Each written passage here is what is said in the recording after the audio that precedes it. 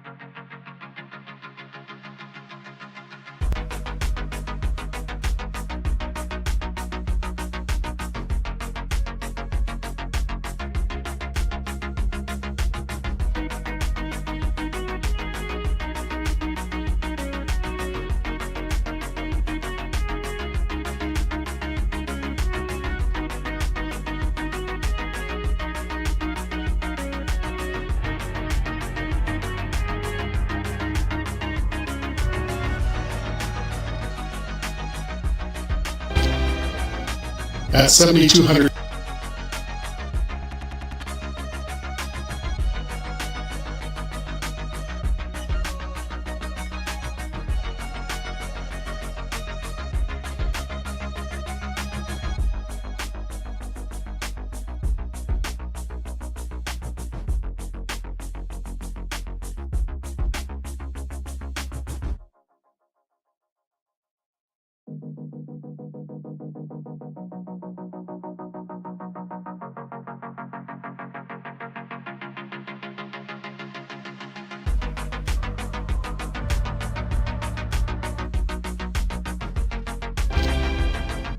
At 7,200 feet above sea level, you're on top of the world.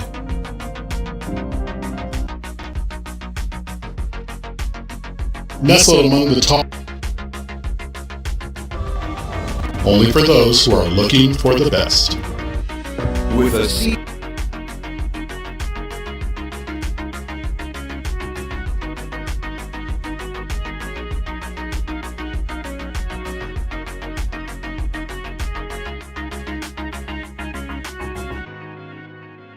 Not for only for those who are looking for the best. With a Sea-Star Smart Telescope, you are holding in your hands the gateway to capturing the sublime beauty of the universe. Simple for newbies, seamless for pros, easy enjoyment for all. Bluetooth discovery, Wi-Fi connection to ensure flawless communication without interruption.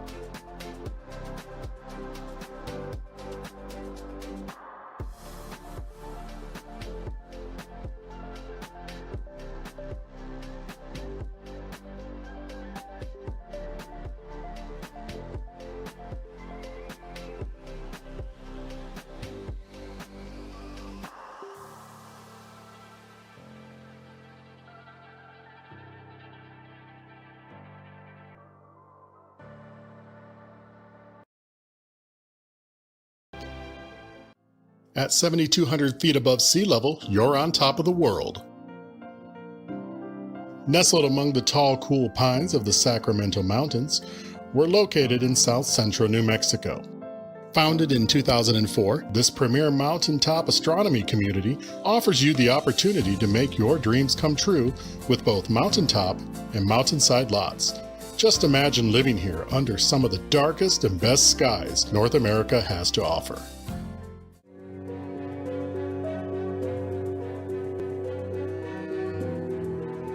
You'll love the changing seasons, accompanied by our vivid fall colors. Be it one of our mountainside lots or mountaintop lots, your toughest decision will be in choosing the one you'll call home. Fiber optic internet is now available to each and every home and observatory.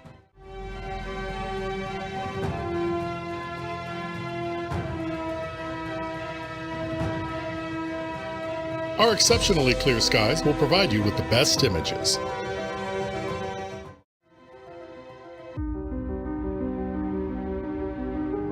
And yes, you can see your shadow from the summer Milky Way. From our state bird, the roadrunner, and his friend the coyote, to our spectacular fall colors, our world-renowned balloon festival, you'll find our gorgeous sunrises, and our spectacular sunsets. New Mexico has something to offer for everyone. Still not a believer? Then feast your eyes on these images that were taken from our mountain. Thanks to our mountaintop location, we have a microclimate. We expect over 300 sunny days and clear nights per year, while less than 20 minutes down the road at Cloudcroft, the conditions are less than ideal. This image was taken from Tom and Marla's home. Take a look at this mountainside lot, owned by Eric and Josephine. As you can see, the layout and design of your new home is limited only by your imagination.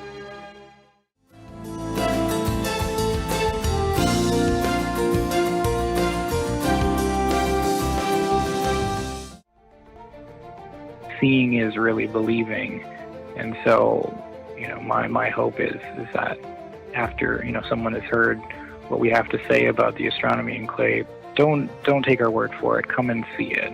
Come and really take a look at what this enclave has. Look at our community and understand what our community has to offer, and really look at the skies, because ultimately, if you're doing astrophotography, the skies are the most important.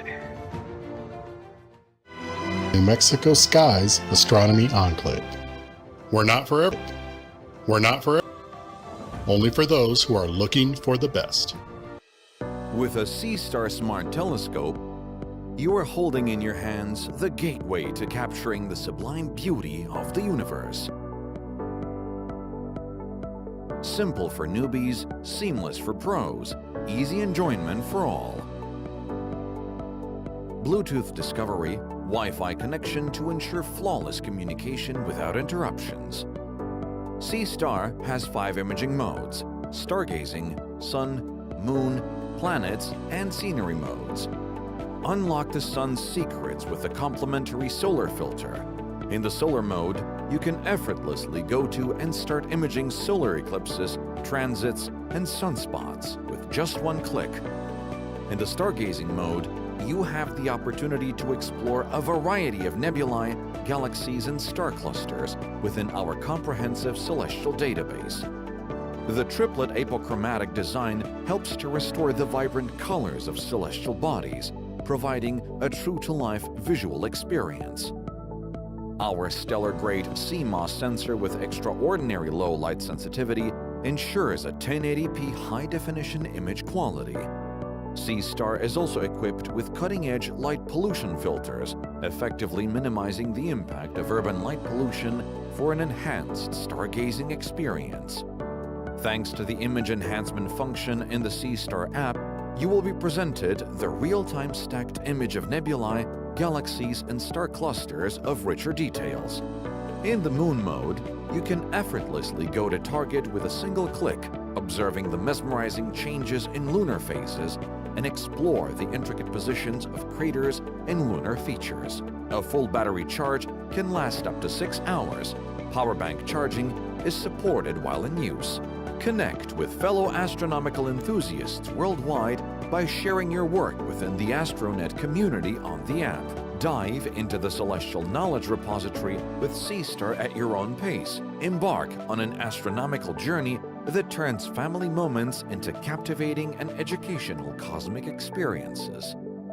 C-Star, the astronomical observatory at your fingertips.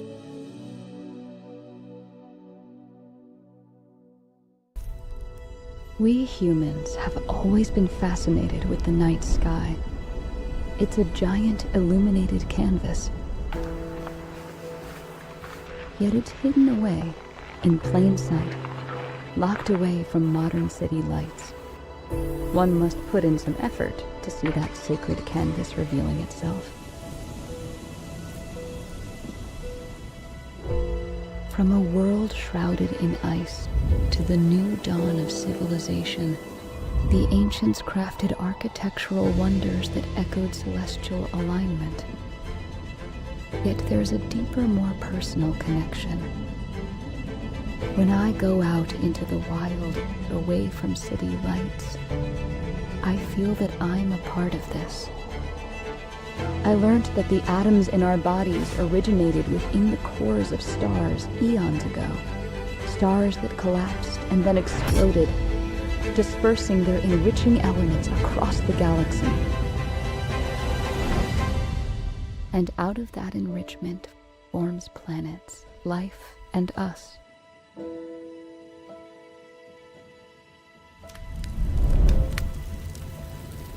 It's a profound revelation about the cosmic link between life and the universe. That we are all, essentially, stardust. The ancients showed great respect and yearning for the sky.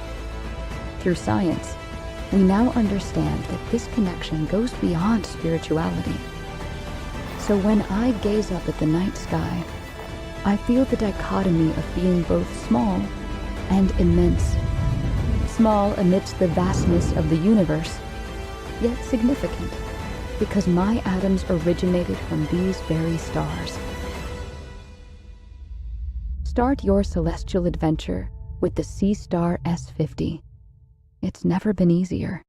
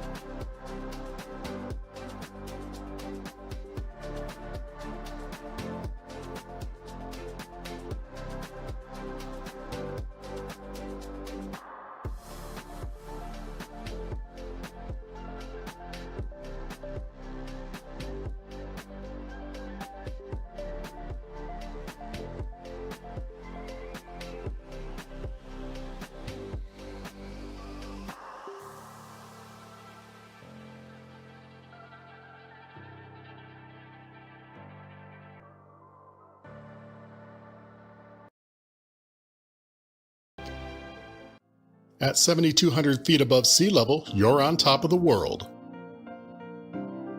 Nestled among the tall, cool pines of the Sacramento Mountains, we're located in south central New Mexico. Founded in 2004, this premier mountaintop astronomy community offers you the opportunity to make your dreams come true with both mountaintop and mountainside lots. Just imagine living here under some of the darkest and best skies North America has to offer.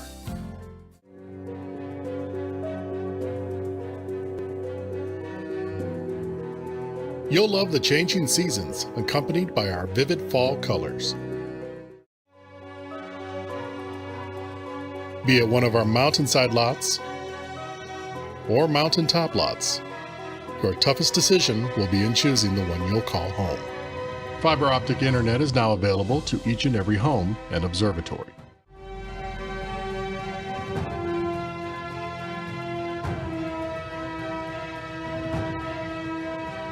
Our exceptionally clear skies will provide you with the best images.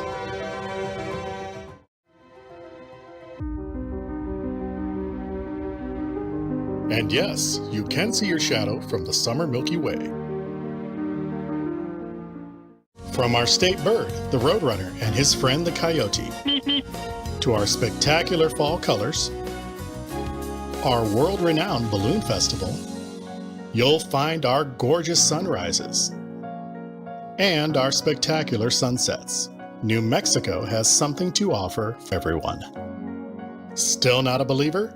Then feast your eyes on these images that were taken from our mountain. Thanks to our mountaintop location, we have a microclimate.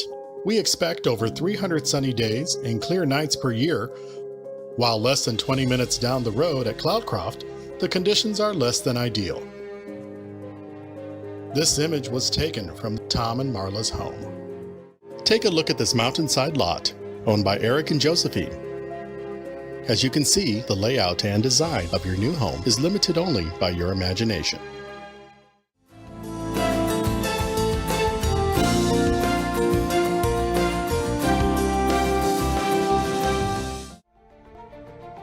Seeing is really believing, and so my hope is that after someone has heard what we have to say about the astronomy enclave, don't take our word for it. Come and see it. Come and really take a look at what this enclave has. Look at our community and understand what our community has to offer, and really look at the skies, because ultimately, if you're doing astrophotography, the skies are the most important. New Mexico Skies Astronomy Enclave. We're not for everyone. We're not for everyone. Only for those who are looking for the best. With a SeaStar Smart Telescope, you are holding in your hands the gateway to capturing the sublime beauty of the universe. Simple for newbies, seamless for pros, easy enjoyment for all. Bluetooth discovery, Wi-Fi connection to ensure flawless communication without interruptions. SeaStar has 5 imaging modes: stargazing, sun, moon, planets, and scenery modes. Unlock the sun's secrets with the complimentary solar filter. In the solar mode, you can effortlessly go to and start imaging solar eclipses, transits, and sunspots with just one click. In the stargazing mode, you have the opportunity to explore a variety of nebulae, galaxies, and star clusters within our comprehensive celestial database. The triplet apochromatic design helps to restore the vibrant colors of celestial bodies, providing a true-to-life visual experience. Our stellar-grade CMOS sensor with extraordinary low light sensitivity ensures a 1080p high-definition image quality. SeaStar is also equipped with cutting-edge light pollution filters, effectively minimizing the impact of urban light pollution for an enhanced stargazing experience. Thanks to the image enhancement function in the SeaStar app, you will be presented the real-time stacked image of nebulae, galaxies, and star clusters of richer details. In the moon mode, you can effortlessly go to target with a single click, observing the mesmerizing changes in lunar phases and explore the intricate positions of craters and lunar features. A full battery charge can last up to 6 hours, Power bank charging is supported while in use. Connect with fellow astronomical enthusiasts worldwide by sharing your work within the Astronet community on the app. Dive into the celestial knowledge repository with C-Star at your own pace. Embark on an astronomical journey that turns family moments into captivating and educational cosmic experiences. C-Star, the astronomical observatory at your fingertips.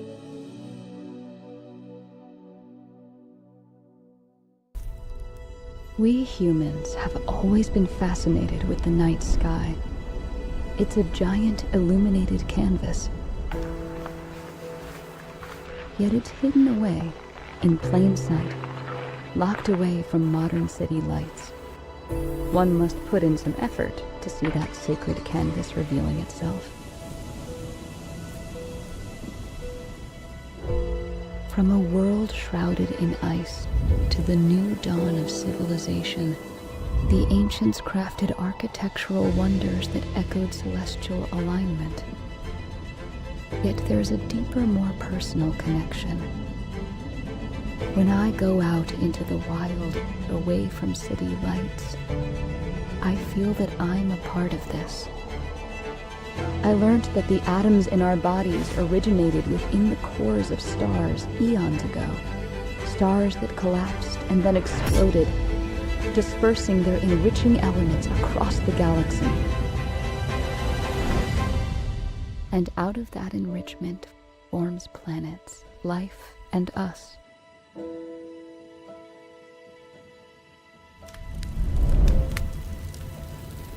It's a profound revelation about the cosmic link between life and the universe. That we are all, essentially, stardust. The ancients showed great respect and yearning for the sky. Through science, we now understand that this connection goes beyond spirituality. So when I gaze up at the night sky, I feel the dichotomy of being both small and immense. Small amidst the vastness of the universe, yet significant, because my atoms originated from these very stars. Start your celestial adventure with the C-Star S50. It's never been easier.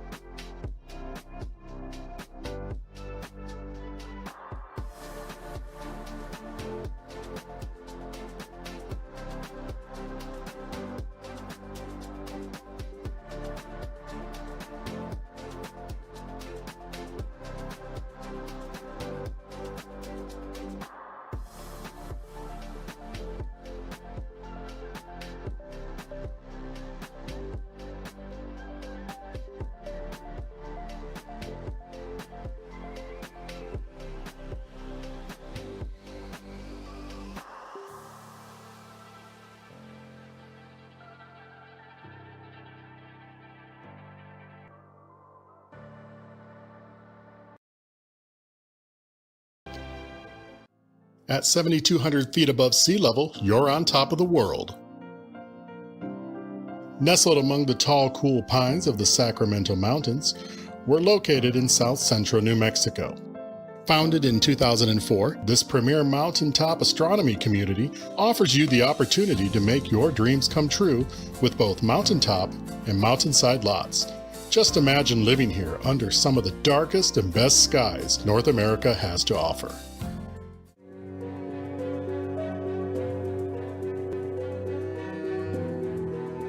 You'll love the changing seasons, accompanied by our vivid fall colors. Be it one of our mountainside lots or mountaintop lots, your toughest decision will be in choosing the one you'll call home. Fiber optic internet is now available to each and every home and observatory.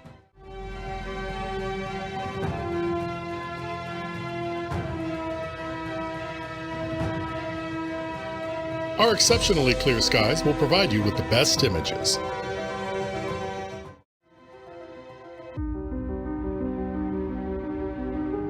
And yes, you can see your shadow from the summer Milky Way.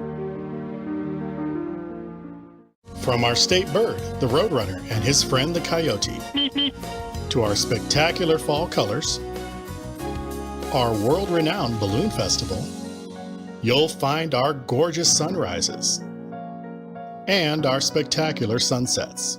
New Mexico has something to offer for everyone. Still not a believer? Then feast your eyes on these images that were taken from our mountain. Thanks to our mountaintop location, we have a microclimate. We expect over 300 sunny days and clear nights per year, while less than 20 minutes down the road at Cloudcroft, the conditions are less than ideal. This image was taken from Tom and Marla's home. Take a look at this mountainside lot, owned by Eric and Josephine. As you can see, the layout and design of your new home is limited only by your imagination.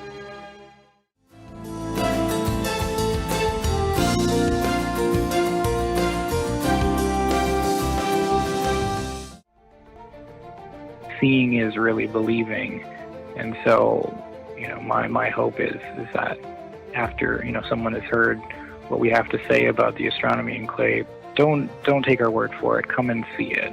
Come and really take a look at what this enclave has. Look at our community and understand what our community has to offer, and really look at the skies, because ultimately, if you're doing astrophotography, the skies are the most important. New Mexico Skies Astronomy Enclave. We're not for everyone. We're not for everyone. Only for those who are looking for the best. With a SeaStar Smart Telescope, you are holding in your hands the gateway to capturing the sublime beauty of the universe. Simple for newbies, seamless for pros, easy enjoyment for all. Bluetooth discovery, Wi-Fi connection to ensure flawless communication without interruptions.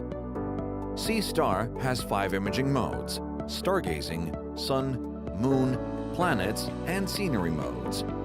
Unlock the sun's secrets with the complimentary solar filter. In the solar mode, you can effortlessly go to and start imaging solar eclipses, transits, and sunspots with just one click. In the stargazing mode, you have the opportunity to explore a variety of nebulae, galaxies, and star clusters within our comprehensive celestial database. The triplet apochromatic design helps to restore the vibrant colors of celestial bodies, providing a true-to-life visual experience. Our stellar-grade CMOS sensor with extraordinary low light sensitivity ensures a 1080p high-definition image quality.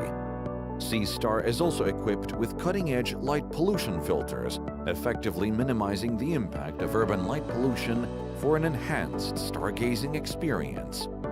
Thanks to the image enhancement function in the SeaStar app, you will be presented the real-time stacked image of nebulae, galaxies, and star clusters of richer details.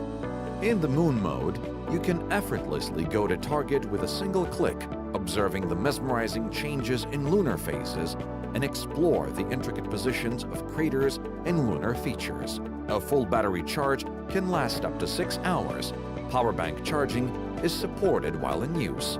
Connect with fellow astronomical enthusiasts worldwide by sharing your work within the Astronet community on the app. Dive into the celestial knowledge repository with C-Star at your own pace. Embark on an astronomical journey that turns family moments into captivating and educational cosmic experiences.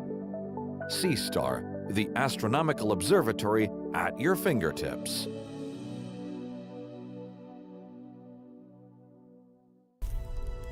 We humans have always been fascinated with the night sky. It's a giant illuminated canvas. Yet it's hidden away, in plain sight, locked away from modern city lights. One must put in some effort to see that sacred canvas revealing itself. From a world shrouded in ice to the new dawn of civilization, the ancients crafted architectural wonders that echoed celestial alignment. Yet there's a deeper, more personal connection. When I go out into the wild, away from city lights, I feel that I'm a part of this. I learned that the atoms in our bodies originated within the cores of stars eons ago. Stars that collapsed and then exploded, dispersing their enriching elements across the galaxy. And out of that enrichment forms planets, life, and us.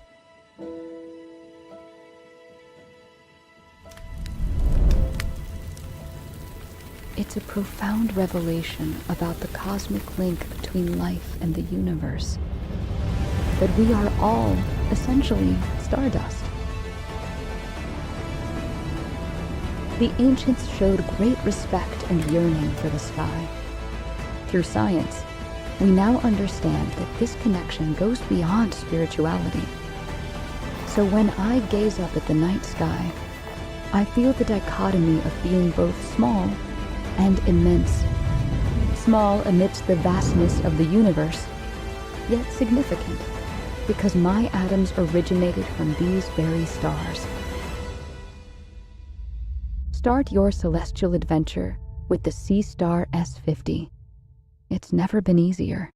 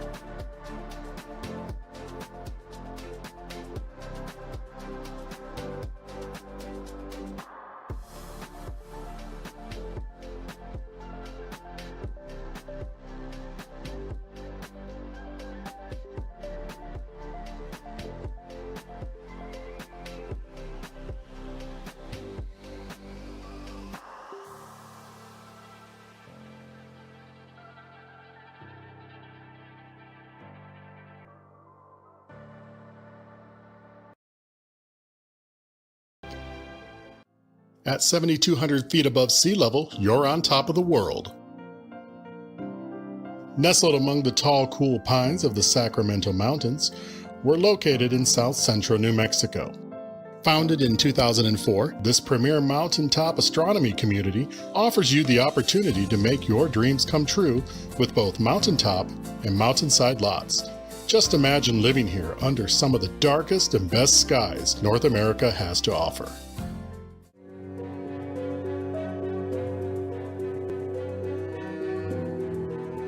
You'll love the changing seasons, accompanied by our vivid fall colors. Be it one of our mountainside lots or mountaintop lots, your toughest decision will be in choosing the one you'll call home. Fiber optic internet is now available to each and every home and observatory.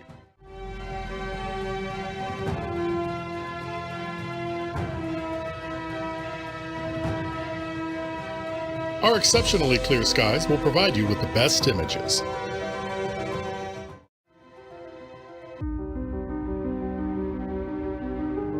And yes, you can see your shadow from the summer Milky Way. From our state bird, the roadrunner, and his friend the coyote, to our spectacular fall colors, our world-renowned balloon festival, you'll find our gorgeous sunrises, and our spectacular sunsets. New Mexico has something to offer for everyone. Still not a believer? Then feast your eyes on these images that were taken from our mountain. Thanks to our mountaintop location, we have a microclimate. We expect over 300 sunny days and clear nights per year, while less than 20 minutes down the road at Cloudcroft, the conditions are less than ideal. This image was taken from Tom and Marla's home. Take a look at this mountainside lot, owned by Eric and Josephine. As you can see, the layout and design of your new home is limited only by your imagination.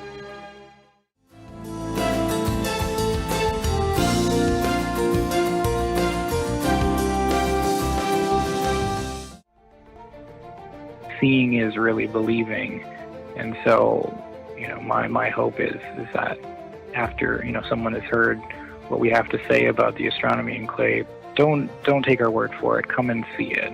Come and really take a look at what this enclave has. Look at our community and understand what our community has to offer, and really look at the skies, because ultimately, if you're doing astrophotography, the skies are the most important. New Mexico Skies Astronomy Enclave. We're not for everyone. We're not for everyone. Only for those who are looking for the best. With a SeaStar Smart Telescope, you are holding in your hands the gateway to capturing the sublime beauty of the universe. Simple for newbies, seamless for pros, easy enjoyment for all. Bluetooth discovery, Wi-Fi connection to ensure flawless communication without interruptions. SeaStar has 5 imaging modes: stargazing, sun, moon, planets, and scenery modes. Unlock the sun's secrets with the complimentary solar filter. In the solar mode, you can effortlessly go to and start imaging solar eclipses, transits, and sunspots with just one click. In the stargazing mode, you have the opportunity to explore a variety of nebulae, galaxies, and star clusters within our comprehensive celestial database. The triplet apochromatic design helps to restore the vibrant colors of celestial bodies, providing a true-to-life visual experience. Our stellar-grade CMOS sensor with extraordinary low light sensitivity ensures a 1080p high-definition image quality. SeaStar is also equipped with cutting-edge light pollution filters, effectively minimizing the impact of urban light pollution for an enhanced stargazing experience. Thanks to the image enhancement function in the SeaStar app, you will be presented the real-time stacked image of nebulae, galaxies, and star clusters of richer details. In the moon mode, you can effortlessly go to target with a single click, observing the mesmerizing changes in lunar phases and explore the intricate positions of craters and lunar features. A full battery charge can last up to 6 hours. Power bank charging is supported while in use. Connect with fellow astronomical enthusiasts worldwide by sharing your work within the Astronet community on the app. Dive into the celestial knowledge repository with SeaStar at your own pace. Embark on an astronomical journey that turns family moments into captivating and educational cosmic experiences. SeaStar, the astronomical observatory at your fingertips.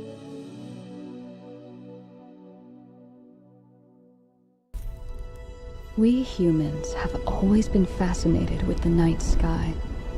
It's a giant illuminated canvas. Yet it's hidden away, in plain sight, locked away from modern city lights.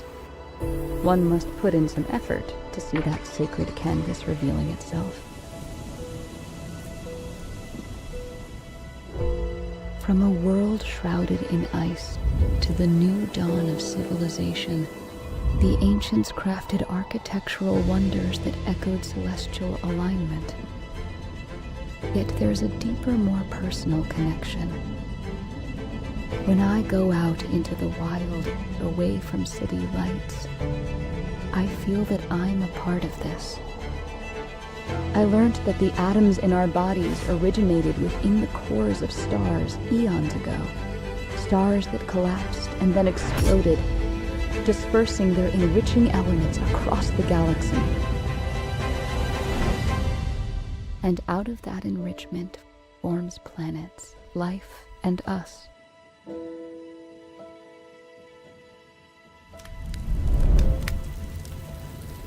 It's a profound revelation about the cosmic link between life and the universe. That we are all, essentially, stardust. The ancients showed great respect and yearning for the sky. Through science, we now understand that this connection goes beyond spirituality. So when I gaze up at the night sky, I feel the dichotomy of being both small and immense. Small amidst the vastness of the universe, yet significant, because my atoms originated from these very stars. Start your celestial adventure with the SeaStar S50. It's never been easier.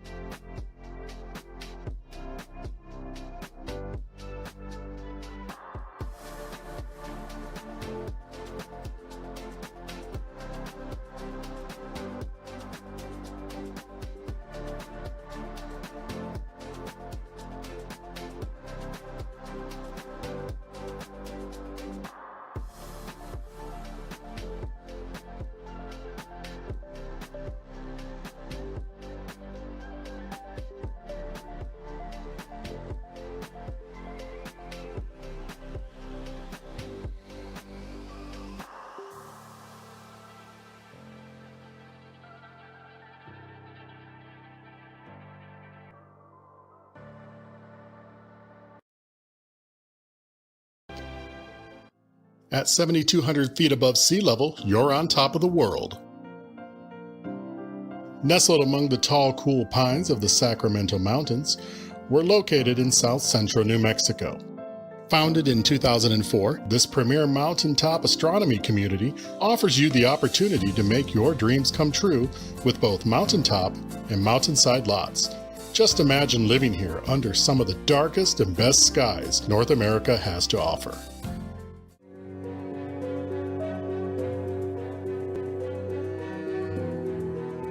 You'll love the changing seasons, accompanied by our vivid fall colors. Be it one of our mountainside lots or mountaintop lots, your toughest decision will be in choosing the one you'll call home. Fiber optic internet is now available to each and every home and observatory.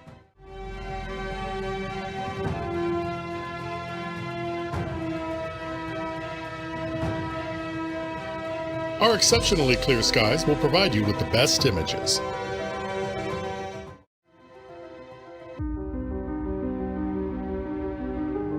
And yes, you can see your shadow from the summer Milky Way. From our state bird, the roadrunner, and his friend the coyote, to our spectacular fall colors, our world-renowned balloon festival, you'll find our gorgeous sunrises, and our spectacular sunsets. New Mexico has something to offer for everyone.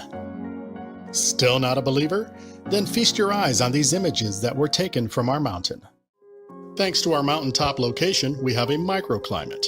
We expect over 300 sunny days and clear nights per year, while less than 20 minutes down the road at Cloudcroft, the conditions are less than ideal. This image was taken from Tom and Marla's home.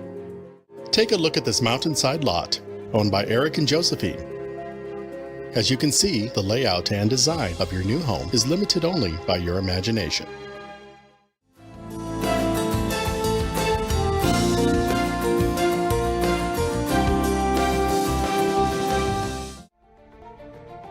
Seeing is really believing, and so my hope is that after someone has heard what we have to say about the astronomy enclave, don't take our word for it. Come and see it. Come and really take a look at what this enclave has. Look at our community and understand what our community has to offer, and really look at the skies, because ultimately, if you're doing astrophotography, the skies are the most important. New Mexico Skies Astronomy Enclave. We're not for everyone. We're not for everyone. Only for those who are looking for the best. With a SeaStar Smart Telescope, you are holding in your hands the gateway to capturing the sublime beauty of the universe. Simple for newbies, seamless for pros, easy enjoyment for all. Bluetooth discovery, Wi-Fi connection to ensure flawless communication without interruptions. SeaStar has 5 imaging modes: stargazing, sun, moon, planets, and scenery modes. Unlock the sun's secrets with the complimentary solar filter. In the solar mode, you can effortlessly go to and start imaging solar eclipses, transits, and sunspots with just one click.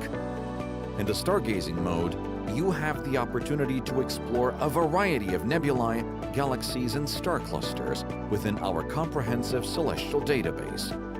The triplet apochromatic design helps to restore the vibrant colors of celestial bodies, providing a true-to-life visual experience. Our stellar-grade CMOS sensor with extraordinary low light sensitivity ensures a 1080p high-definition image quality. SeaStar is also equipped with cutting-edge light pollution filters, effectively minimizing the impact of urban light pollution for an enhanced stargazing experience. Thanks to the image enhancement function in the SeaStar app, you will be presented the real-time stacked image of nebulae, galaxies, and star clusters of richer details. In the moon mode, you can effortlessly go to target with a single click, observing the mesmerizing changes in lunar phases and explore the intricate positions of craters and lunar features. A full battery charge can last up to 6 hours. Power bank charging is supported while in use. Connect with fellow astronomical enthusiasts worldwide by sharing your work within the Astronet community on the app. Dive into the celestial knowledge repository with Seastar at your own pace. Embark on an astronomical journey that turns family moments into captivating and educational cosmic experiences. Seastar, the astronomical observatory at your fingertips.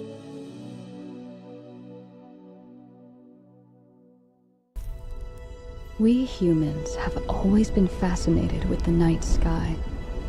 It's a giant illuminated canvas. Yet it's hidden away, in plain sight, locked away from modern city lights. One must put in some effort to see that sacred canvas revealing itself. From a world shrouded in ice to the new dawn of civilization, the ancients crafted architectural wonders that echoed celestial alignment. Yet there's a deeper, more personal connection. When I go out into the wild, away from city lights, I feel that I'm a part of this. I learned that the atoms in our bodies originated within the cores of stars eons ago. Stars that collapsed and then exploded, dispersing their enriching elements across the galaxy. And out of that enrichment forms planets, life, and us.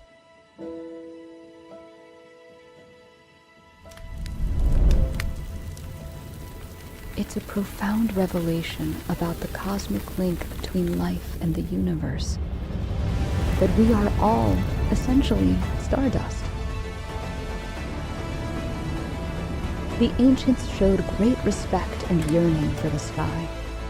Through science, we now understand that this connection goes beyond spirituality. So when I gaze up at the night sky, I feel the dichotomy of being both small and immense. Small amidst the vastness of the universe, yet significant, because my atoms originated from these very stars. Start your celestial adventure with the Seastar S50. It's never been easier.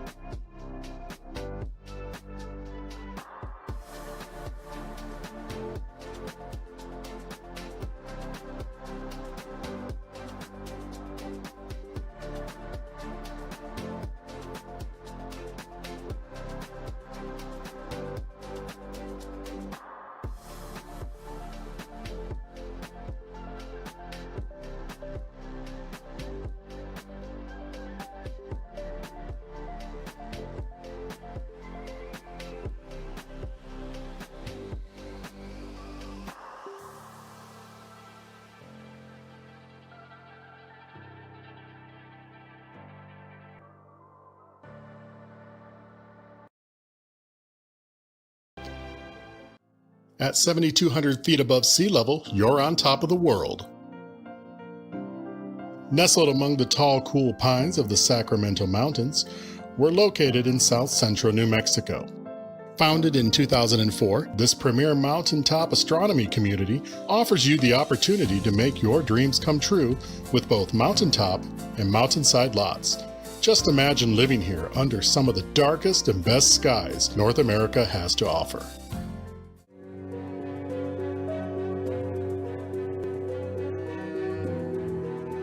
You'll love the changing seasons, accompanied by our vivid fall colors. Be it one of our mountainside lots or mountaintop lots, your toughest decision will be in choosing the one you'll call home. Fiber optic internet is now available to each and every home and observatory.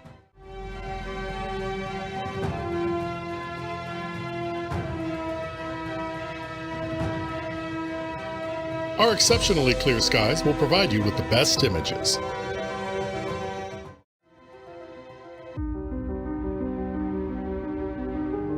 And yes, you can see your shadow from the summer Milky Way. From our state bird, the roadrunner, and his friend the coyote, to our spectacular fall colors, our world-renowned balloon festival, you'll find our gorgeous sunrises, and our spectacular sunsets. New Mexico has something to offer for everyone. Still not a believer? Then feast your eyes on these images that were taken from our mountain. Thanks to our mountaintop location, we have a microclimate. We expect over 300 sunny days and clear nights per year, while less than 20 minutes down the road at Cloudcroft, the conditions are less than ideal. This image was taken from Tom and Marla's home. Take a look at this mountainside lot, owned by Eric and Josephine. As you can see, the layout and design of your new home is limited only by your imagination.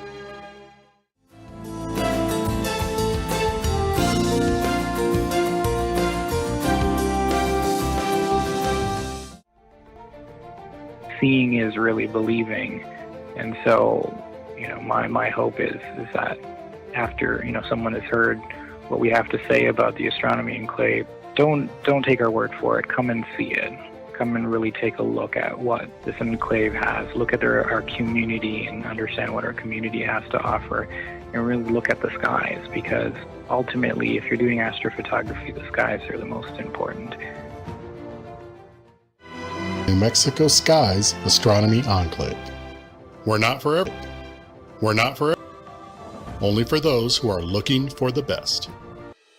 With a SeaStar Smart Telescope, you are holding in your hands the gateway to capturing the sublime beauty of the universe. Simple for newbies, seamless for pros, easy enjoyment for all. Bluetooth discovery, Wi-Fi connection to ensure flawless communication without interruptions. SeaStar has 5 imaging modes: stargazing, sun, moon, planets, and scenery modes. Unlock the sun's secrets with the complimentary solar filter. In the solar mode, you can effortlessly go to and start imaging solar eclipses, transits, and sunspots with just one click. In the stargazing mode, you have the opportunity to explore a variety of nebulae, galaxies, and star clusters within our comprehensive celestial database. The triplet apochromatic design helps to restore the vibrant colors of celestial bodies, providing a true-to-life visual experience.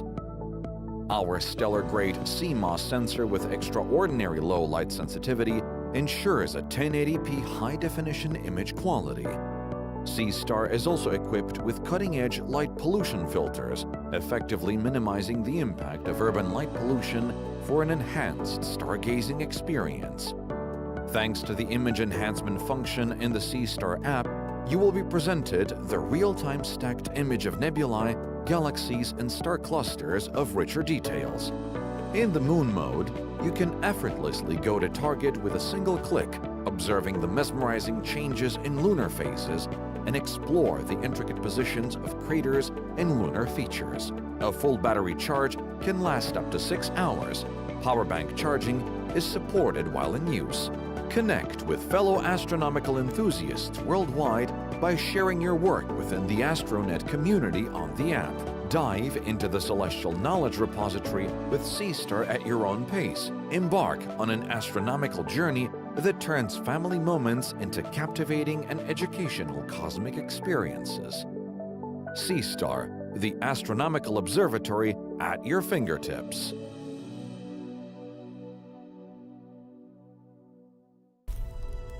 We humans have always been fascinated with the night sky. It's a giant illuminated canvas. Yet it's hidden away, in plain sight, locked away from modern city lights. One must put in some effort to see that sacred canvas revealing itself. From a world shrouded in ice to the new dawn of civilization, the ancients crafted architectural wonders that echoed celestial alignment. Yet there's a deeper, more personal connection. When I go out into the wild, away from city lights, I feel that I'm a part of this. I learned that the atoms in our bodies originated within the cores of stars eons ago. Stars that collapsed and then exploded, dispersing their enriching elements across the galaxy. And out of that enrichment forms planets, life, and us.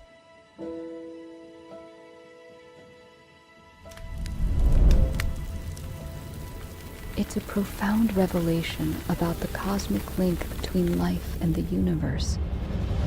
That we are all, essentially, stardust. The ancients showed great respect and yearning for the sky. Through science, we now understand that this connection goes beyond spirituality. So when I gaze up at the night sky, I feel the dichotomy of being both small and immense. Small amidst the vastness of the universe, yet significant, because my atoms originated from these very stars. Start your celestial adventure with the C-Star S50. It's never been easier.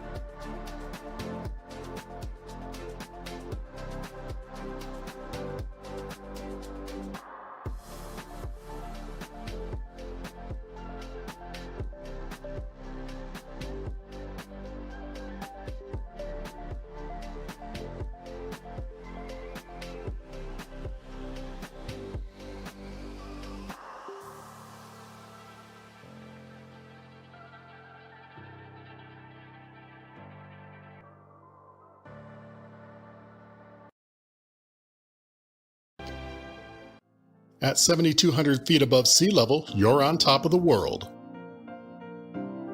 Nestled among the tall, cool pines of the Sacramento Mountains, we're located in south central New Mexico. Founded in 2004, this premier mountaintop astronomy community offers you the opportunity to make your dreams come true with both mountaintop and mountainside lots. Just imagine living here under some of the darkest and best skies North America has to offer.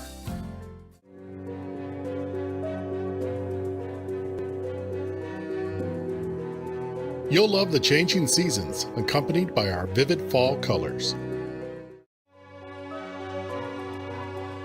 Be it one of our mountainside lots or mountaintop lots, your toughest decision will be in choosing the one you'll call home. Fiber optic internet is now available to each and every home and observatory.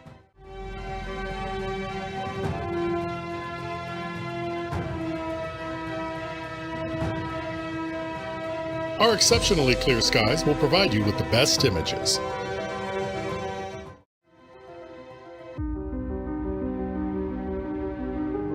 And yes, you can see your shadow from the summer Milky Way. From our state bird, the roadrunner, and his friend the coyote, to our spectacular fall colors, our world-renowned balloon festival, you'll find our gorgeous sunrises, and our spectacular sunsets. New Mexico has something to offer for everyone. Still not a believer? Then feast your eyes on these images that were taken from our mountain. Thanks to our mountaintop location, we have a microclimate. We expect over 300 sunny days and clear nights per year, while less than 20 minutes down the road at Cloudcroft, the conditions are less than ideal. This image was taken from Tom and Marla's home. Take a look at this mountainside lot, owned by Eric and Josephine. As you can see, the layout and design of your new home is limited only by your imagination.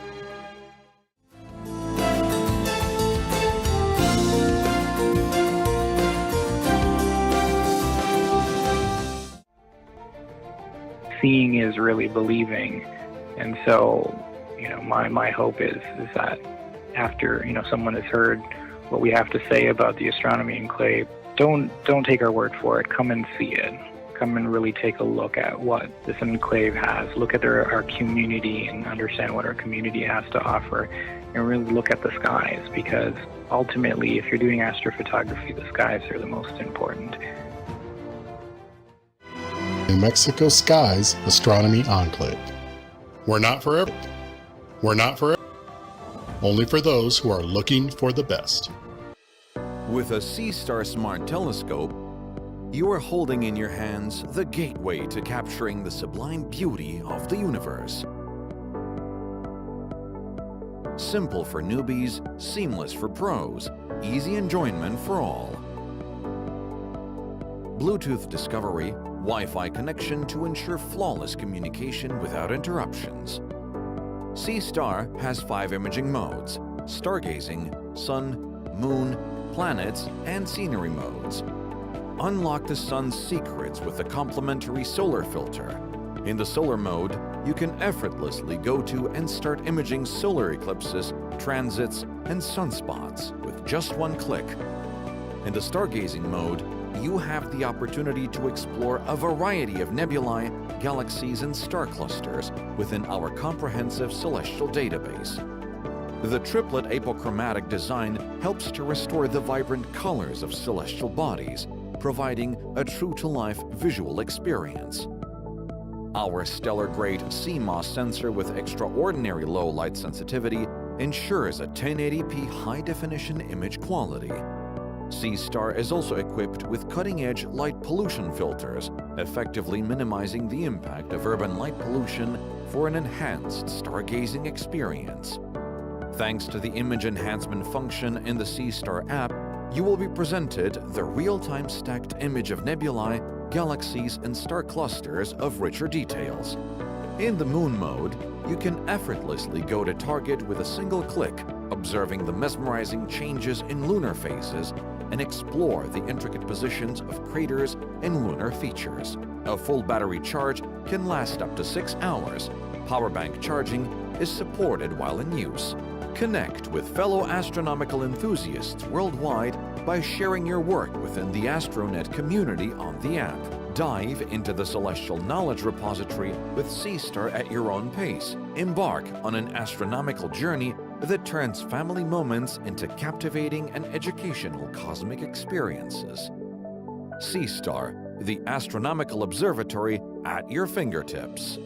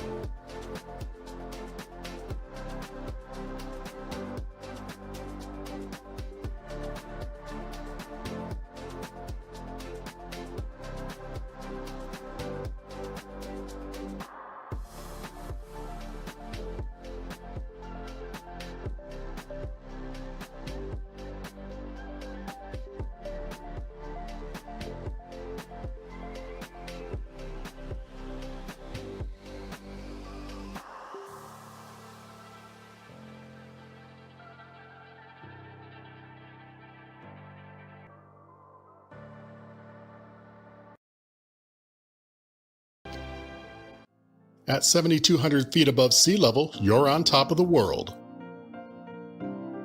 Nestled among the tall, cool pines of the Sacramento Mountains, we're located in south central New Mexico. Founded in 2004, this premier mountaintop astronomy community offers you the opportunity to make your dreams come true with both mountaintop and mountainside lots. Just imagine living here under some of the darkest and best skies North America has to offer.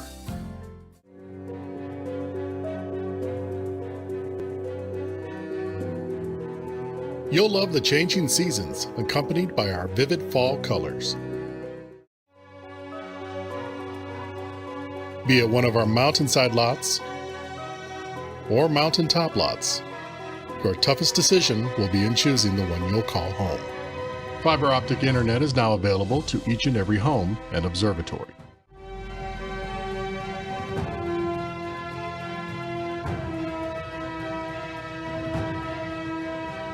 Our exceptionally clear skies will provide you with the best images.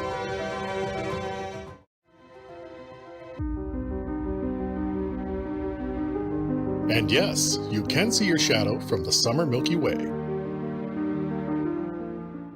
From our state bird, the roadrunner, and his friend the coyote, to our spectacular fall colors, our world-renowned balloon festival, you'll find our gorgeous sunrises, and our spectacular sunsets. New Mexico has something to offer for everyone. Still not a believer? Then feast your eyes on these images that were taken from our mountain. Thanks to our mountaintop location, we have a microclimate. We expect over 300 sunny days and clear nights per year, while less than 20 minutes down the road at Cloudcroft, the conditions are less than ideal. This image was taken from Tom and Marla's home. Take a look at this mountainside lot, owned by Eric and Josephine. As you can see, the layout and design of your new home is limited only by your imagination.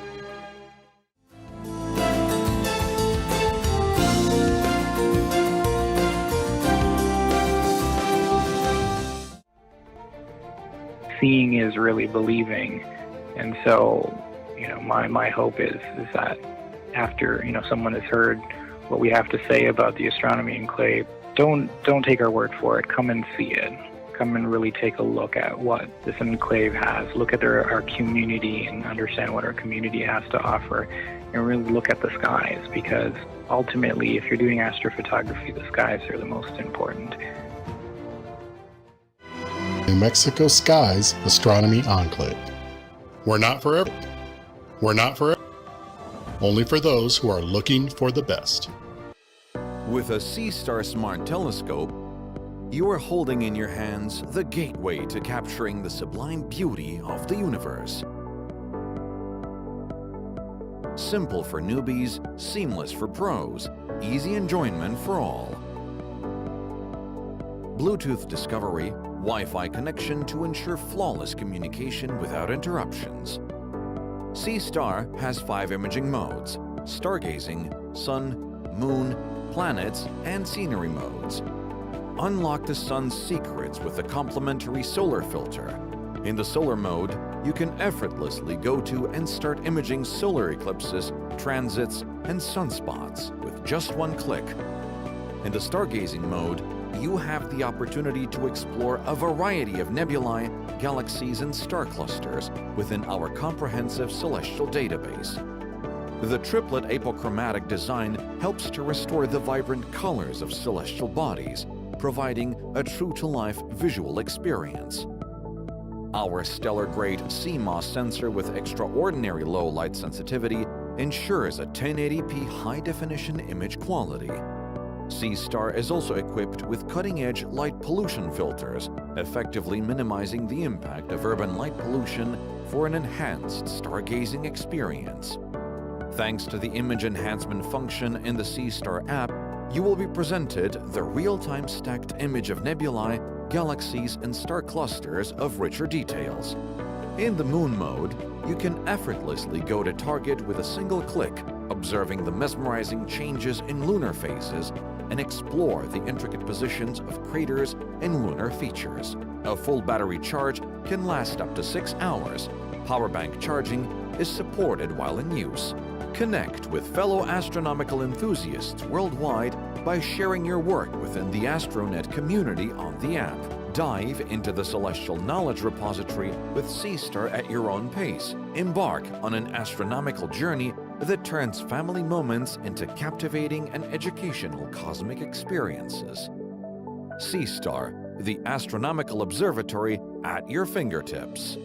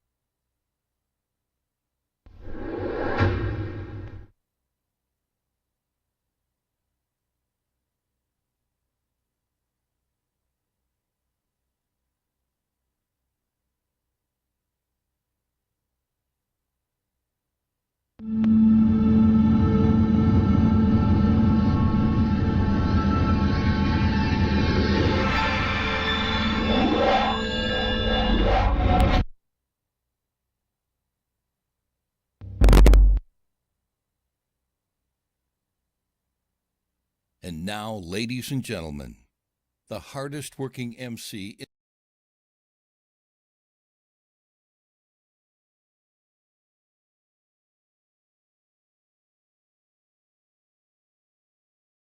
here. We have a great program set up for you this afternoon, starting with our first presenter. This presenter is an 8-time Emmy-nominated meteorologist. He is an avid astronomer. Also, he has co-led several eclipse expeditions, and he served as a principal meteorologist on 3 eclipse cruises. His talk today, Eclipse 2024, a postmortem, and a look ahead. Please welcome to NEAF, the greatest meteorologist in the cosmos,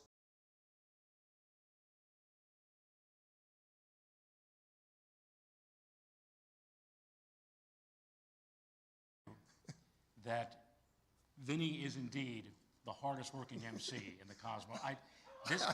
I think he deserves a big round of applause. So does the producer. I know he's somewhere back there, Ed Seaman. We have Marissa over here taking care of the audio visuals, and Kyle, who fixed a video of mine. He spent the better part of yesterday fixing one of my videos. This group that has put together this extravaganza deserves all of your applause. It's a tremendous number of people who do this behind the scenes as well as in front of the scenes. I hope I can... You'll do great, Joe. Thank you. All Thank right. you very much. The greatest of all time. Oh, give me a big get out of here.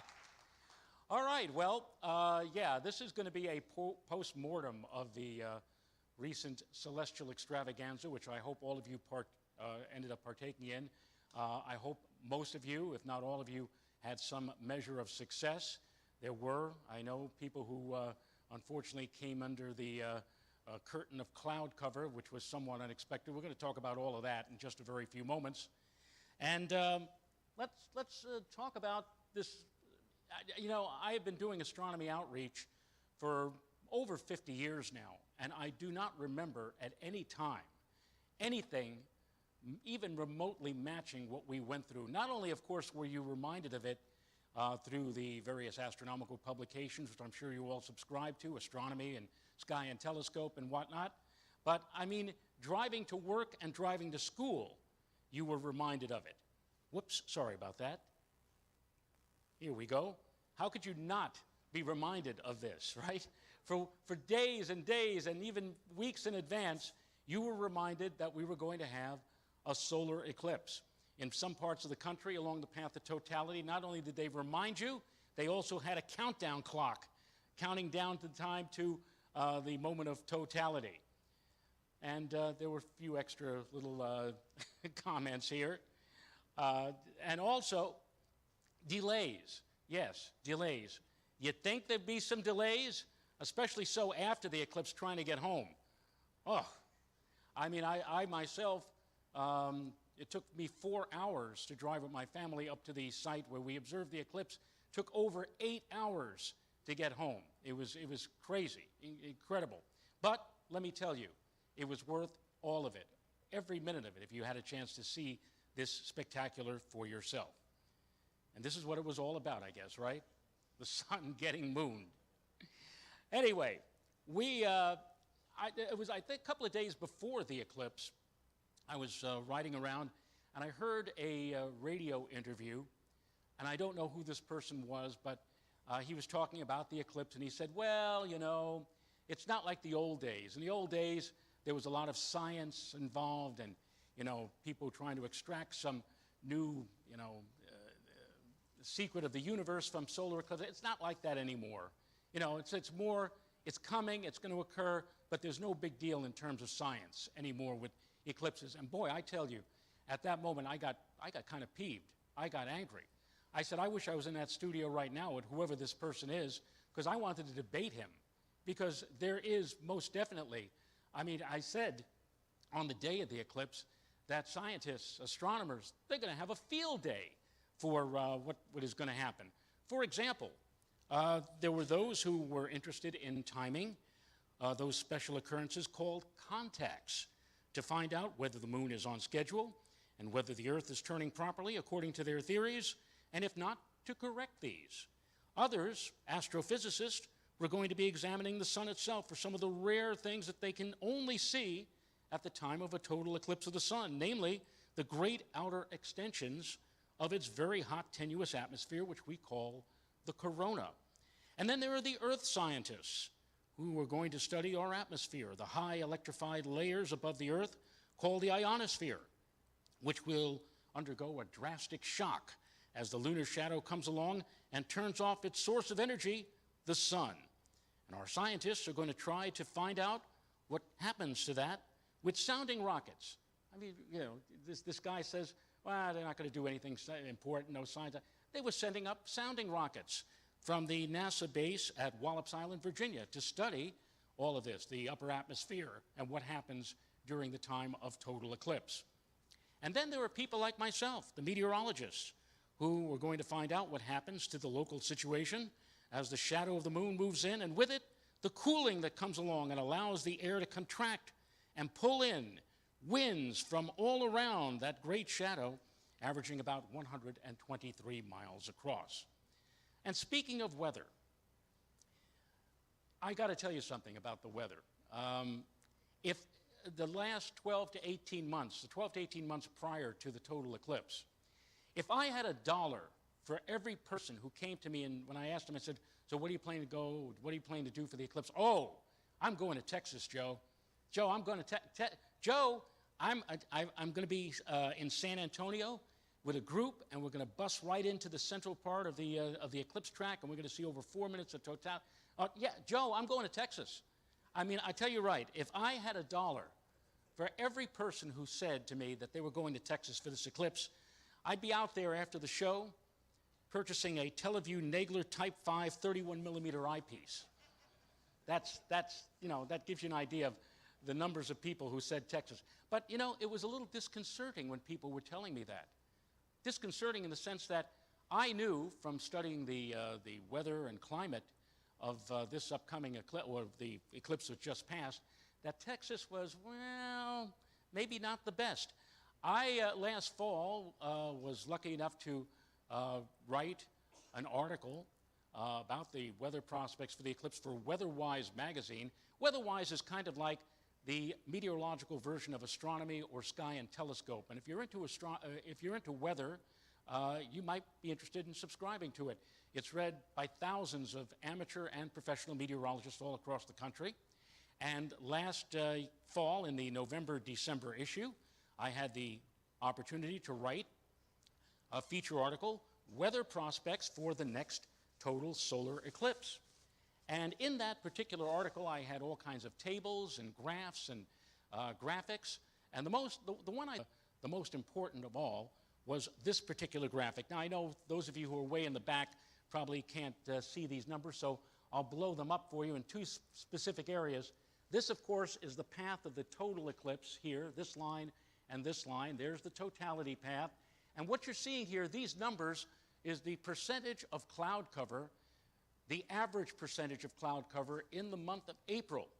And you can see here across Texas, we have numbers like 61, 64%, 63, 61. Up here in Arkansas, 60, 61%. So generally speaking, 60 to 65% cloud cover, typically in the month of April, across Texas and Arkansas. Meanwhile, in the northeastern United States, what do we have here? We have the path of totality again, and here in western and central New York, 71, 67, 60.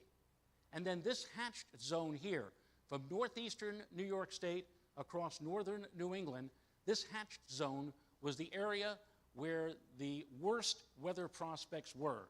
This was the area where in the month of April, if you wanted cloud cover, and who would want cloud cover, but if the cloudiest area in April was, according to climatology, in this zone, Maine, New Hampshire, Vermont, northeastern New York. Oh, you don't want to be there, right?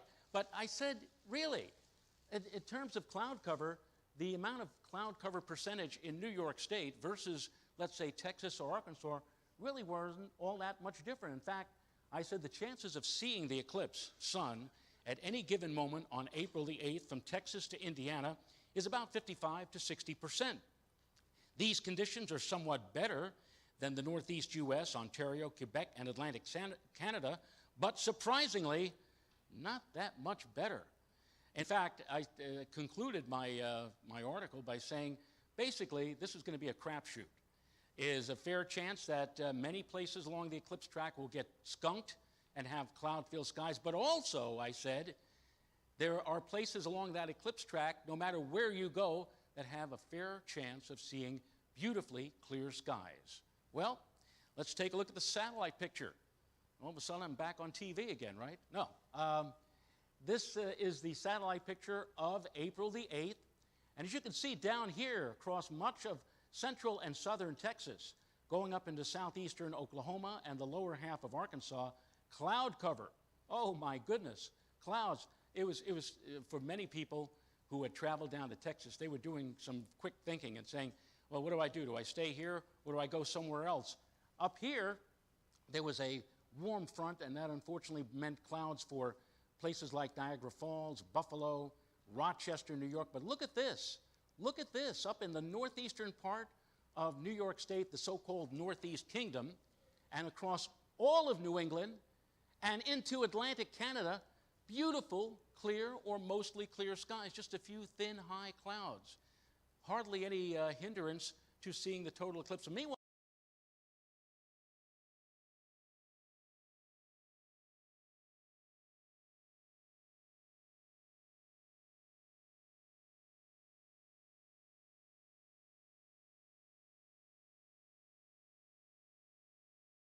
for example, I was told that about 15 or 20 minutes before totality, the clouds broke, and they were able to see sunshine and see the corona and see totality. There were other places that were not so lucky. I spoke to one of my eclipse-chasing buddies. He said, Joe, he was in in Fort Worth, and he said, Joe, you wouldn't have believed it. He said it was grim. It was terrible, all through the opening stages of the eclipse. And then, 4 or 5 minutes before totality, like magic, the clouds broke, and there it was, the total eclipse of the sun. Beautiful, beautiful view. We lucked out. And he added after that, he says, also, my wife later told me, he said, they won't be able to get the stain out of the pants. He ruined his pants. That was that. And I said, that's more information than I needed to hear. But anyway, that's how it went. One person said it perfectly. The weather, the climate, everything was turned upside down. The places that looked very good climatologically weren't so good. And the places that looked like the worst possible place to see the eclipse, they had the best view of all, leading to the old saying, climate is what we expect. But in the end, weather is what we get. That quote from Robert Heinlein, the famous science fiction writer, and it's certainly fit for this eclipse that we just had. Now, yours truly, for about, well, over a year, I did my very best to promote this spectacular event. I did many library talks, many talks for civic groups, mostly, believe it or not, online. I did a lot of virtual talks for libraries. And I didn't just confine myself to New York City. I looked up and down the totality path and contacted libraries along the eclipse track and said, hey, do you know what's coming? There's going to be a spectacular eclipse. How would you like to have a talk about what's going to happen? And a lot of libraries did indeed take me up on my offer. This particular promotion here for the Poplar Bluff Library in Poplar Bluff, Missouri. They were right smack in the middle of the eclipse track, and they were going to see over 4 minutes, and I had the great pleasure of talking to youngsters and telling them that this is going to be some spectacle. You're going to really remember this for the rest of your lives. So I had a lot of fun doing the library talks. I must have done, and this is not an overestimation, I must have did at least 80 or 100 library talks over the past year, all over along the eclipse track, and especially right here in the New York metropolitan area. I also had a lot of fun with the local news media. Lee Goldberg, which some of you may be aware of, he is the chief meteorologist on WABC Channel 7 Eyewitness News. He has a podcast, and he does the podcast related to weather-related issues, but in late January, he asked me to come on, and we spoke for about a half an hour on his podcast, Whether or Not, about the total solar eclipse. Had a lot of fun doing that with Lee. Had a lot of fun also with this guy, Lonnie Quinn from WCBS Channel 2, the chief weathercaster there. Lonnie and I got together, and we did a story about the upcoming eclipse. Lonnie wanted to know, he said, so how do I promote you? What do I call you? Do I call you Meteorologist Joe Rayo? This particular image was taken at the Hayden Planetarium, actually now known as the Rose Center for Earth and Space. He said, do I call you an associate of the Hayden Planetarium? What do I bill you as? And I said, you can bill me as Umbraphile, a lover of shadow, a lover, an eclipse chaser. This was going to be, the eclipse just passed, was my 14th total solar eclipse. I've been chasing them now for the past half century. So we sat down a few days before the eclipse, and we did a little story about, he asked me questions about what it was like, what you can expect to see during a total eclipse. And then he asked me, and Lonnie, by the way, he had indicated to me, he said he always wanted to see one of these. He always wanted to see a total solar eclipse. And he kept asking me questions like, what is it really like, Joe? What is it like? I mean, is it really as spectacular as they say it is? And then he said, what's the craziest thing that you've ever seen happen during a total solar eclipse? So I answered that question. Anything crazy? If you listen to people experiencing their first total eclipse, it sounds like an orgy. If you didn't know that there was a total eclipse of the sun, it sounds like, oh my goodness, oh my. It is like that. I bet you want to see one now. Here's the deal, guys. If you miss this one, your next chance for a total solar eclipse in our area, how do you call that? Not until 2079. It's a long wait. That was quite the soundbite. Here you go, people. Lumber files. We're going to get back to Lonnie a little bit later in the presentation. So, unlike some who, laid down their hard-earned money or laid down made on their credit card a non-refundable situation regarding the airlines or a hotel or whatever, I didn't play it that way. I made reservations all along the eclipse track at hotels, which would be refundable if I canceled out at the last minute.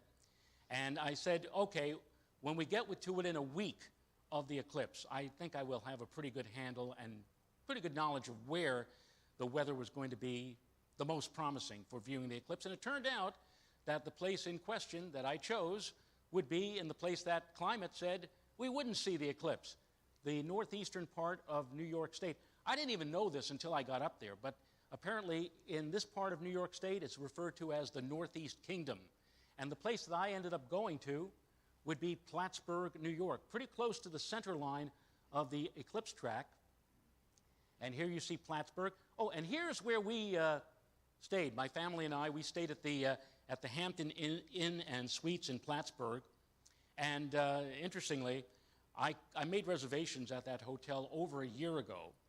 I talked to a nice young lady when I made the reservations, called them up on the phone, and the lady said, well, that's over a year from now. I said, what's happening? Is something special taking place? And all I said to her was, you don't know what's going to happen on April the 8th next year? She said, no, what's going to happen? I said, you'll find out. And they did. Now, I'm happy to tell you that I reserved 4 rooms, and the rooms cost $154 a piece, each room. The morning of the eclipse, as I'm wandering around the hotel lobby of this hotel, I ran into somebody who I knew, and he said, you have no idea how lucky I am to be here. They had a last-minute cancellation, and I was able to make a reservation here at the hotel. I said, do you mind telling me how much did you pay for it? He said, oh, it was a bargain, $600. Oh, that's American capitalism, folks, right? That's the way it worked. In fact, had it been clear in Dallas, and I figured, oh, okay, we could go to Dallas. We couldn't go to Dallas. You know why? Because the airlines raised the price of the flights out of Newark or JFK by a factor of 3 to 4. There's no way in the world I could have afforded all of that. And by the way, if you ever down the road make a reservation with a travel agency for an astronomical event like a solar eclipse, do it directly. Do it. Call the hotel yourself. Do not go through a third-party carrier like, for example, Travelocity or Expedia or Trivago or Priceline. Don't do that, because if you go through a third party, what may happen to you is what happened to a lot of eclipse chasers in the final week or 10 days before the eclipse. All of a sudden they get an email saying, sorry, your reservation was canceled. Or, sorry, we're raising your price. It was $150, we're making now $600 or $700, $800. No, you do it directly. You call the hotel directly and you make the deal with the hotel. They can't do anything about that. In 2017, I made reservations at a number of places along the eclipse track. One of them was at a place in Payette, Idaho. This is for the 2017 eclipse. Talked again to a very nice young lady, made the reservation. It was like $120. 2 days later, I get an email from the hotel saying, oh, sorry, they quoted you the wrong price. The price we're charging for the eclipse, special eclipse rate, $485. I got on the phone very quick and spoke to the manager and said, you got to be kidding me. He says, no, well, the girl that you spoke to, she overlooked that. That's what we're charging. I said, well, wait a minute. He said, the girl sent me an email, a confirmation number, and I was able to make printouts of the reservations that I made with your hotel. As far as I'm concerned, sir, that is a contract between you and me, your hotel and my hotel, which says $120. And we hemmed and we hawed for a little bit. And I said, well, maybe, just maybe, I might get a friend of mine who's a contract lawyer in on this, and we'll make a determination as to who's right and who's wrong. He said, all right, you get the original price. Probably thought that I was going to make a big fuss, and I was going to make a big fuss about it. But, you make the deal with the hotel. Don't, again, go through a third-party if you ever do this in the foreseeable future for an event like this. This is the hotel, not the hotel, pardon me. We stayed at the Plattsburgh Suites. This is where we ended up. In Plattsburgh, they had a gigantic rock eclipse concert down at the beach, down at the edge of the water's edge, and they were expecting thousands of people to go there. We didn't want to do that. I didn't want to do that. So some friends of mine, Dennis and Kim Cassia, they had a friend, Andy Sager, who lived up in Plattsburgh, and Andy said, don't worry about it. He said, come to the community college. This is Clinton Community College. He said, we'll have the place all to ourselves, and we'll be able to watch the eclipse from the grounds of the college, and that's where we ended up. And it was a very, very good spot. Now, this is the car that I drive. I drive a Hyundai Santa Fe SUV. I must tell you that, and those of you who have SUVs, you know this already. SUVs today are not your father's Oldsmobile station wagon. You know, back in the day, you could probably put 6 people in a station wagon. I mean, the first total eclipse that I was ever witness to in 1972, my grandfather drove me, my sister, a bunch of other 6 people in his beat-up Plymouth Fury. And we were still able to put luggage in the back, in the trunk, my 4¼ inch telescope. We were able to put everything back there. And as it turned out with my car, what originally started out, and I said, boy, I hope I don't have to go down to Dallas. I hope I don't have to go to Little Rock, because that meant that if I was driving, I could bring some of my heavy equipment. And I'm thinking about my 10-inch Dobsonian. I'm dreaming about looking at the sun and looking at the corona through my 10.1-inch Dobsonian with a 30 millimeter Nagler eyepiece. I'm just ruminating about it. But then, from what started out as 3 people coming, then 4 people came in the car. Then my son, who said that originally he wasn't going, said, can I come now? Because you're getting caught up in the excitement of the eclipse. Can I come down? I said, sure, like that. And then my sister, who was going to go up with her boyfriend, the boyfriend at the last minute said, I don't think I want to drive all the way up there to Plattsburgh. So my sister calls me and says, can I come with you? I don't have a ride otherwise. I got to, all right. To do that, to put 6 people in an SUV, I had to open up the 3rd bench in the back. And for those of you who have an SUV, when you do that, you have all the benches open, you have this much space in the back for whatever, luggage or whatever. So as it turned out, no 10-inch telescope. And instead of bringing luggage on into the back, we had to bring duffel bags. And that was the only thing we could squeeze the duffel bags into the back of the car on the drive up for the eclipse. But I did bring 2 things with me, 2 astronomical instruments. I brought actually this is my son's, his 2001 Edmund Astroscan. And let me tell you, those of you who have seen this, it was around for about 30 plus years. This is one nifty little scope, a beautiful wide field, rich field telescope, which was also portable. I was able to stuff it in a duffel bag, and you can see him taking full advantage of it here, projecting the first little bite out of the sun using the of astronomical use were these, my giant Orion 25 by 100 binoculars, or as I lovingly refer to them as my Dolly Partons. And let me tell you, I had a 30 to 40 second view of totality and of the corona and of that dynamic prominence which dominated the bottom of the sun and during totality. I had a view of that through these 25 by 100s. And now that image, I don't have a picture, but now that image is indelibly implanted into my memory, and it will stay with me for the rest of my life. It was an amazing, amazing sight to see. And it also projected pretty good as well. Doubled your pleasure with binoculars, right? Here we're more than halfway into the partial stages of the solar eclipse. And here we said that we had that whole big field all to ourselves, and we did.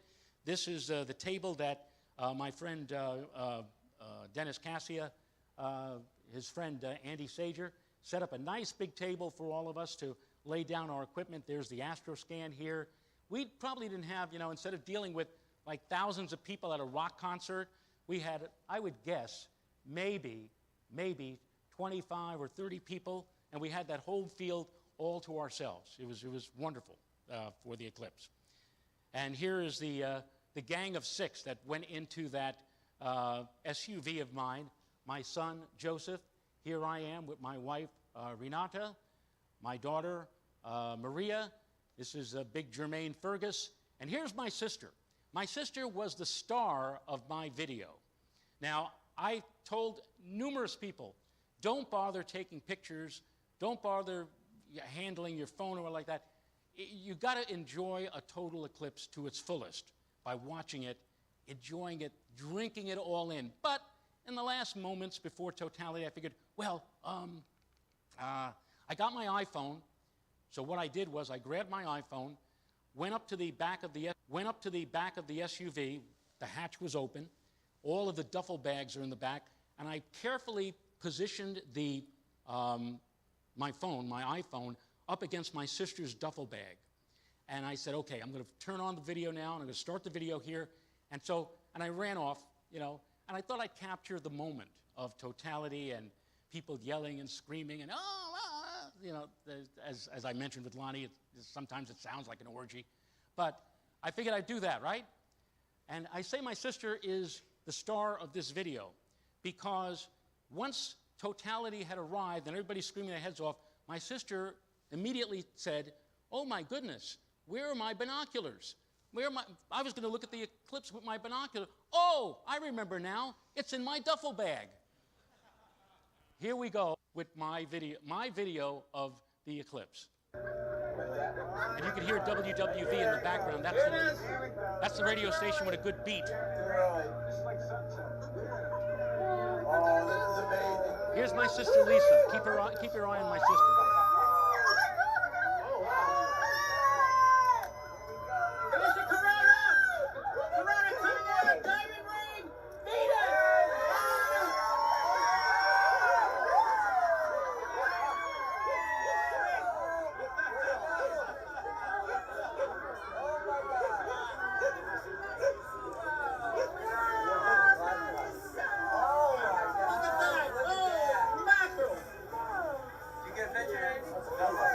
Here she comes.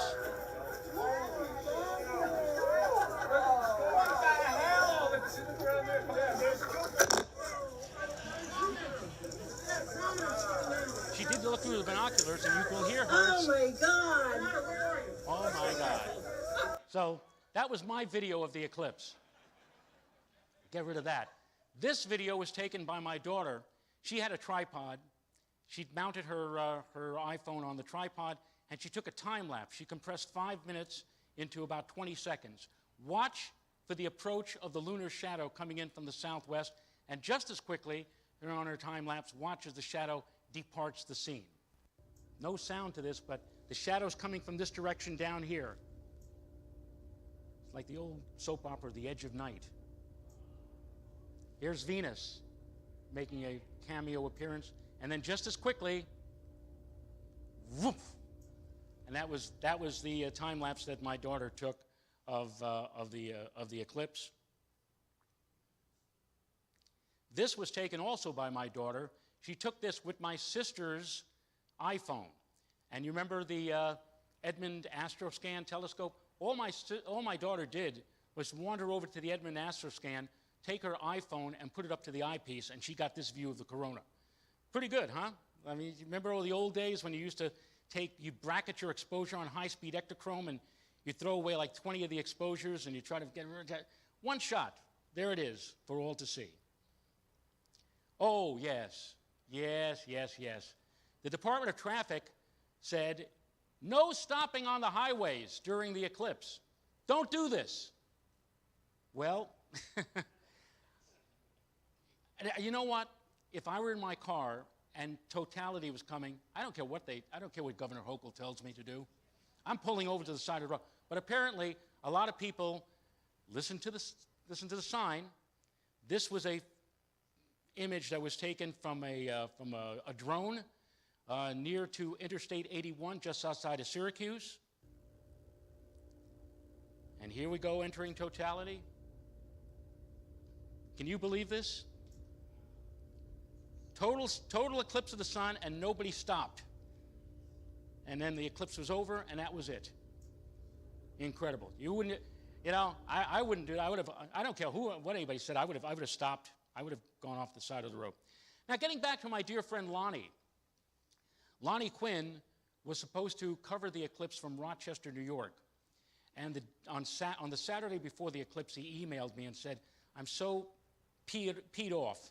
He said, because I told them that it was going to be cloudy, and they still insist I have to be in Rochester. And I want to see this, Joe. I wanted to see this. So what I did was I sat down and I wrote an email to him saying, if you go to Rochester, you're going to do great coverage of a bunch of clouds that get dark. That's all you're going to see. He said, my advice is go north and east if you can somehow. Well, he took that email, sent it to his boss, the news director at Channel 2. The news director said, all right, we'll get you hotel accommodations at Tupper Lake near Lake Placid. You'll be able to go there. And he was so happy. He called me. I was on Interstate 87 heading up toward Plattsburgh on the day before the eclipse. And he said, Joe, I can't thank you enough. I can't thank you. Your email did the trick. He says, we're going to Lake Placid. We're going to go. I'm so happy, he says, because it looks like we're going to get much better weather for that. And I said, you are going to get that eclipse. And here now is Lonnie. And all this time, you know, he said, what is it like, Joe? What is it like? What is it going to be like my experience, my first total eclipse? Is it really as good as you said? It really is fantastic. Lonnie was there with his wife and his two daughters, Savannah and Lily. Lily got so intent on this that she's hugging Lonnie during the coverage of the eclipse and actually started to cry toward the end of the eclipse. Anyway, here's coverage of the totality, Lonnie Quinn on Channel 2.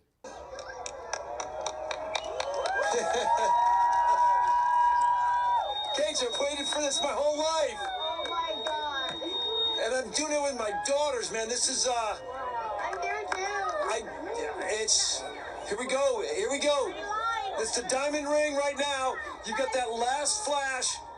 You get those. All right, guys, it's official. You can take off. No. Wait. This is amazing. Oh my God.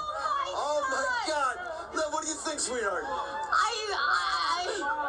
speechless. That's like I can't even say anything.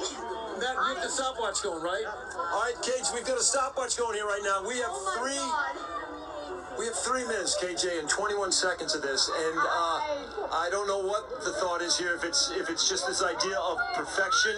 I know. Oh my God, is right. This idea of perfection in the universe. I don't. Man, oh my God, guys, are you? I mean, KJ, what we see right now. My first eclipse. It's your first. Lilith, you said it's what? My first eclipse. You know what I'm saying? You're lucky if you get one in your lifetime, and you're here with your mom and your dad and all these wonderful people. I mean, that's one of the things I would tell you is that everybody is just so kind, man, and they're just. And right now I'm getting a hug from my daughter. So there you go. I was at the bed right here. I usually don't cry, but I'm getting a bit teary. This is. It is very emotional, my friend. I agree with that. I usually wouldn't cry. You know when you can move a 6th grader. Dad, the stars already coming out already. Look, guys, look at the stars. Look at the stars on the outside. This is look at your horizon. Look at the mountains over there. The colors that are at play right now, KJ, are I don't know. I don't know if you ever saw a movie called Contact that was sort of like this ethereal take on outer space, but they showed this other universe sort of thing, and that's what it looks like right now. We don't see the sun like this, guys. I will never see this again in my life. This is it, and you know. And Lonnie, you get to share it with your girls. How great is that? It is, you know what? Kate, you're absolutely right. I've been waiting, hon. You and I talked about, and I know you told me, it's like, oh, Lonnie, I hope I don't cry. I'm like, oh, please. No, look, I'm not, but I feel my throat, grabbing and tightening, and I don't, because it certainly is not a sad thing, KJ. It's an amazing thing. It makes me feel, I don't know what it makes me feel. Just there's something bigger at. So Lonnie got a chance to see his eclipse. His total eclipse of the sun. And later on, he said, "You were absolutely right. It sounded like an orgy." I think he said, "Oh my God," 6 times. during the time span of totality. And this event now has passed into history. It was a celestial event, a play, if you will, whose script was written eons and eons. So you see the shadow moving across North America, and again, moving out and away into history. I can't believe it myself. I had been waiting for this eclipse since I was 13 years old. Really, this was the date that I was keeping my eye on for most of my life, and now I can't believe that it came, it was here, and now it's gone. So now it's time to turn the page and talk about events coming up in our future. A look ahead to future solar eclipses, total solar eclipses, and we'll start. And with every eclipse that you are going to do some research into, that you plan to go see, there's always some little idiosyncrasies in terms of the eclipse track or the eclipse path. As you can see here, this is like a rundown or a consensus of all eclipse paths. Like, for example, up here, here's the zone of the totality that lasts 1 to 2 seconds. Over here is the zone where the desert is so harsh that they train Mars astronauts there. State Department travel advisory. I actually had that in 2006 when I went to Turkey, and they advised eclipse chasers, watch out in Turkey because there could be some problems if you decide to go there. The Isle of Perpetual Fog, tornado capital of the world.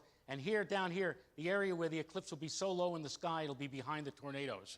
So you deal with this when you look into eclipses coming up. Here is the eclipse that is going to take place. This is going to happen in August 12th, 2026.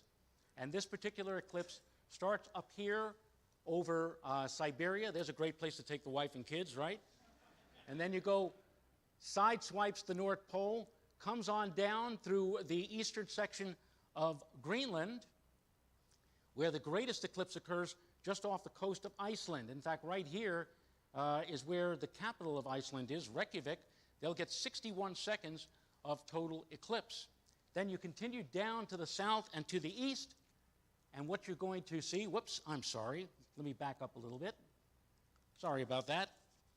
The path will then swing southeast across northern and eastern Spain, barely missing Madrid, where 99.9% of the sun will be covered from there. Then the shadow will move out over the Balearic Sea, passing over the Spanish island of Mallorca, just before ending at sunset. Now, this part of the eclipse track here over northern Spain has very good weather prospects. It's a very dry, arid climate, 20 to 30% cloud cover, but the problem here is that the sun is going to be very low, less than 10 degrees above the horizon. Now, you make a fist and hold it out in front of you at arm's length. Put the bottom of your fist on the horizon. The top part of your fist is 10 degrees. The sun from this part of Spain will be lower than 10 degrees, and even more lower down across the Balearic Islands, like only 3 or 4 degrees high before it slips out off the surface of the Earth. So if you're planning to go to Spain for that eclipse, be advised that it's going to be a very, very low sun for totality. Now, we move forward to the eclipse after that, take place less than a year later, August 2nd, 2027. The eclipse starts over the North Atlantic Ocean and then moves across the northern part of Africa. And this particular eclipse is special because this is the one that has a very special lineage to it. Those of you who are into eclipses know of the Saros cycle, eclipses that recur at periods of just over 18 years. And in fact, a whole Saros cycle could last upwards to 15 to 1800 years total. But every 18 years, a new eclipse belonging to the cycle will take place. Some eclipse cycles are very big, others are not so big. Saros cycle 136, to which this 2027 eclipse belongs to, is in the same family of the eclipses of 1937, 1955, and 1973, which lasted over 7 minutes. Now, this eclipse cycle is beginning to diminish. 1991, you remember that one? Hawaii, Mexico, just under 7 minutes. This eclipse belongs to that family of eclipses. And the eclipse in this particular case, we zoom in here, will pass over we'll make landfall at southernmost Maine and the northern sections of the tip of Morocco, passing through the Strait of Gibraltar. How many of you have Prudential insurance? You know that Prudential's logo has always been the Rock of Gibraltar, right? Can you imagine the photo op that's going to be arranged to get a picture of the corona above the Rock of Gibraltar? That will be the possibility here. Totality will last 280 seconds.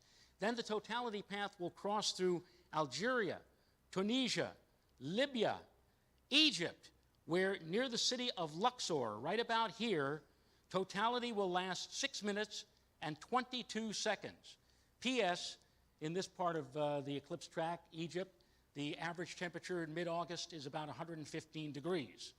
And no qualms about clouds because it is usually very hot, sunny, and dry. So if you want to, and by the way, I was looking last night on the solar eclipse mailing list. There are travel agencies that are already booked solid for this particular eclipse. So this is the eclipse that people have been waiting for to see, this 6+ minute eclipse in 2027. Then after that, we have another eclipse. You know, people were saying, when's the next one for the United States? And they kept saying 2044, 2044. But you forget, I mean, there are 50 states in this great nation of ours. And one of those, our vast 49th state, Alaska, way up here, will be clipped by a total eclipse of the sun. And that comes not in 2044, but on March the 30th in the year 2033. That particular eclipse will start at sunrise over northeastern Siberia. Again, a great place for to go to, I guess. Then crosses the Bering Strait into Alaska. The western half of Alaska will be in totality. And from Nome, Alaska, totality will last 2.5 minutes. But the sun will be quite low in the mid-morning eastern sky. The shadow will then slip out over the Arctic Ocean. And the entire umbral shadow will be in contact with the Earth. You know, usually with most total eclipses of the sun, it starts way over in the west at sunrise and takes 3 or 3.5 hours to traverse to the sunset point. The entire time that the shadow is going to be fully in contact with the Earth will be 26 minutes. And the width of the shadow, amazingly wide, because instead of a circle or an oval, the shadow for this eclipse is going to be, because the shadow is going to hit the Earth at a very oblique angle. And so the shadow will be shaped like a giant cigar, 80 miles by 518 miles across. So that will be a most unusual eclipse to go to and try to see in 2033 in Alaska. Then in 2044 is the eclipse that will be visible from the contiguous, the lower 48 United States.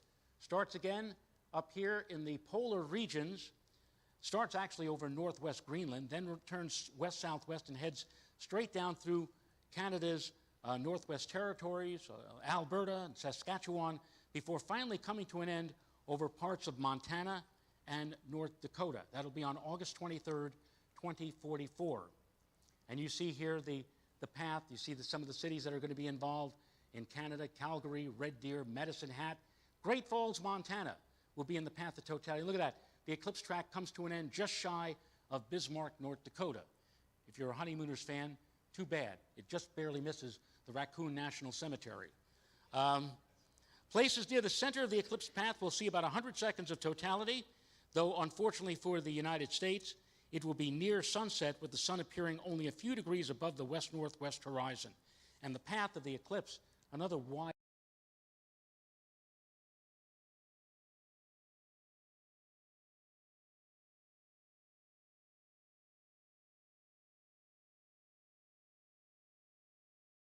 absolutely outstanding eclipse, whose circumstances will likely rival the eclipse we just had, if you can believe rivaling in 2045. Again, the date, August the 12th, 2045.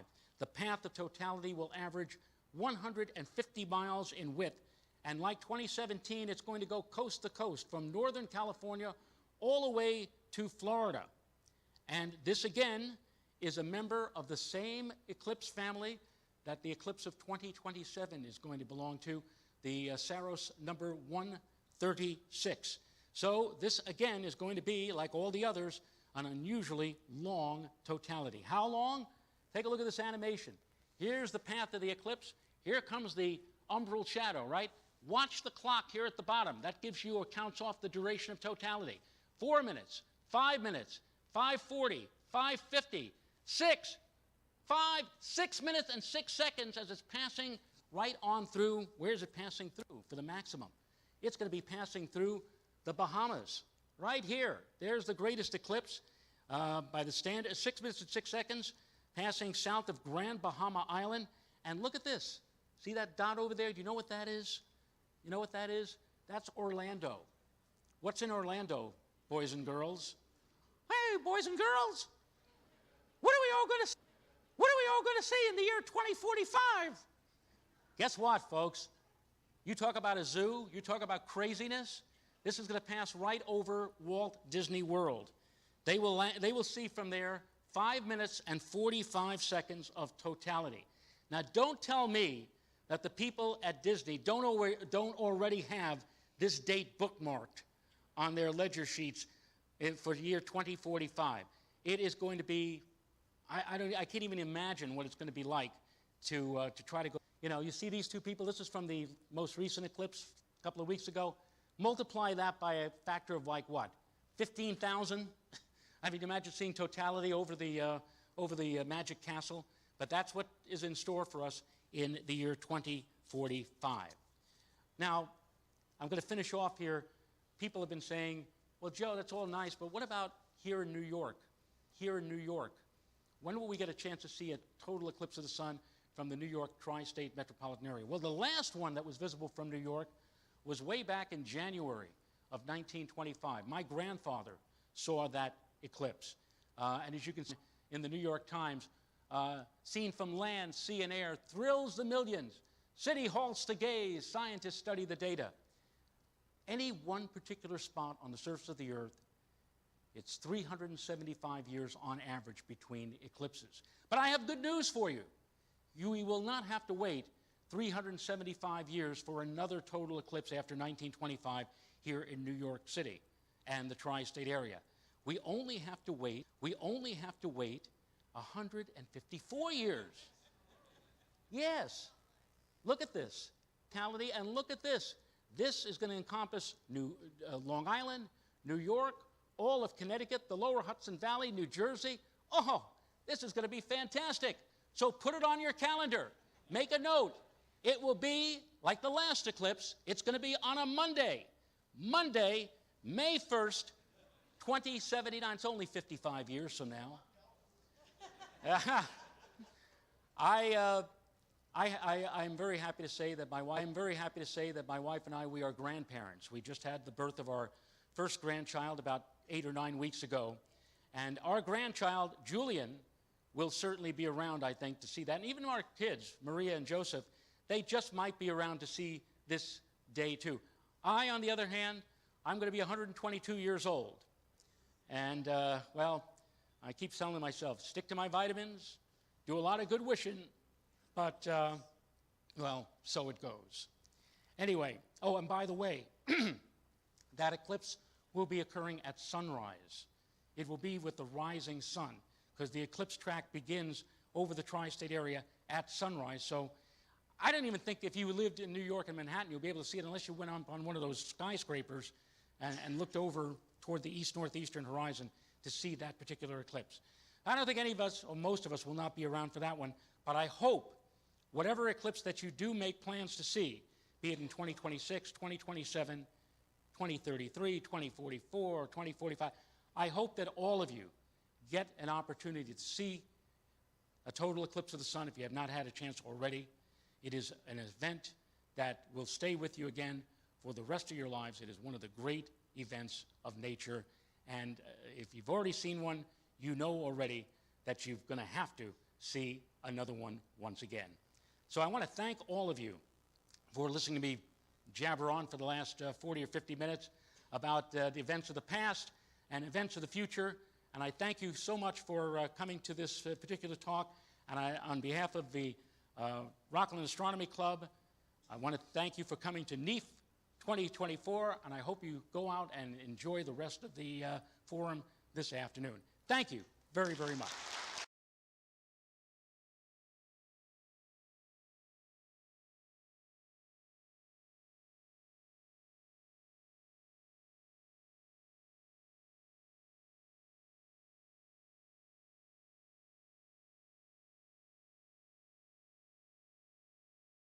the greatest of hearing, so.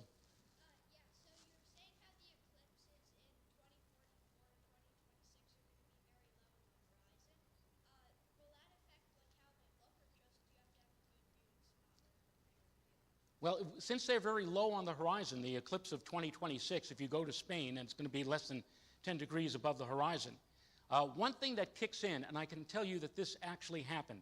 In 1999, I was on a whale-watching cruise ship off the coast of Nova Scotia, and we saw a total eclipse of the sun a few minutes after sunrise. And one thing that kicks in when the sun and the moon is very low to the horizon, I'm sure many of you have seen this many times in your life, is that the moon and the sun look much larger as opposed to when they're higher up in the sky. I got to tell you, in that eclipse in 1999, I saw the biggest corona that I've ever seen in my life.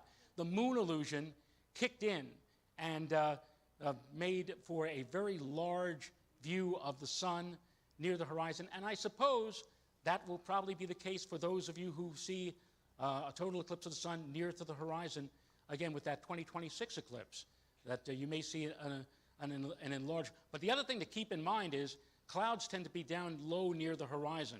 So you don't want to have a beautiful clear sky and you have one rag of cloud that happens to be passing in front of the sun just at the moment of total eclipse. Or it tends to be sometimes rather hazy.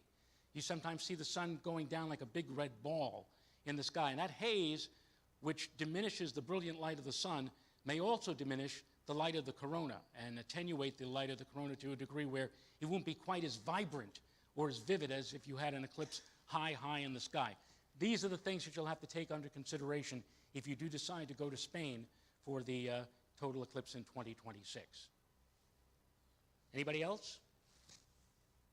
Oh, out there, yeah.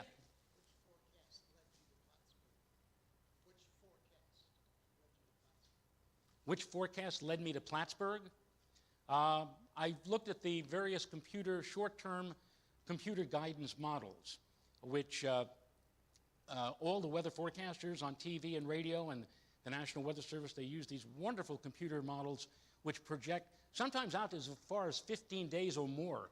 But of course, once you go beyond 5 days, the accuracy starts to fall off a bit.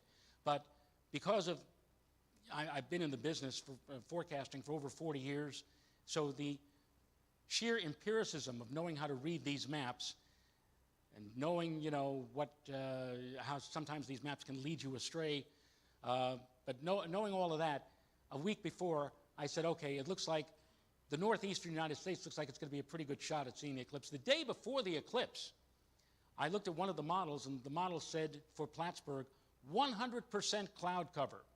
But the cloud cover in general was high clouds, 26,000 feet high. High, thin clouds. So I said, that'll be a little bit of a deterrent. And you saw on some of the views I gave, some of the videos, there were high clouds in the sky. We actually had a halo around the sun before the eclipse reached totality.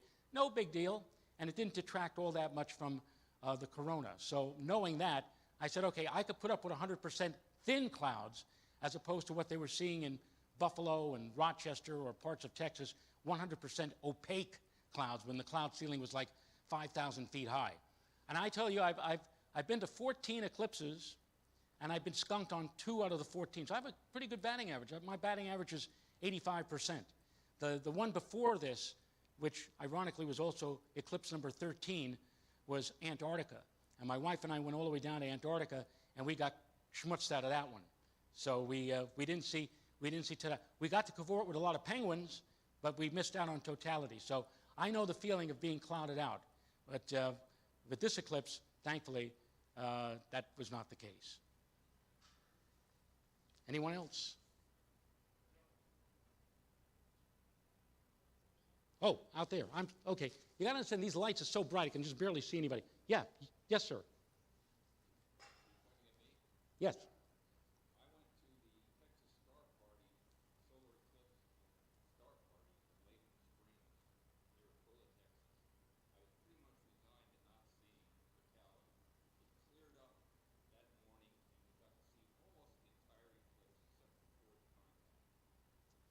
Well, you see, as I said before at the onset, there were places in the Texas area, you either had a completely clouded over sky condition, or fortuitously there might have been a hole or a break in the cloud that passed over during totality, or as you just mentioned, it was questionable, very, very touch and go until like the last moments.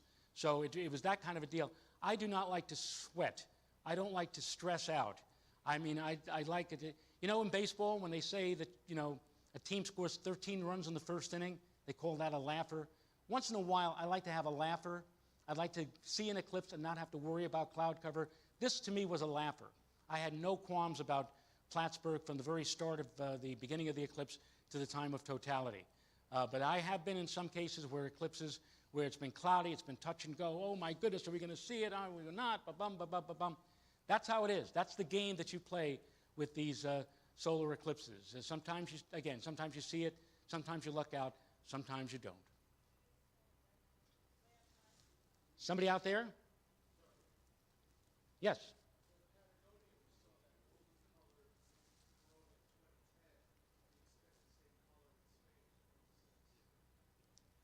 Well, the corona generally appears, I often, when I read in books about the corona, they always refer to it the same way, the pearly light of the corona. But, you can have colors during totality. In fact, when the sun immediately goes into total eclipse, and immediately as it's just about ready to come out of total eclipse into the third contact diamond ring, you have the beautiful chromosphere, an arc of ruby red that is located along one edge of the sun. And of course, the prominences as well. And that sometimes seems to blend in with the background light of the pearly corona. So, and again, I'm going to remember for the rest of my life that view through my 25 by 100 Dolly Partons of the corona and of that spectacular, it almost looked like a pyramid sticking out the bottom of the sun, that magnificent prominence, that tongue of hydrogen gas, which it came out from behind the sun and really added to the joy. And the other thing about eclipses, you've all seen, those of you who have never seen a total eclipse of the sun before, and shame on you if you missed out on this one and didn't decide to go. You see these pictures of totality. You see pictures of the inner corona. That was taken with a relatively short exposure. Or you see the outermost corona. That was taken with a long exposure camera. Or you'll see the prominence array around the edge of the sun. And that was taken again with a very short exposure. But no camera can show you the whole thing. Your eyes show you the whole thing. Your eyes will show you the outer edges of the outermost tendrils of the corona, the innermost bright part of the corona.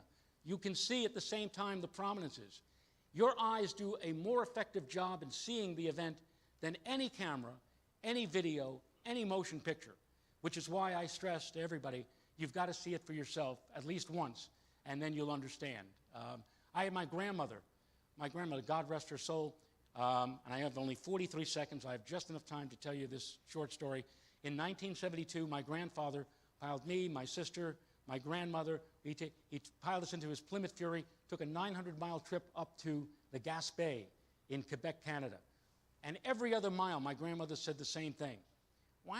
Mario, my grandfather was Mario, she was Inez. Mario, why are we doing this? Why are we going all this way to see it get dark for 2 minutes? I don't understand this. Mario, that's the whole, all the way up to totality. But then she saw totality. She saw for herself what a total eclipse of the sun is, that it is more than just getting dark.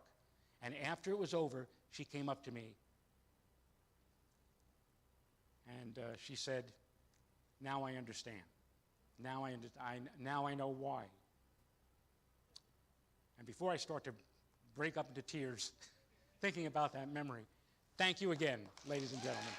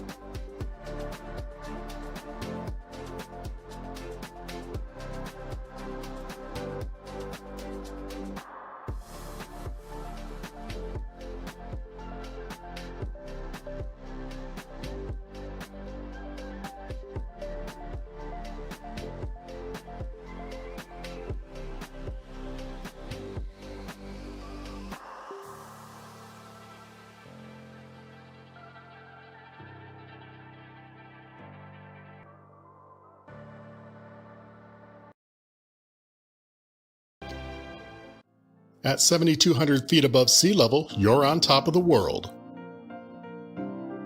Nestled among the tall, cool pines of the Sacramento Mountains, we're located in south central New Mexico.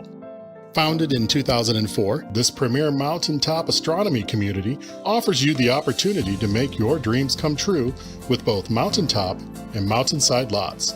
Just imagine living here under some of the darkest and best skies North America has to offer.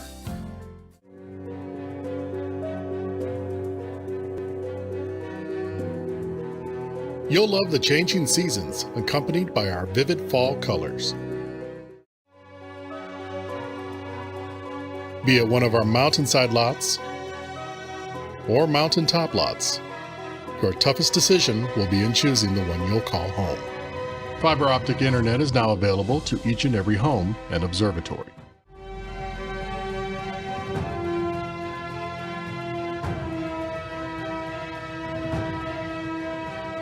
Our exceptionally clear skies will provide you with the best images.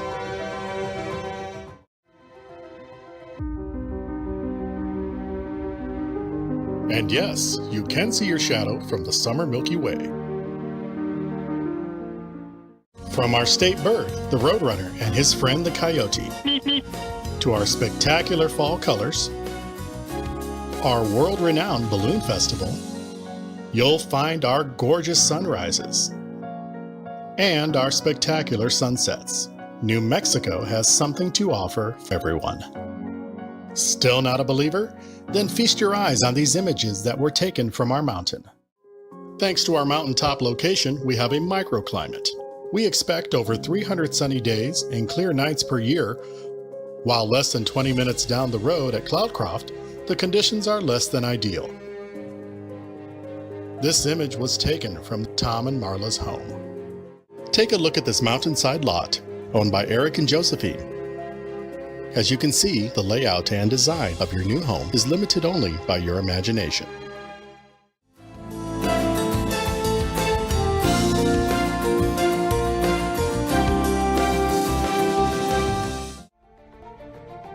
seeing is really believing. And so, my hope is that after, someone has heard what we have to say about the astronomy enclave, don't take our word for it. Come and see it. Come and really take a look at what this enclave has. Look at our community and understand what our community has to offer, and really look at the skies, because ultimately, if you're doing astrophotography, the skies are the most important. New Mexico Skies Astronomy Enclave. We're not for everyone. We're not for everyone. Only for those who are looking for the best. With a SeaStar Smart Telescope, you are holding in your hands the gateway to capturing the sublime beauty of the universe. Simple for newbies, seamless for pros, easy enjoyment for all. Bluetooth discovery, Wi-Fi connection to ensure flawless communication without interruptions. SeaStar has 5 imaging modes: stargazing, sun, moon, planets, and scenery modes. Unlock the sun's secrets with the complimentary solar filter. In the solar mode, you can effortlessly go to and start imaging solar eclipses, transits, and sunspots with just one click. In the stargazing mode, you have the opportunity to explore a variety of nebulae, galaxies, and star clusters within our comprehensive celestial database. The triplet apochromatic design helps to restore the vibrant colors of celestial bodies, providing a true-to-life visual experience. Our stellar-grade CMOS sensor with extraordinary low light sensitivity ensures a 1080p high-definition image quality. SeaStar is also equipped with cutting-edge light pollution filters, effectively minimizing the impact of urban light pollution for an enhanced stargazing experience. Thanks to the image enhancement function in the SeaStar app, you will be presented the real-time stacked image of nebulae, galaxies, and star clusters of richer details. In the moon mode, you can effortlessly go to target with a single click, observing the mesmerizing changes in lunar phases and explore the intricate positions of craters and lunar features. A full battery charge can last up to 6 hours. Power bank charging is supported while in use. Connect with fellow astronomical enthusiasts worldwide by sharing your work within the Astronet community on the app. Dive into the celestial knowledge repository with SeaStar at your own pace. Embark on an astronomical journey that turns family moments into captivating and educational cosmic experiences. SeaStar, the astronomical observatory at your fingertips.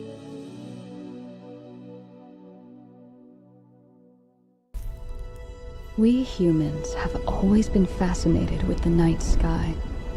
It's a giant illuminated canvas.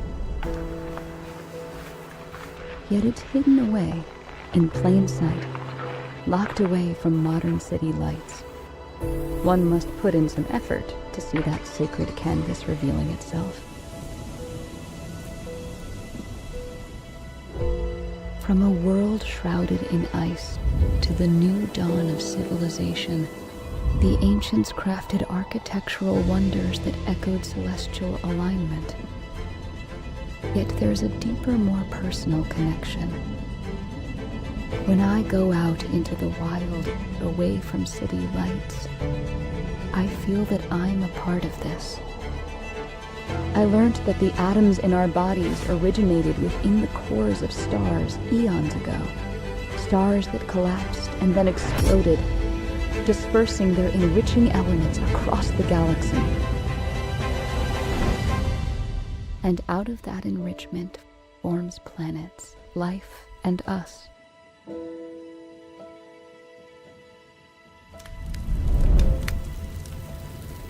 It's a profound revelation about the cosmic link between life and the universe. That we are all, essentially, stardust. The ancients showed great respect and yearning for the sky. Through science, we now understand that this connection goes beyond spirituality. So when I gaze up at the night sky, I feel the dichotomy of being both small and immense. Small amidst the vastness of the universe, yet significant, because my atoms originated from these.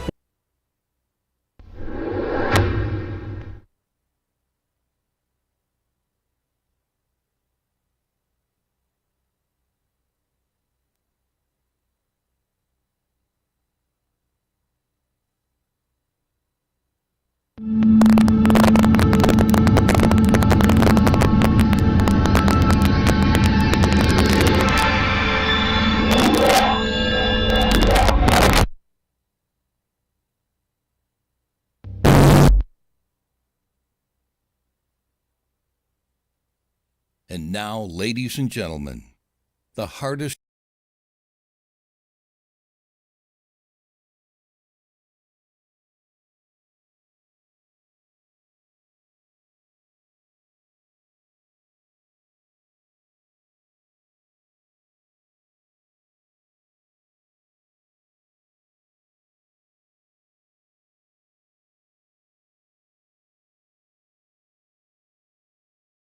That white material we saw on the external of the shuttle and internal to the payload bay was not metal or composite material.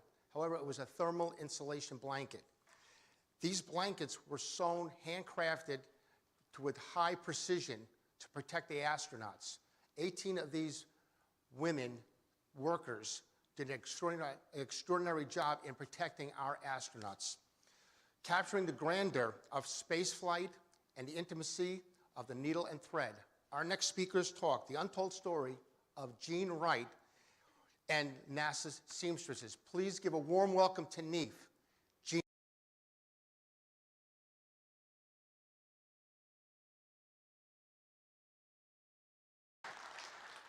First of all, I want to thank the NEAF team for having me. I was back here in 2019, and I've had a lot of people come up to me who remember me from 5 years ago for here. So coming back, I thank you. I have a couple of close friends. My friend Michael and Kathy are in the audience who came all the way to see me, which is nice. Anyway, I want to say right off the bat, it truly was an honor. I was the very last seamstress that was hired for the space shuttle program. That and alone is just an amazing feat to me. I think like most of you who are into space, from literally the time we walked on the moon, I was almost 14, probably before a lot of you were even born.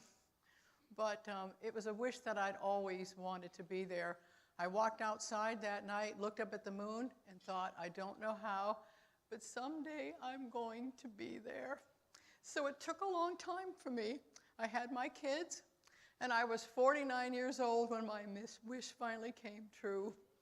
And we're known by a lot of names. We were called the So Sisters, named by the gentleman downstairs in our building that would make our tile. So they would come up and watch us upstairs doing all the hand sewing, and they said it looked like a quilting bee. So they started calling us the So Sisters, and that was a name that stuck. We've been called spaceship dressmakers, ladies in the back shop, because that's what they call our building. It's the Thermal Systems, TPSF, Thermal Protection Systems Facility. And so with that, I will start. And let me get situated here. Here we go. This is my book. And I have a book signing scheduled afterward called So Sister. It happened by a way of a woman named Elise Maddock, who met me at the Atlantis exhibit and said, this is a story that needs to be told. You're like a hidden figure. And she said, I don't believe most people know just the amount of hand sewing that goes into a vehicle that goes into space. And I dare say it's kind of disappointing when people say to me, you sewed for NASA? Yes. Oh, you built the spacesuits. And I'll say, no, I've met the ladies there, but no, I actually built flight hardware, the actual system parts on the space shuttle. And we have over 2.5 million parts on the shuttle. And us ladies did not quite that many, but quite a number. And the majority of them, we did some machine sewing, but a lot of the parts that we sewed were by hand. Literally a thousands and thousands-year-old tradition that are still used for something technical that we need. And with all the shuttle parts and with everything that we launch into space, it's amazing to me that that traditional hobby would be used for building technical spacecraft that we send into space right now. Here we go. All right, slide, please. I'm standing in front of the Space Shuttle Atlantis exhibit. If any of you have ever had a chance to go to Kennedy Space Center, that was the shuttle we were lucky enough to get. And I'm a docent there, and I speak about what I did on the space shuttle, and so that's Atlantis right behind me. Next. And again, talking about the book, we're having a book signing here afterward, so we can skip on through that. It is an award-winning book. We've been fortunate. We found out within the first month after the book came out, it's won the 2 awards that are listed, and I'm tickled pink that that happened. And especially since Elise is such a beautiful artist on the book. It's her first book, and I'm happy for her too. So next, please. So here's where it begins. People ask me all the time, what did our building look like? Well, the building that you see there on the bottom is my building. Oh, great. Oh, I can, okay. Oh, great. Sorry. Here, let me just do this. I'd rather use my own. Okay. Okay, the picture on the left here, that's a part of our team. That's including logistics, the people that do our paperwork, the tile builders, and also the heat cleaners who build who clean our parts. And the ladies that you see in the upper right-hand corner, those are all my space hipsters, or excuse me, sorry, we are space hipsters. But these are all my sew sisters. I'm there in the middle, and this is just some of my team. Unfortunately, thank goodness they're not in this picture, but since the program has ended, I've lost 3 of my sew sisters, so that's always sad. So next, please. Okay. Whoops. That's okay. I think we go back one. There we go. I'm hoping you can see the detail in the picture here. These are the blankets that we built on the shuttle right here, all on the upper surfaces. One of the questions I mainly get asked is, oh, surely when you have the blankets on the shuttle, that the tiles are either underneath it or on top. Not true. When we lost Challenger, she was the first orbiter that we put test blankets on her to see how feasible it was to have the blankets on, and of course it passed with flying colors. So unfortunately, when we lost Challenger, we took Columbia, which was our oldest shuttle, and put her in Bay 2, stripped off about 7,000 of her tile, and replaced them with the blankets that we ladies made. They're called fib, or flexible insulation blankets. They come in various lengths, heights, from a placemat thickness to 2 inches in thickness, depending on where they're going to be installed. Next, I'll go into more detail. Okay, 3 flyer. I bring that up because a lot of the techniques that we used on shuttle were the same ones that the Wright brothers used, and I know that's pretty surprising. The sewing machine that you see there down at the bottom, that sewing machine was the machine that the Wright brothers used in North Carolina. They found that the wings on their plane needed to be adjusted. The pine that they needed for struts were not long enough in North Carolina, so Wilbur actually had to shorten the wings. So Addie Tate, who was the first postmistress in North Carolina, actually let her use her $18.99 sewing machine that she paid $1.50 for. So that's the sewing machine Wilbur used to shorten the wings when they got to North Carolina. I was lucky enough that the Park Service actually let me, if you go to my Facebook page, you'll see me with white gloves on, and they actually let me go into the room where the sewing machine was, and I got to take my pictures with her, and that brought tears to my eyes because you realize how much history is in that sewing machine. Next. Oh, there it is. Forgot. There I am. Sorry, I'm a little nervous. Now, the woman that you see in the upper left-hand corner, she's a heroine of most of our ladies because we realized she was like America's first female aerospace worker. The Wrights had put an advertisement for her, and she answered the ad. And so she was the one that we first considered the Lady of Flight. She, as you can see the credentials at the bottom, she had a lot that she did for anything to do with flying. But what I find touching is in November of 1969 at 88, she took her first plane ride, and when she was up in the air, they asked her what she thought about all that, and she said, it looks like a bunch of wool clouds. It looks like yarn floating in the sky. Next, please. Project Apollo. Hazel Fellows, who's in the bottom corner. One reason why I love this picture is it actually shows up close. We have a NASA tradition that began with the ladies who worked on the Apollo spacesuits. A lot of people aren't aware. We have this, some think it's odd, but I think it's endearing. We name all of our sewing machines, and that tradition was started with the Apollo seamstresses. Hazel's using either Big Mo or Sweet Sue. We know it's one of those two machines. They both were Singer machines that were adapted to be able to sew the spacesuits. Next, please. So some might question why I have this. We sewed down to 100,000ths of an inch. Our specs that we had, our tolerances were very tight on shuttle parts. So I used this as an example. I was at ILC Dover, and one of my friends who worked there, he was a manager there, and I said, everybody's really interested. We're getting ready at the time for the 50th anniversary of the anniversary of landing on the moon. And so I said, you wouldn't by chance have Neil Armstrong's measurements for his spacesuit. I said, I find that interesting as a tailor and a seamstress, and maybe some other people would be too. You see, if you look closely, I mean, even like finger length and ankle length and inseams, there's a lot of measurements that are required, more than I think anybody would think. And I've been fortunate enough, since I'm NASA badged, I'm able to go into the sewing room at ILC Dover, and they name all their sewing machines too. I saw their nameplates on their machines. I think the toughest part for me was the gloves. They only had an 1/8 of an inch tolerance to sew in between the fingers. So everything had to be pre-basted by hand before they could sew. That, as a seamstress, is amazing to me to be able to do that. Next, please. That red-haired woman who looks like Lucille Ball is actually Ruthie Ratledge. The last time I was at ILC Dover, Ruthie was there, and she's the last surviving seamstress who worked on the Apollo suits. And it was really an honor to be able to meet her, and she was gracious enough to let me take my picture with her. Next. So the woman that you see in the corner, that's Aileen Baker. Her son, Herb, works at Johnson Space Center, and he was telling me all about his mother, and I made a promise to him. I said, your mother's story impresses me so much. For those who aren't familiar, when we had Skylab flights, during launch, one of the heat protective pads blew off, and the inside of Skylab got to be over 130 degrees. The astronauts couldn't live in that workstation that way, so some engineers got together, and long story short, Aileen was the one who showed the protective cover that, in essence, saved the whole Skylab program.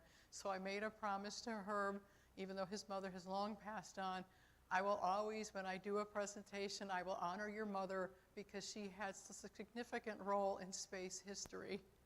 Next. And getting back to Ruthie, these pictures right here are the airbags that ILC Dover made for some of our Mars rovers. And if you look closely, Ruthie's she's right here. Let me just turn around. Ruthie's that one right there. You can still see the red hair. They did a lot of work there. They even did, they've been working since World War II on doing war equipment and everything else in ILC Dover. They have quite a history. It's not only spacesuits, they do a number of things. Next. Okay, this right here, going back to the moon landing, that happens to be a piece of propeller from the 1903 Wright Flyer with Neil Armstrong's signature signifying that that fabric and that wood made it to the moon. Next. Because that is me cutting the fabric. Probably about 2018, Mark Armstrong called my home. I had met him and his brother a few years prior at a space event, and they asked me, we have a special project for you to sew, so you'll get a call the next day. Anyway, long story short, they were getting their Wright fabric that their father took to the moon, and they wanted me to cut it for auction to celebrate the 50th anniversary. So I'm walking in the room, and you see this piece of historical fabric on the table. There's cameras, there's video equipment, because everything has to be certified that you know it's truly fabric that went to the moon. And just the fact when I saw it, I'm thinking, gosh, I get to touch history. And as thrilling as it was working on Space Shuttle, that has to come pretty high up there that I was actually able to see and touch the fabric. Next. So you can see me cutting away, and you also see how horrid the condition of the fabric was. After the Wright brothers flew the plane, they took the fabric off it, put it in a shed behind their house in Dayton, Ohio, It was exposed to a lot of things. They had a great flood in Dayton. It turned the fabric really soft. There's mold, there was coal dust. You can see it's pretty rough condition. And in the bottom corner, you can actually see as I'm cutting the pieces, they were putting them in these little plastic holders that at the top says that it's going to the right, the Apollo, the Armstrong family auction that they're doing the following year. Next, please. Okay, now here's where we go to the shuttle stuff. For some of you that aren't familiar, because I know our launch pads don't look that way anymore, we consider them clean pads, and that they're basically designed now that they can launch any vehicle that needs to be launched. So this is what the shuttle pad, this is pad A, we had pad A and B. This is what shuttle pad A looked like during the height of the shuttle days. Doesn't look anything like that now. The only thing that we've kept is this portion, and even not all of that's there, and it's been painted black. SpaceX now uses that launch pad now. So I have the picture here on this side because I literally worked from up here all the way down to there when I worked on the space shuttle. Next. So that's that fancy little suit that I have on. Whenever we worked inside the shuttle, we had to wear this special protective suit. I could wear it, honestly, we couldn't put makeup on. We had to tape our jewelry and our glasses. But one tradition that we had a carpet of tape, and we always called it the happy dance, because we knew when we were getting ready to go on the shuttle, we would jump on that tape rug and just dance our little feet off so we could clean the dust and dirt off our feet. But it was mainly because, at least for me, I was so excited to be able to work inside of her. Next. Again, there's our building, and one of the questions I get asked all the time, what does it look upstairs? Tiles are built on this end. You can't see in the picture, we have our venting there. All the tiles are built in this section right here. But where you go upstairs, that's where we ladies would sew at the Thermal Protection Systems facility. And that's just a picture there of some of our sewing machines that we have. Quite a lot. You name it, we probably had that sewing machine. Next. Oh, love this. So this is beginning of showing some of the hand sewing that we did. The shuttle had 44 thrusters on them, and that's what gives the shuttle the direction. So what I have here, these are thrusters, and every single one of them are done by hand. The tooling that you see in the back, the wood, that's how we would wrap our fabric around them to build that. That's probably about a 4-day project to make one, and you're thinking, well, they're not that big, but the process to do it. I take a spring tube, which is a flexible tube, and I will wrap it here. Then I take my fabric and drop it down into the center. It has 2 rows of hand stitching that goes around the top part here. Then I put RTV there, and then from there, that's when it gets tricky. Once we do that, we have to put it in a reverse mold and let it dry. Once it dries after 4 days, we unpeel it and we trim the bottom of it. If it's too thick, it gets scrapped. If it's too thin, it gets scrapped. If we squeeze it too hard and some of the RTV, like you can see here, goes above the stitch line, we're allowed 10%. If we go over that, the part gets scrapped. Our average failure rate for our shuttle parts was less than 5%, but if we were doing thrusters, close to 12%, because there's a lot of hand feel, making sure you've got the right tension when you're doing that. Next, please. And that's them in action. That's just some of them. The nose of the shuttle is right here, and that's just an example of some of the thrusters that we had. And then you begin to see some of the fabric that we have outside the shuttle. Again, we ended up taking over 7,000 white tile off and replacing them with blankets. Next. Here's just an example again upstairs. All the things that you see on the table are all the flight hardware that we built by hand. Next. Oh, love this one. If any of you guys are familiar with the shuttle, we had the orange tank, but there's 3 attachment points on the belly of the shuttle. Where the very top one, where it would attach, is exactly where this blanket goes. It's the only fabric blanket that we have on the shuttle itself, and where it attaches at the top, the attachment point goes right in the center of that circle. This blanket's done completely by hand, and it takes almost 5 days to do. It's about this big, and you would think 5 days? Well, that's because it's all done by hand. The thing that's amazing about the blanket is its job is done in 8.5 minutes. That's how long it takes for the shuttle to get into space. But this blanket is so very critical. Where it attaches at, we use explosive bolts that used to kick off the external tank. Well, the bolts are supposed to go this way and ricochet away. Well, back in 2009, we actually had a bolt that went straight up. And if it wasn't for that blanket, we probably would have lost another shuttle.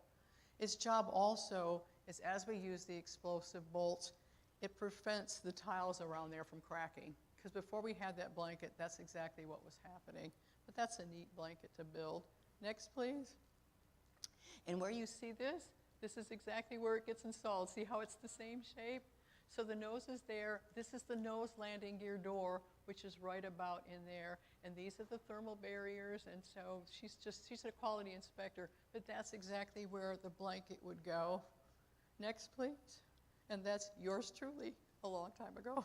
Inside those same nose landing gear doors, and actually all the wheel wells, these thermal barriers that we sew, they're 4 feet long. They have 2 spring tubes that are a flexible tube that runs down the center of them. They take us about 4 days apiece to build, and I'm stitching them in. It's a very tedious process because the thread that we use is something that I joke you will never get the thread at Joann's. 3M makes our threads for us. This thread is called AB440.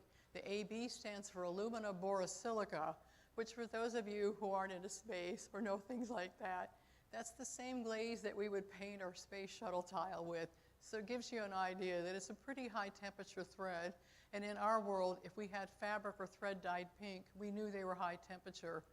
This particular thread melts at 3,250 degrees. And you would think, higher temperature, the stronger the thread, but if anything, it's the opposite. I could only stitch an inch before the thread would get so thin that I would have to stop, knot it, bury my knot, and continue on, which is why I'm only able to sew an inch, stop, and you've got 4 feet, and you're doing 12 of those. How we test how tight-fitting they are, our quality will take a piece of plastic that's not even, I would say 1/84 of an inch thick, really, really thin. They'll stick it between the doors. They'll shut all the doors. And if there's any movement, we have to tighten up the thermal barriers again. What they're looking for is when those doors are shut and we have that little piece of plastic that there's no movement at all. Because people think, the reason why we're so strict up front, people think it's the shuttle's tiles that get the hottest area. Absolutely not. The hottest area on reentry is her chin panel, right underneath her nose. The second being in her what we call the wing glove, where the wings indent. That's the second hottest, and I'll explain that further next. So this is me in Unbarhazi. I'll be there again on the 4th on Family Day speaking. That was me down in the bottom corner because I was so excited seeing Discovery because I hadn't seen her in a number of years. But in the upper right-hand corner, you see me. They let me climb over the partition to let them, I could touch my stitches. I was the last one to sew Discovery's thermal barriers in her before she went up to the Smithsonian. So I always joke with my kids, Grandma has stitches in the Smithsonian, and how many grandmas can say that? Next. Now, this is the leading edge of the wing. The gray material that you see is called reinforced carbon-carbon, made in a company in Texas. For those of you who are familiar, when we lost Columbia, it was in this area that we lost her. As a seamstress, which is fascinating to me, reinforced carbon-carbon actually is a fabric. Even though it's hard as a rock, it starts off as graphite rayon that we burn down to an ash. We layer it with a phenolic resin like you're doing fiberglass, and it's really, really hard. What's amazing to me is being some of the, hottest fabric on board, this fabric is rated to a minimum of 3,200 degrees. Shuttle tile will only do 2,300. So if you look at a picture of the shuttle, you'll see the nose and you'll see the leading edge with the 22 panels are all done with our reinforced carbon-carbon. Let me grab a drink real quick. Sorry. Here we go. I've been talking all day. Sorry. Sorry. Anyway. So again, you can see how thin it is. It's amazing how strong this fabric is. The leading edge of the wing, the fabric is only this thin. It's really, really thin. And what I like to do when I'm at Atlantis, I have a T-seal, which is a separator piece between the 22 panels, and I take it like a hammer and I pound the fabric on the floor and it sounds like a hammer. Anyway, next. Okay, this is what's unique. This huge temperature differences that I mentioned, and I'm going to turn my back. We go from 3,000 degrees to 2,200 degrees to 1,200 degrees to 750 degrees. It's amazing. This is reinforced carbon-carbon. That's our tile. That's some of our blankets, which are only rated up to 1,200 degrees. And then we go to frizzy, which is a special Nomex felt that's only this high, and it's white, and it protects to 750 degrees. It's amazing what fabrics can do. And if we have any young people in the audience, material sciences is truly the most fascinating. The stuff we do with fabric right now is just amazing. What I have here, it's an odd name for a part. It's called a horse collar. Again, depending what 22 panel it's going to go on. They're all done by hand, and they're a minimum of 4.5 feet to 5 feet long, completely done by hand. And then we wrap them around our access panel that you see in the bottom right-hand corner. And then when we get ready to install, you see all that hundreds of thread. We take thread and we stitch it there, and we actually pull, using that thread, pull the blanket down to where it's going to go. And these horse collars go directly right underneath all those black tile. Again, another part all built by hand. Next. Another picture upstairs. These are some of our films. We have polyamide, we have mylar, we have a lot of film that we use. Some of the blankets that you see here, this is in the front, the forward reaction control system. We ladies made over 5,500 silver polyamide blankets. It sounds like a lot, which is true. Half of them have batting in them, and half of them have like 18 layers to them, so they would only be this thick. So we make matching blankets and stack them onto each other. Now, for anybody out here who's a seamstress, I always found fascinating. There's over 444,000 holes per yard in the fabric. And the reason why is the blankets will get puffy in space, but as we're re-entering, the blankets will collapse with gravity, and there has to be a way for the air to escape. It's the only film that we have right now that protects against radiation, and we can date. I have, down in my booth, I have a gold blanket, which NASA designates as historical blankets, because for the first years of the shuttle program, believe it or not, we use 24-karat gold blend in our film. It does the same anti-corrosiveness, protects the astronauts from radiation, but when the cost of gold went sky high, we had to change to polyamide, and so that's what we build our blankets with now. Next. When I told you that the nose was the hottest area, or the chin panel right underneath the nose, what you're looking at right now is it's like you're sitting in the nose looking out. So that's actually inside the shuttle's nose.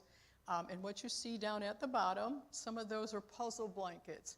When we did the nose, we made a giant blanket that lined the inside. It was in a quadrant, 4 pieces, which was about this thick.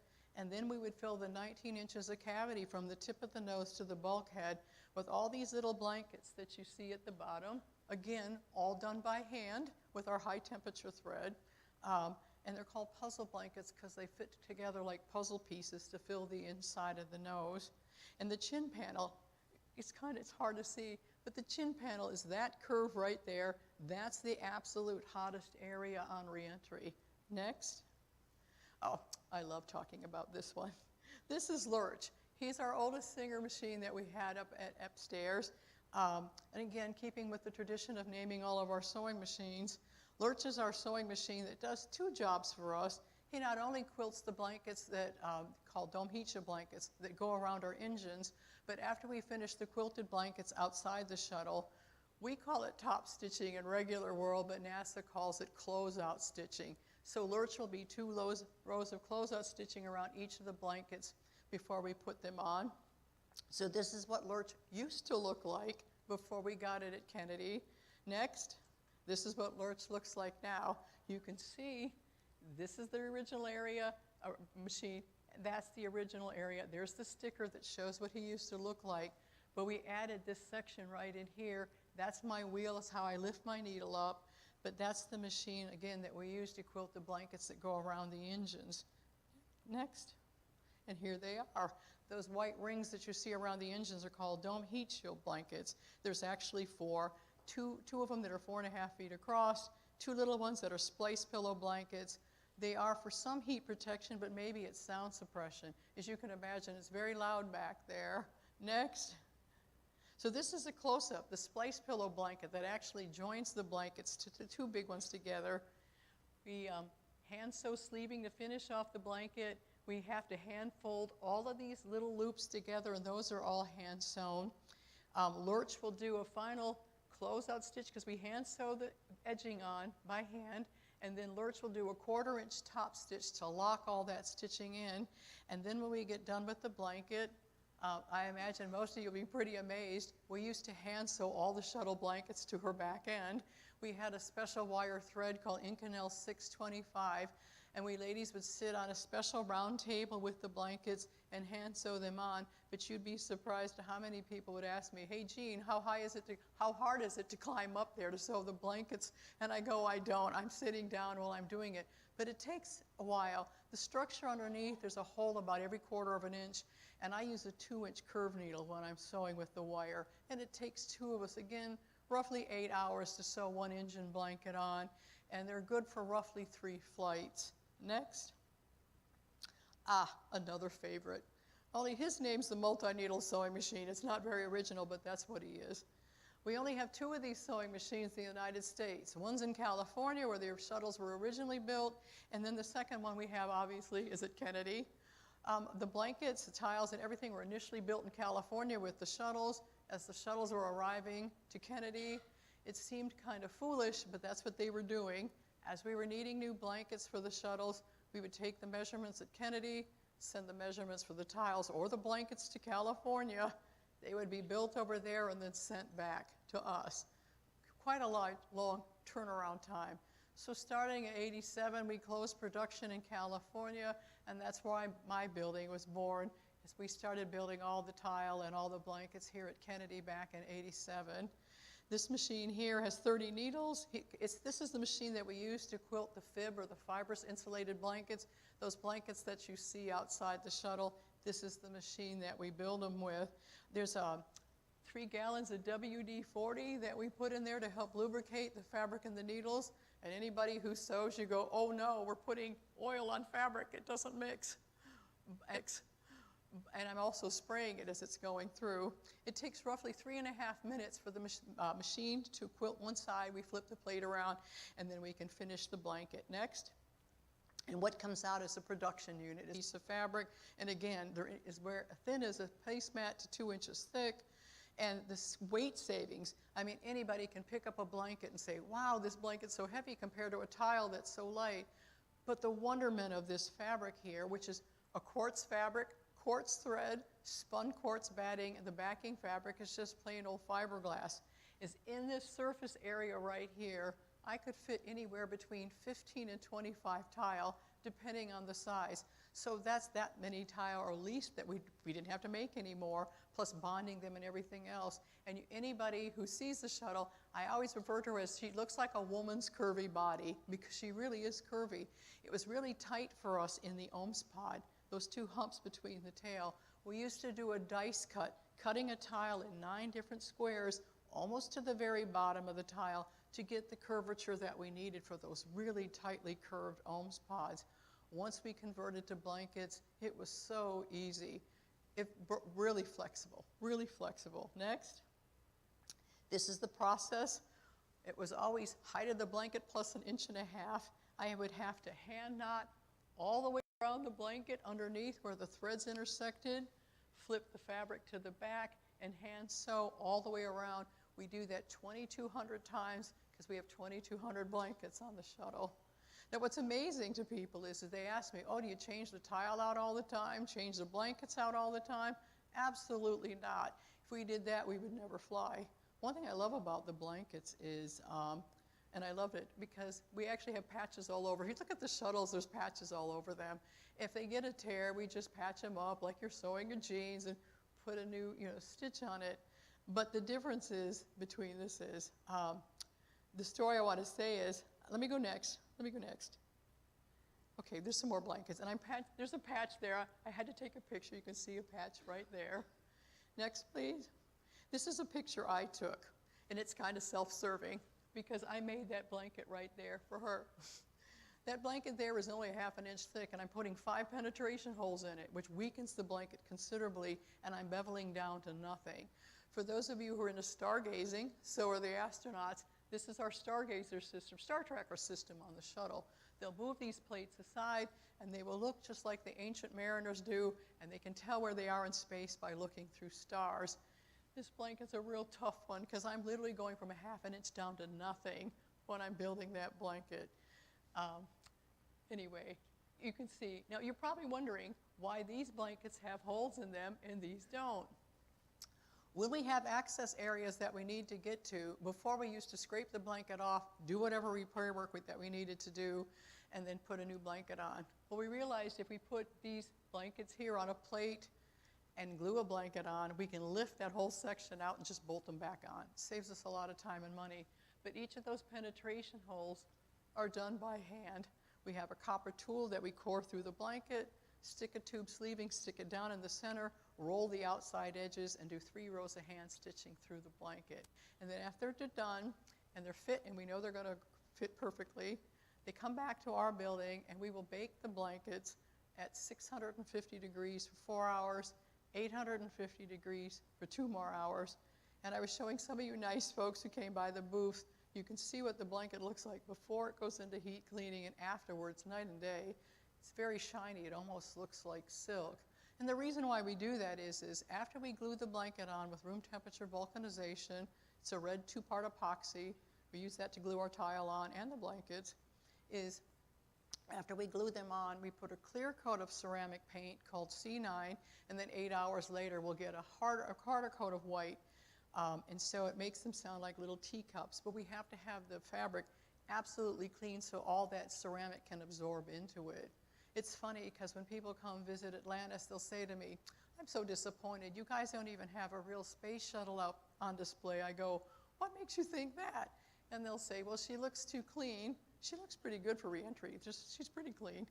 But when they look at the different variances of the white from the glaze, they say it looks like paper mache. But when they say that, I know exactly what they mean. Next. So this is the OHMS pod.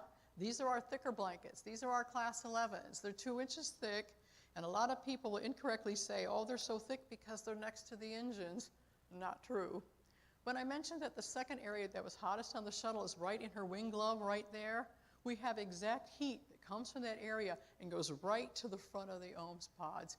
The tiles there used to be all white until we found out after a few shuttle flights that excessive heat coming from that part of the wing was going right over the top of the OHMS pod, softening the tiles to a very, very, not a very safe way. It was very safe. So now we changed the tile, that area to black, and we call those our shuttle eyeballs. So if anybody's seen the shuttle, you see the front tiles are black. But another reason why I have this picture up here is if you see here, we can date our blankets and our tile pretty accurately. The darker the blanket, the older the blanket, the lighter the tile, the older the tile. These blankets here have been on her since Atlantis' first flight of October 3rd of 1985, and we can tell that by the color. The cost savings that we had by switching to the blankets was not only a weight savings of almost 8,000 pounds. When shuttle first flew, it was $10,000 a pound to send something into space, but someone has told me that's been amended with all the SpaceX flights, that now it's down to $7,500 a pound. I'm not sure how accurate that is. It's just not, it's not cheap to send something into space. But we saved so much weight. 85% of Atlantis' blankets and about 87% of her tiles are the originals for when she flew, which surprises everybody because they think, oh, all the horror tile stories that we heard. Initially in development, but my building came up with a tile repair kit. We've learned a lot of things since the first shuttles, and you'd be amazed at how tough our tiles are. I mean, they can break somewhat, but we have really good techniques on how to repair them. Next. Yes. I cover this in my book. This is on STS-117, and again, talking about the OHMS pod and how thick the blankets are. During launch, one of the blankets at the very top of the OHMS pod peeled away, and they were really scared about how well it would be to come home. And again, it's a pretty high wind area there. So they did a spacewalk. John Olivas went out there on EVA 3 to go out there, but they were afraid that there would be excessive heat dragging, and we don't want excessive drag. A lot of things can happen. So you see in the upper right-hand corner, that's John using his needle and thread, our little hero. But we laughed when we first saw him do the spacewalk, because at first when he came out, he brought a suture kit with a little teeny needle and a little thing of thread, and we're all laughing thinking, does he know he's working on a 2-inch blanket? But what was so cool about this is to realize the importance of how we care for an astronaut's safety. We figured it would probably be all right to come back. That's not a real critical area. In that area, the blankets are made for 1200 degrees. We will only see maybe 800 in that area, which I know for us that seems hot, but trust me, in the thermal world, 800 degrees really is nothing. So anyway, he ended up eventually using his fingers and pushing it down, but overnight, when they saw that picture, NASA came to our building and said, look at us, we know what happened with Columbia. We need to make sure we get this one home. So they had us replicate that whole section of the OMS pod by building 4 tile and 2 blankets, 4 samples exactly like that area, and we had 24 hours to do that, send those 4 samples to Houston for them to do heat testing, arc jet testing, wind tunnel testing, everything they could to make sure if John could not get the blanket back down, would she make it home, the shuttle make it home okay? But it did, and he fixed it, so next. But this is a cool shot.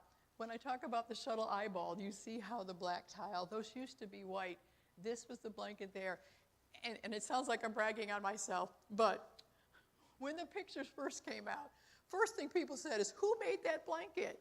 And we said, yeah, but we don't know who made the blanket, it's who installed it. Whoever put the blanket on did not put enough RTV. But I was looking at the NASA photos, and this blanket right there, I was the one that made that one. Thank God it wasn't mine. Anyway, but this is John, and you see he's being scooted over so that he can start doing the repair. Next. Oh, I love talking about these. Again, something as little as these 2 items. This is called a pillow gap filler. These are all done by hand. In the initial testing of shuttle, we had a lot of heat going through.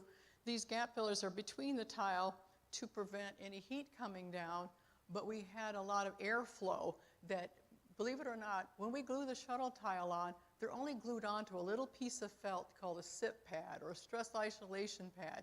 We can't hard bond a tile onto a shuttle because you have to allow for expansion and contraction, and if we left it hard on, the tile would crack. So they're literally floating, ever so slightly, but still. What we found initially, before we started putting gap fillers, they were actually rotating a little bit when she was coming home, and that's uncomfortable. So this part that you see here, that would be the white part that you would see sticking out between the tile. And as a seamstress, I love pointing this out.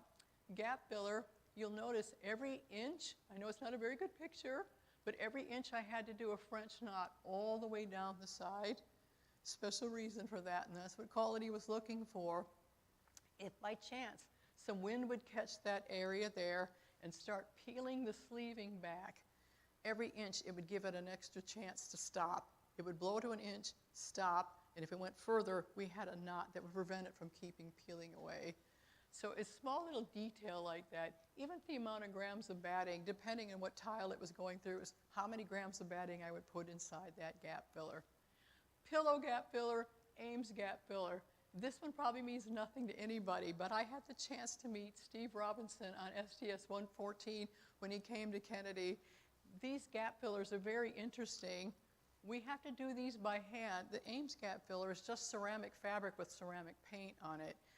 They're as thin as a notebook piece of paper, and we go up to 6 layers of that. If we go beyond 6, then we convert that to a pillow one.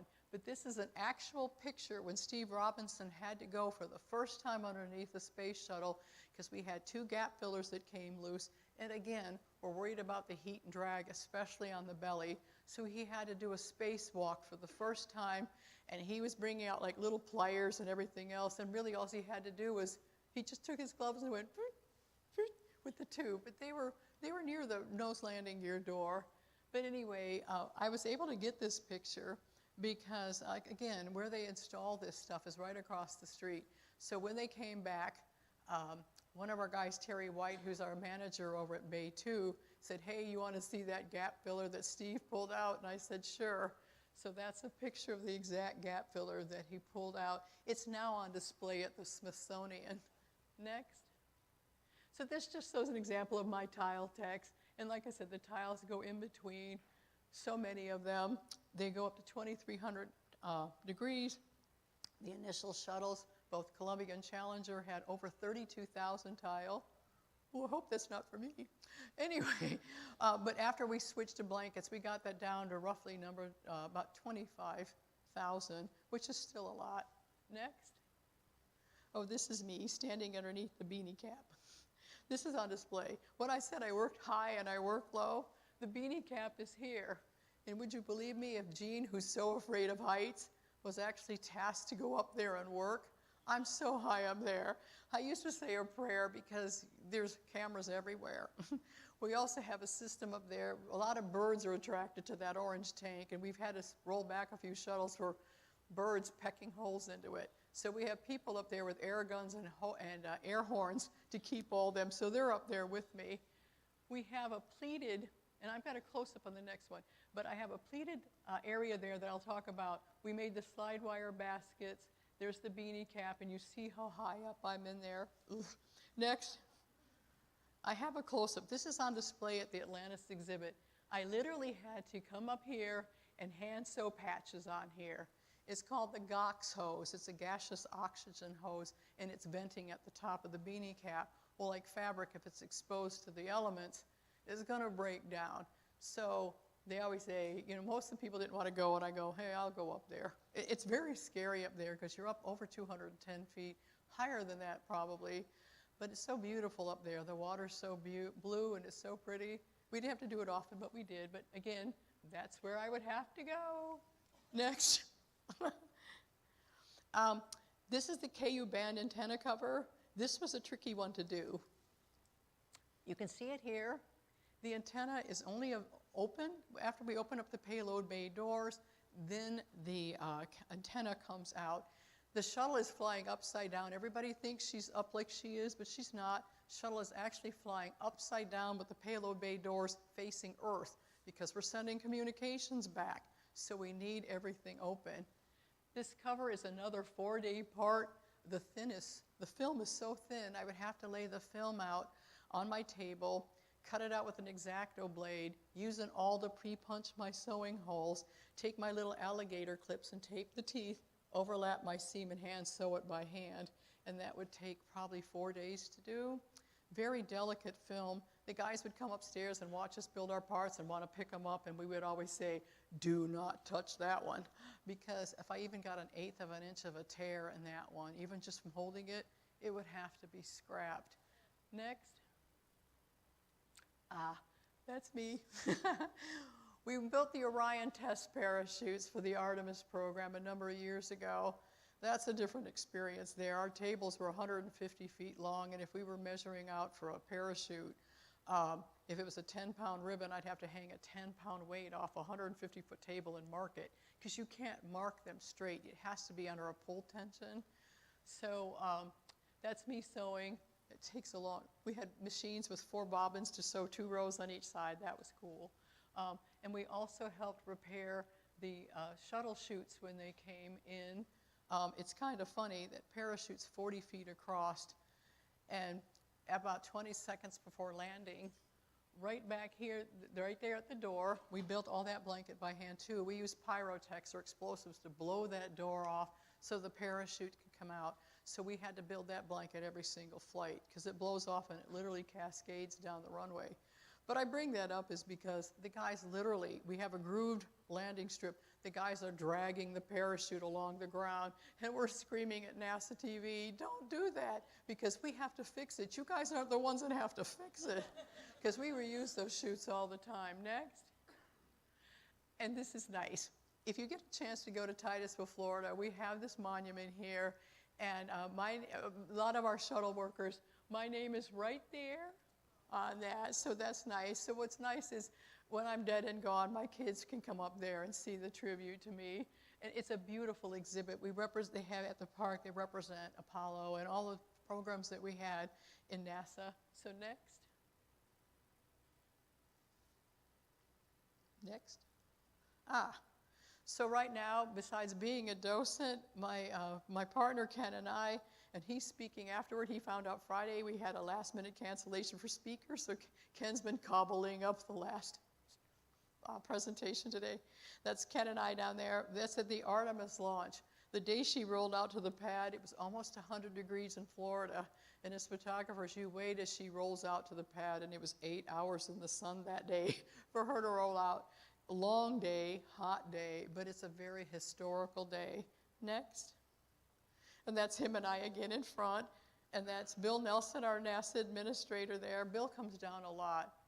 He's the most energetic man. I'm not sure how old he is. He's got to be at least 80-something. But he's always there whenever we have a big launch. Bill's always there. Next. That's the vehicle assembly building, the tallest one-story building in the world, and you see Artemis coming out. It's such an impressive rocket. We've used actually, we've used a few shuttle parts. The engines we've used, the RS-25s that we've used on shuttle, we recycled into the new rocket. Anything we can do to save money. Next. And there's close-ups of it. Such a pretty rocket. It really is. It's impressive. Next. Oh, I have to tell you a story about this. Anyway, we have the description for it, and I know it's got a lot of details, but I got to point this out. See, I don't know, maybe it's just I'm just a romantic. The night that Artemis launched, it was 1:30 in the morning, and Ken and I always look. We have this piling. The press site is right in the foreground, so when we go do the launches, we're at the press site. Lots of history there. But anyway, it's just a thing that Ken and I talk about. We always look at it as a good luck omen if there's a bird there on that pylon. Sometimes there is, sometimes there not. Well, that night, I was up on the CBS building. That rocket, when it launched for the first time, was so bright, and even though we know how to adjust our cameras for pictures, the flame was so bright, it bleached everything out. And I was on the CBS building, and it was vibrating, and I was with Peter King. Some of you older people may know, he's a radio reporter for CBS. He had his arm around me, and the building literally is shaking. It's an old building. He said, Gene, isn't this beautiful? But if it keeps going like this, you and I are going to find ourselves on the first floor. It was really vibrating. But the only thing I cared about, as silly as this is, Ken was right by the countdown clock. And I said to him, and I'm going to start crying, I said to him, it's such a historical night tonight. And I said, I know it sounds stupid. But I said, was there a bird on the pylon? Because where I was at, I couldn't see. So Ken said, I looked at my pictures, and that's a heron, but he also took a video, and it's so funny, because the second the rocket launched, the heron opened up its beak, and I said to Ken, see it saying, oh, isn't this so cool? So that's just me, that's just me. Next. So this is the trajectory. We have Artemis 2 that's coming back. We've already got the crew, so that's just a quick description. Oh, I'm running out of time. Anyway, next one, please. Oh, anyway. And that talks about all that. You guys will talk about that. I know I need to hurry up. Next, please. Oh, there's the Artemis crew. Ken and I have been so fortunate as press. We get to meet everybody, astronauts, all of them. They're all very nice people. And it's going to be next year that we're going to go loop around the moon for the first time. And as a woman, it makes me happy. We're going to have a woman for the first time who'll be going around the moon. Next. Oh, and see, you guys, we'll see it. You guys won't, but we will. Boeing is going to be launched their Starliner, hopefully, on May 6th. And the reason why I insisted on putting this in my program is, you notice how it's got quilted fabric just like the shuttle. And when I speak to the thermal techs over at Boeing, I said, hey, you have a light blue glaze. Can you tell me what it is? I said, it looks a lot like shuttle. We're not different color, though. And it's the usual thing that you get. They'll say, oh, it's very similar to what you guys used on shuttle, but it's proprietary, and we can't tell you what it is. Next. So that Ken and I were in Indiana. We drove all the way from Florida. My twin sister met me up there. That's my sister Joan, and that's me. We met each other there in Indiana to see the eclipse. That morning it was rainy and foggy, and I literally said a prayer to God. We've drove so far. Please let it clear, and it did. Next. I have an obsidian stone that I got in Mexico, and that's what you see. I have the sun looking through that the day before because we're testing to see how things are going to be. Next, and again, I have a book. It's a children's book. Next. And I'm almost out, but I make shirts. Everything that I sew has a piece of flown payload bay fabric on it. Most of my fabric's STS-93, which is a very historical flight because Eileen Collins was our first American commander of a space shuttle, and so I bought a pay liner from her. So anything that you buy, if you get a chance, and I'm almost out of everything, you can stop on by and find out if you want anything, but all my stuff is almost gone. Anyway, next. So here I am. This is my last one, and I only have a few minutes for questions, but to give you a concept of how tall the shuttle stack is, it's 185 feet tall, and there's me standing underneath the stack when Endeavour was on the pad. I literally had to blow it up because in the picture I look like I'm this high. So there I am right there. And so I want to thank you all for listening, and I hope you've learned something. But believe it or not, it's really not all about me. I just want the word to get out that anytime we send something into space, be it a satellite, you name it, a rocket, we always need seamstresses. And I'm trying to encourage kids, math and science is important, but if you're a creative mind, NASA's looking for you too. So thank you. Thank you. Thank you. So wait a second. All right. Thank you. Does anybody, can we turn on the lights and I have questions? Any questions? You said you used French knot. What are some examples of other stitches you use? Backstitch. Now see, some people don't even probably know what I'm talking about. Backstitch is where you stitch backwards. Overcast stitch, a lot of overcast stitch. A running stitch where you do a stitch, skip a stitch, and then come back and fill the other way. Believe it or not, you're not going to believe this. There's a NASA, not NASA, it's a government stitch book that literally has, we worked to different seams that we did. There's like 400 different seams, and I don't know how many hundreds of stitches that we have to look. If they say we need a type for side of a shuttle blanket, I have to look in the guideline to see exactly what it is. There's so much more than what you think, even more than I knew. But basically stitches like that. Any other questions? Oh, come on. Any? Okay, I can barely see you.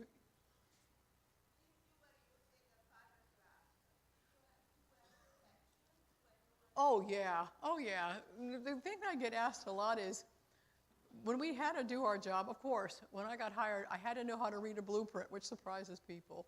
Maybe not. Of course, I had to know how to sew. But to answer to your question, did we get inspected? Yes. For me to do a blanket, I would have to look at the blueprint and take a piece of Mylar plastic and draw my own pattern. And at that first step, I would have to mark where the ID tag would go, if there was any tufting, anything that I would need on the blanket. Quality would look at my pattern, compare it to the blueprint, and then he would stamp it, then I would stamp it. Just really, but the thing is, I want to point out, you got to remember the shuttle went for 30 years. Not only did I have to make a shuttle pattern, but I had what they would call an EO, or an engineering order. I would have to go back with my paperwork. Sometimes we'd have 60 sheets of paper stapled to our print, and I would have to read every single page to see if, from the beginning of the shuttle to the end, did they change the thread? Did they change the thickness of the blanket? Did they change the seam line for that? I had to do all of that before I could even start sewing my part. Anybody have a question? I have a personal and qualitative question. Oh, I met you before. Hello. Hello. On the first week or the first day you got to work on the American space program, you got to see it in person. Would you describe how you felt? Well, you know, thank you for asking. I had my interview was 2 hours long for the job, and there were 2 other ladies after me. I said a prayer before I went because I really wanted to go be in the program. We had lost Columbia, and I was all excited, and I studied thermal protection on the computer. I tried to learn everything I could before my interview. My interview was an hour and a half long, and then when I left, my boss, that I didn't know at the time, said, why don't you invite her out to the thermal protection facility so she can meet the ladies? Didn't think anything of it. So Monday when I got the phone call saying I got the job, I was with my daughter. And I said, Jen, this is the most important phone call you're ever going to get in your whole life. Kennedy Space Center's on the caller ID, and they called to say that I had gotten the job. So I'm all happy. And my boss said to me, didn't you realize when we had you go out there, we wanted you. He said, I knew I was going to interview the other two, but you had such a spirit, such a light, and you were so happy-go-lucky. He said, it was so dark after we lost Columbia here in the building. And he said, I knew you were just the spark that we needed. I started on Valentine's Day, and I tell everybody, isn't that perfect? For a job that I knew I would always love, that it would start on Valentine's Day. So I was excited. First time buying a part for NASA, now that's another story, because you know when your stamp is on there, and my number was 3281 years ago, but still remember it. You know when they see that number that it was mine, and you realize just how important that is, that the astronauts, they're relying on you, and they are. And I'm going to tell a little quick seamstress story. Some people could care less about how things look. It was a source of pride for me since I'm a quilter. We'd have such precise corners we would have to build with our hand stitching. And I would be working first shift. Second shift quality would come up to me when I would come on to work, and they would say, hey, Jean, we don't even need to look at your number. Your corners are so beautiful. They're so precise. We know exactly that they're yours. Now, for some people, they would say, but for anybody who sews and you're trying, see, she gets it. It's an honor to know that the quality of your work is so recognized they don't even have to look at your number, that they know it's yours, and that means a lot to me. Any other questions? That's hard. Oh, certain reactions? That's how I was luckily able to get my job. That's one reason why I was the last one hired in the whole program. I found out after I got hired there was a woman named Ruby who had been with the company. I work for United Space Alliance, in case anybody knows. It's a contractor for NASA. We have a lot of fiberglass and a lot of quartz and a lot of itchy stuff all over us. We have an air room that we get in. I used to kid with my children that mom drives home, it looks like Liberace's been in the car, because if you look at my dash, it's all multicolor fiber that even though I vacuumed off, it's still on there. So Ruby left because it was getting too much for her, and that's what led to the opening for me. Bad for her, so wonderful for me. Any other questions? Oh, I see one right there, yes? You gave an example of a blanket repair in space. Yes. Did that include tile work? That was later on in the program. I believe it was with STS-123. The astronauts actually took up in the payload almost like a workbench type of thing. And our building had come up with a special compound that we could actually spackle and smear it in with a gun and do a repair. The one thing that we found different is, well, for one, they were mixing it up in the room I was working on, and the mixer's like huge, and it was so loud every day. But what surprised them is when they started squirting the caulk to fix the tile, it actually started bubbling up. So that was a characteristic that they didn't think would happen. But because you're in zero G, it actually reacted different. And of course, when you're here on Earth, you can't predict how a compound's going to work. But it worked. It still worked. Still worked. For those of you, I'm going to be quick because I know it's time to go. The process, when we talk about the tile falling off, you're basically gluing air onto a tile. We learned in our building if we painted each tile with Ludox on the back, before it was like you're gluing air, we actually densified or strengthened the back of each tile, which once we started that process, it was negligible, the number of the tile. That's why we have so many of the original tiles on there. Now, waterproofing them, I was telling some people who came by my booth, waterproofing's another story. I can take a blank tile coupon without the paint, they're called a billet or a coupon. I can pour almost a half a gallon in water in an average size tile. Extremely porous. Blankets are the same way, which is why we didn't want to land in California and fly her back to Florida. It's about a $2 million flight, and a weather plane would have to be in front of her. Shuttle would have to stop 4 or 5 times on her way to California, adding not only time for schedule, but money. We have a special waterproofing solution called DMES, dimethylethyloxylane. Say that 3 times. Every 25,000 tile have to be air gun jetted into it. When they're originally made, we bake that in, into the tile as they're being made. Afterward, though, the waterproofing burns out on reentry. So all the 2,200 blankets every 4 inches get injected with a needle of DMES. All 25,000 tile have to be air shot in the waterproofing that way.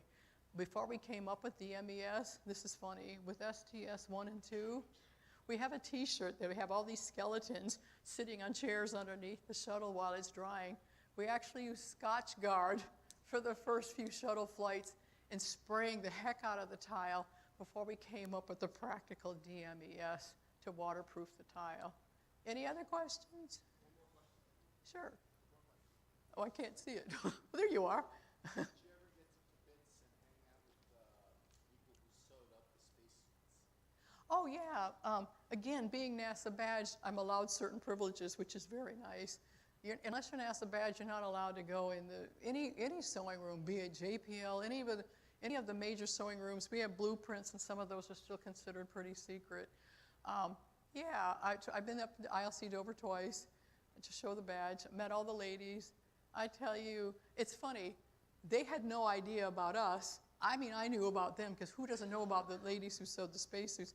They had no idea of all the hand sewing that we did, much less for flight hardware. But they're a nice bunch of ladies. Some of them I still even write even now. And whenever I go up to Delaware, I always go up and visit the ladies at ILC Dover. Well, thank you, everybody. Thank you. Thank you. Thank you very much. Thank you. Hey, All right, thanks. Thanks a lot. you got a book signed here. Oh, yeah. Oh, I'm sorry.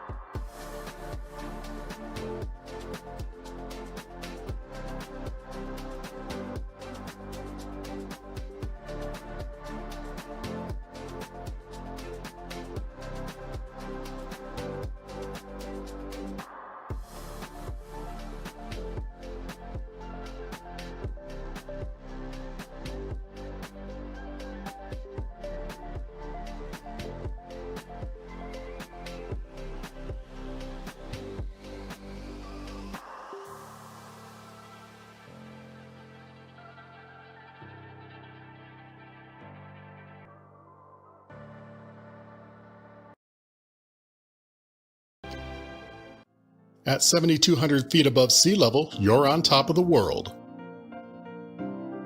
Nestled among the tall, cool pines of the Sacramento Mountains, We're located in south central New Mexico. Founded in 2004, this premier mountaintop astronomy community offers you the opportunity to make your dreams come true with both mountaintop and mountainside lots. Just imagine living here under some of the darkest and best skies North America has to offer.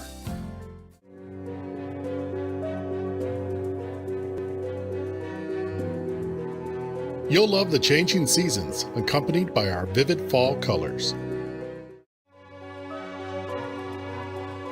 Be it one of our mountainside lots or mountaintop lots, your toughest decision will be in choosing the one you'll call home. Fiber optic internet is now available to each and every home and observatory.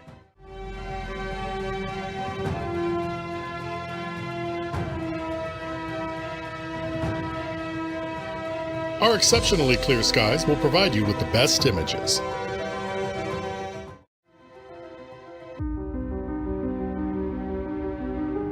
And yes, you can see your shadow from the summer Milky Way. From our state bird, the roadrunner, and his friend the coyote, to our spectacular fall colors, our world-renowned balloon festival, you'll find our gorgeous sunrises, and our spectacular sunsets. New Mexico has something to offer for everyone. Still not a believer? Then feast your eyes on these images that were taken from our mountain. Thanks to our mountaintop location, we have a microclimate. We expect over 300 sunny days and clear nights per year, while less than 20 minutes down the road at Cloudcroft, the conditions are less than ideal. This image was taken from Tom and Marla's home. Take a look at this mountainside lot, owned by Eric and Josephine. As you can see, the layout and design of your new home is limited only by your imagination.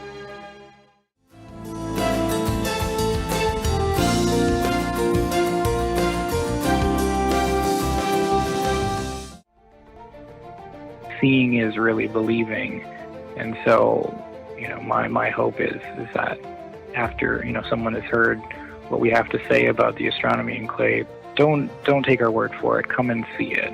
Come and really take a look at what this enclave has. Look at our community and understand what our community has to offer, and really look at the skies, because ultimately, if you're doing astrophotography, the skies are the most important. New Mexico Skies Astronomy Enclave. We're not for everyone. We're not for everyone. Only for those who are looking for the best. With a SeaStar Smart Telescope, you are holding in your hands the gateway to capturing the sublime beauty of the universe. Simple for newbies, seamless for pros, easy enjoyment for all. Bluetooth discovery, Wi-Fi connection to ensure flawless communication without interruptions. SeaStar has 5 imaging modes: stargazing, sun, moon, planets, and scenery modes. Unlock the sun's secrets with the complimentary solar filter. In the solar mode, you can effortlessly go to and start imaging solar eclipses, transits, and sunspots with just one click. In the stargazing mode, you have the opportunity to explore a variety of nebulae, galaxies, and star clusters within our comprehensive celestial database. The triplet apochromatic design helps to restore the vibrant colors of celestial bodies, providing a true-to-life visual experience. Our stellar-grade CMOS sensor with extraordinary low light sensitivity ensures a 1080p high-definition image quality. SeaStar is also equipped with cutting-edge light pollution filters, effectively minimizing the impact of urban light pollution for an enhanced stargazing experience. Thanks to the image enhancement function in the SeaStar app, you will be presented the real-time stacked image of nebulae, galaxies, and star clusters of richer details. In the moon mode, you can effortlessly go to target with a single click, observing the mesmerizing changes in lunar phases and explore the intricate positions of craters and lunar features. A full battery charge can last up to 6 hours. Power bank charging is supported while in use. Connect with fellow astronomical enthusiasts worldwide by sharing your work within the Astronet community on the app. Dive into the celestial knowledge repository with Seastar at your own pace. Embark on an astronomical journey that turns family moments into captivating and educational cosmic experiences. Seastar, the astronomical observatory at your fingertips.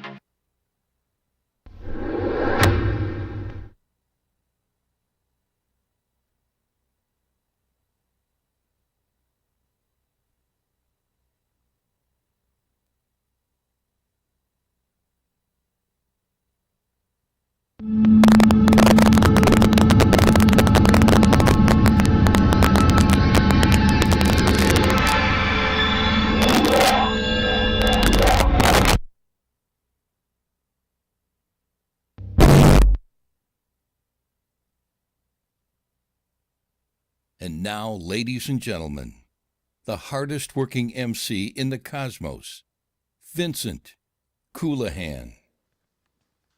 Hey. Thank you, everybody. Thank you, and welcome back for our keynote speaker for Sunday. But before I introduce our speaker, I certainly from the staff and the board of directors from the Rockland Astronomy Club, we want to thank you all for being here at NEAF 2024. It's never going to be successful unless we have participation from the audience and from out in the field house. So we send a big thank you to all of you, and we offer you a big round of applause. Thank you. So for our keynote speaker today, he is a research scientist, he's a research chemist, scientist, space science journalist, photographer, and website reporting of up close and all things related to NASA. His talk today is Eyewitness to NASA Human and Robotic Missions and what's ahead for the upcoming NASA space flight. Please give a real warm welcome and hello to NEAF, Dr. Ken Crane. Thank you. Thank you. All right, thanks all for coming at the final program here. And my wife was just here. And I hope you enjoyed her talk. I know she had a nice big crowd, and there was a lot of nice claps at the end. We work together now, and she has that book, and she is right there. Pointer here, unfortunately, but there she is on the top left and right. So I'm going to cover a couple things about human and robotic explorers, and I'll just make a little joke. I had to come up with this at the last minute as a fill-in speaker. And if they had just given me 6 hours instead of 5, it would have been more polished. So anyway, I was working on this morning, so hopefully you'll enjoy it. So we also did just come from the eclipse, so I'll talk a little bit about that. Artemis commercial crew with Starliner and Crew Dragon, robotic missions that we see like Lucy and Psyche I just saw. And then we have launches and landings with SpaceX and Mars, my favorite planet, and I'm covered in planets here. And launches and landings from them. And then, like I said, the planets, there's Perseverance and Ingenuity. And so let's go to the next slide. Okay, I have it right here. So that's what she talked about, needles to nebulas. Her book, she's out there signing right now, and we just came from the eclipse in Indiana, and we had great weather. I hope some of you had a chance to see it. And again, there it is, and endorsed by a whole bunch of astronauts, including Bob Cabana, who was the keynote speaker yesterday and is a friend of ours. And he gave a fantastic talk about the ISS. He was the first assembly mission. He commanded the first assembly mission of the ISS. And he was very gracious. He just retired from NASA. And so we had a great time with him yesterday, and I hope some of you got to hear that talk. And because I'm going to cover a little bit about that too, about the different aspects of the ISS and how it was built, and what's the future, because that's how we are astronauts are in space right now. So I do a lot of TV interviews, domestic and international. So we're trying to get the word out all the time about how important it is to support NASA and science. I am a scientist. I work down the road at what was Wyeth and what was Letterly and Cyanamid, Wyeth, and it's now Pfizer. I'm very proud of the work that I did to make medicines to save people's lives. And in fact, some of the COVID research was done in Germany. It was also done in the labs where I used to work as an organic chemist. So I didn't work on COVID, but I made other medicines there. And I'm very proud of that. And we got to keep supporting science.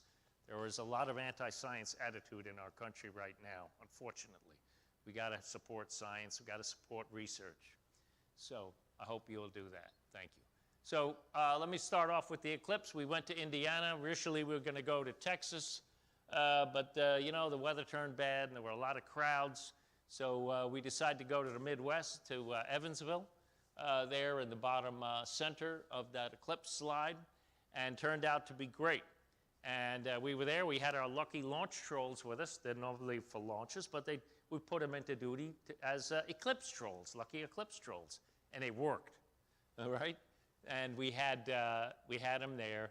And I was at both eclipses in 2017 and 2024. Some of my friends up there in the top right in Buffalo didn't have so much luck. They didn't see any clouds. I mean, they didn't see much eclipse. They saw a lot of clouds. So we were very lucky.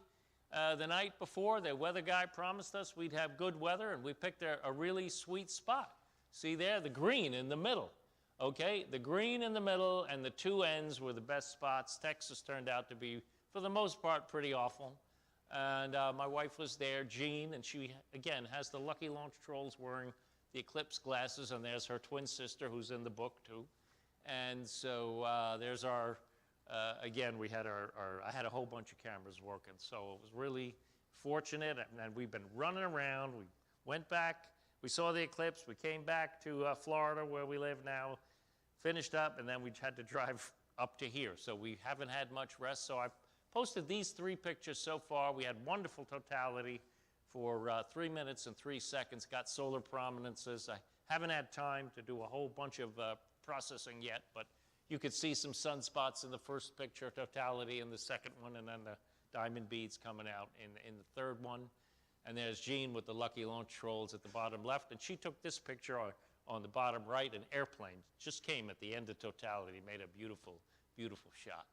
So when we were there on the Ohio River, where there's a big bend, and I wanted to get a nice foreground shot, a wide view, and I managed to do that here with the Willard Library on the right. It's a 139-year-old public library, and it is really a spectacular place with wonderful wood-carved and pressed wood inside. And so we had a really nice crowd. It was not gigantic. I know some areas, they were nose-to-nose people, they told me, up in Vermont. Well, we had a really nice crowd. It wasn't that crowded. There were plenty of people there. They had a great eclipse show in the museum the night before. And we did get to see, you can see it in this wide shot. Okay, I've enlarged it at the top. Besides the library, you could see the eclipsed sun, and you could also see Venus. And we also saw Jupiter. It's barely visible, but it is there right above the library. So, and then there's Jean holding up her obsidian and before the eclipse began. So that was really spectacular.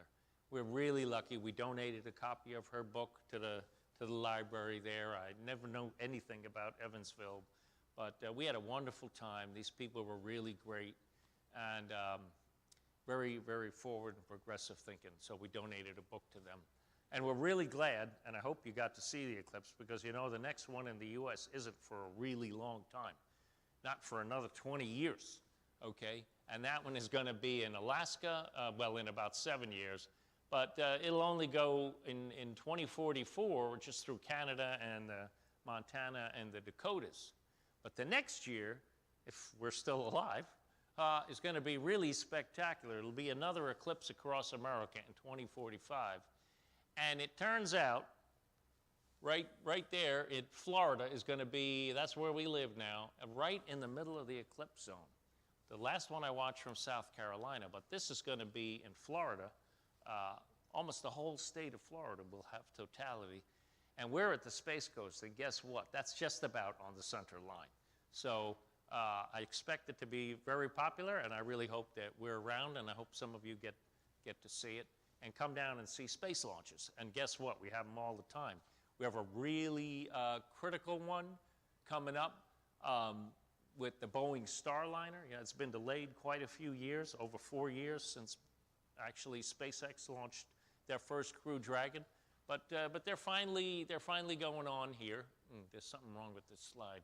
But anyway, yeah. Anyway, let me go back. Yeah, kind of like two overlapping slides. Anyway, that's the Boeing Starliner. They just rolled it out, and we missed it. We missed the rollout because we had to get here, roll out of the capsule. Now it's being placed on top of the Atlas V rocket that you see in the launch there. We met some of the astronauts, the Suni Williams and Mike Fink there. Suni will be on the first flight with Butch Wilmore, and you can see them over here in the bottom right, all 6 astronauts for the first 2 missions. So we meet a lot of astronauts, and that's what they literally did Tuesday morning. And there's a schematic there, Starliner at the top. There's 2 solid rocket boosters for the first stage of this Atlas V rocket, which is being retired. There's only about 15 of them left. 7 of those missions will be for the Starliner to the International Space Station. And that'll give us a second way to get to the space station, besides the Crew Dragon that's launched about 9 crews so far, as Bob Cabana talked in detail about yesterday. And I'll talk a little bit more about it today. But this is my remote camera shot from the last mission, OFT-2. You know, that's actually 2 unmanned missions because they had a lot of problems in the first flight. And there were a lot of delays even to get this crew up. Even until the last second, they had to do extra parachute testing and replace a lot of tape that turned out to be flammable. So this got delayed a few months. And in fact, it would have been just about now under the most recent schedule.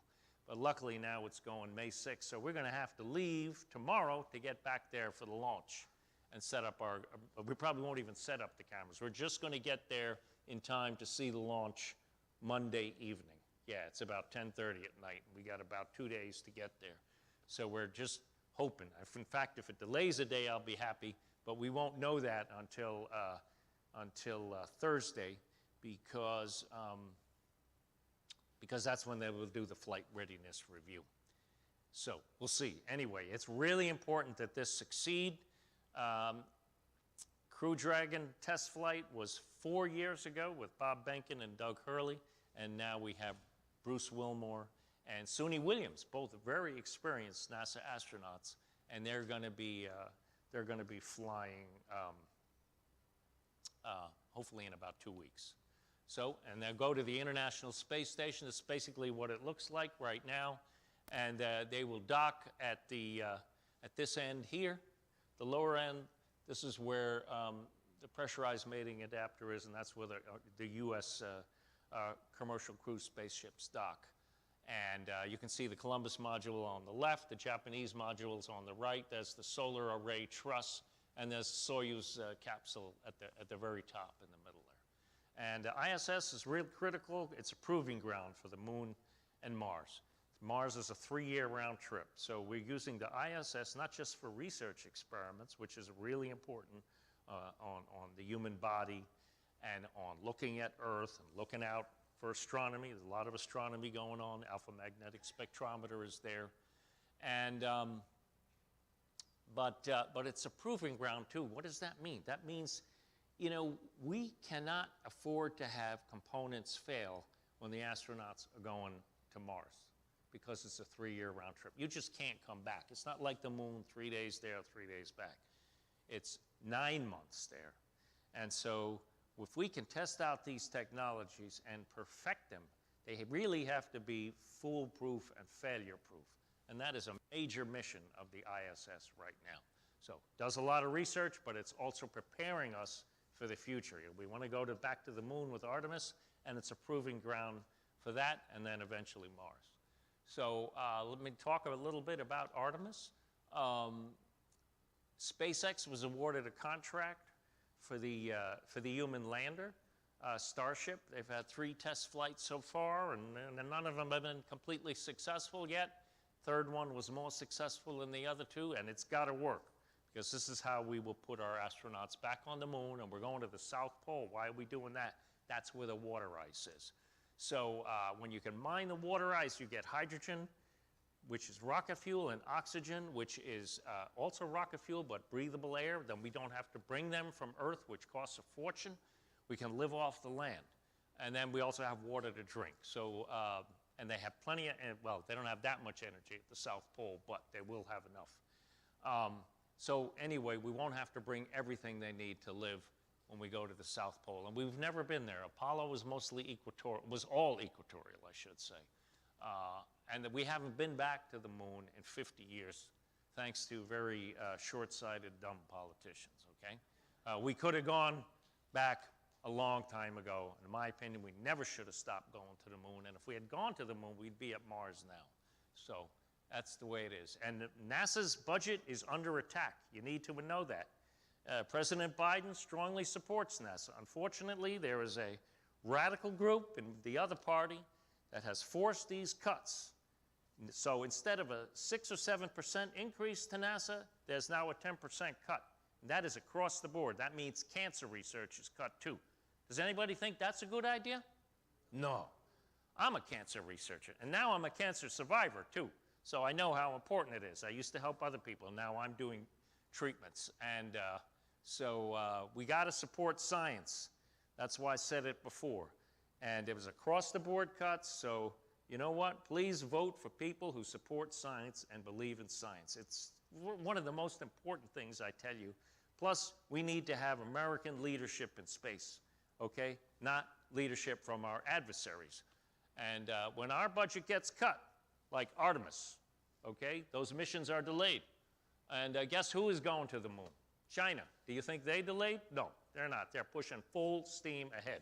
So if we want to fall behind, then that's what is going to happen with these budget cuts. So we need to push ahead. So anyway, we have our Artemis program.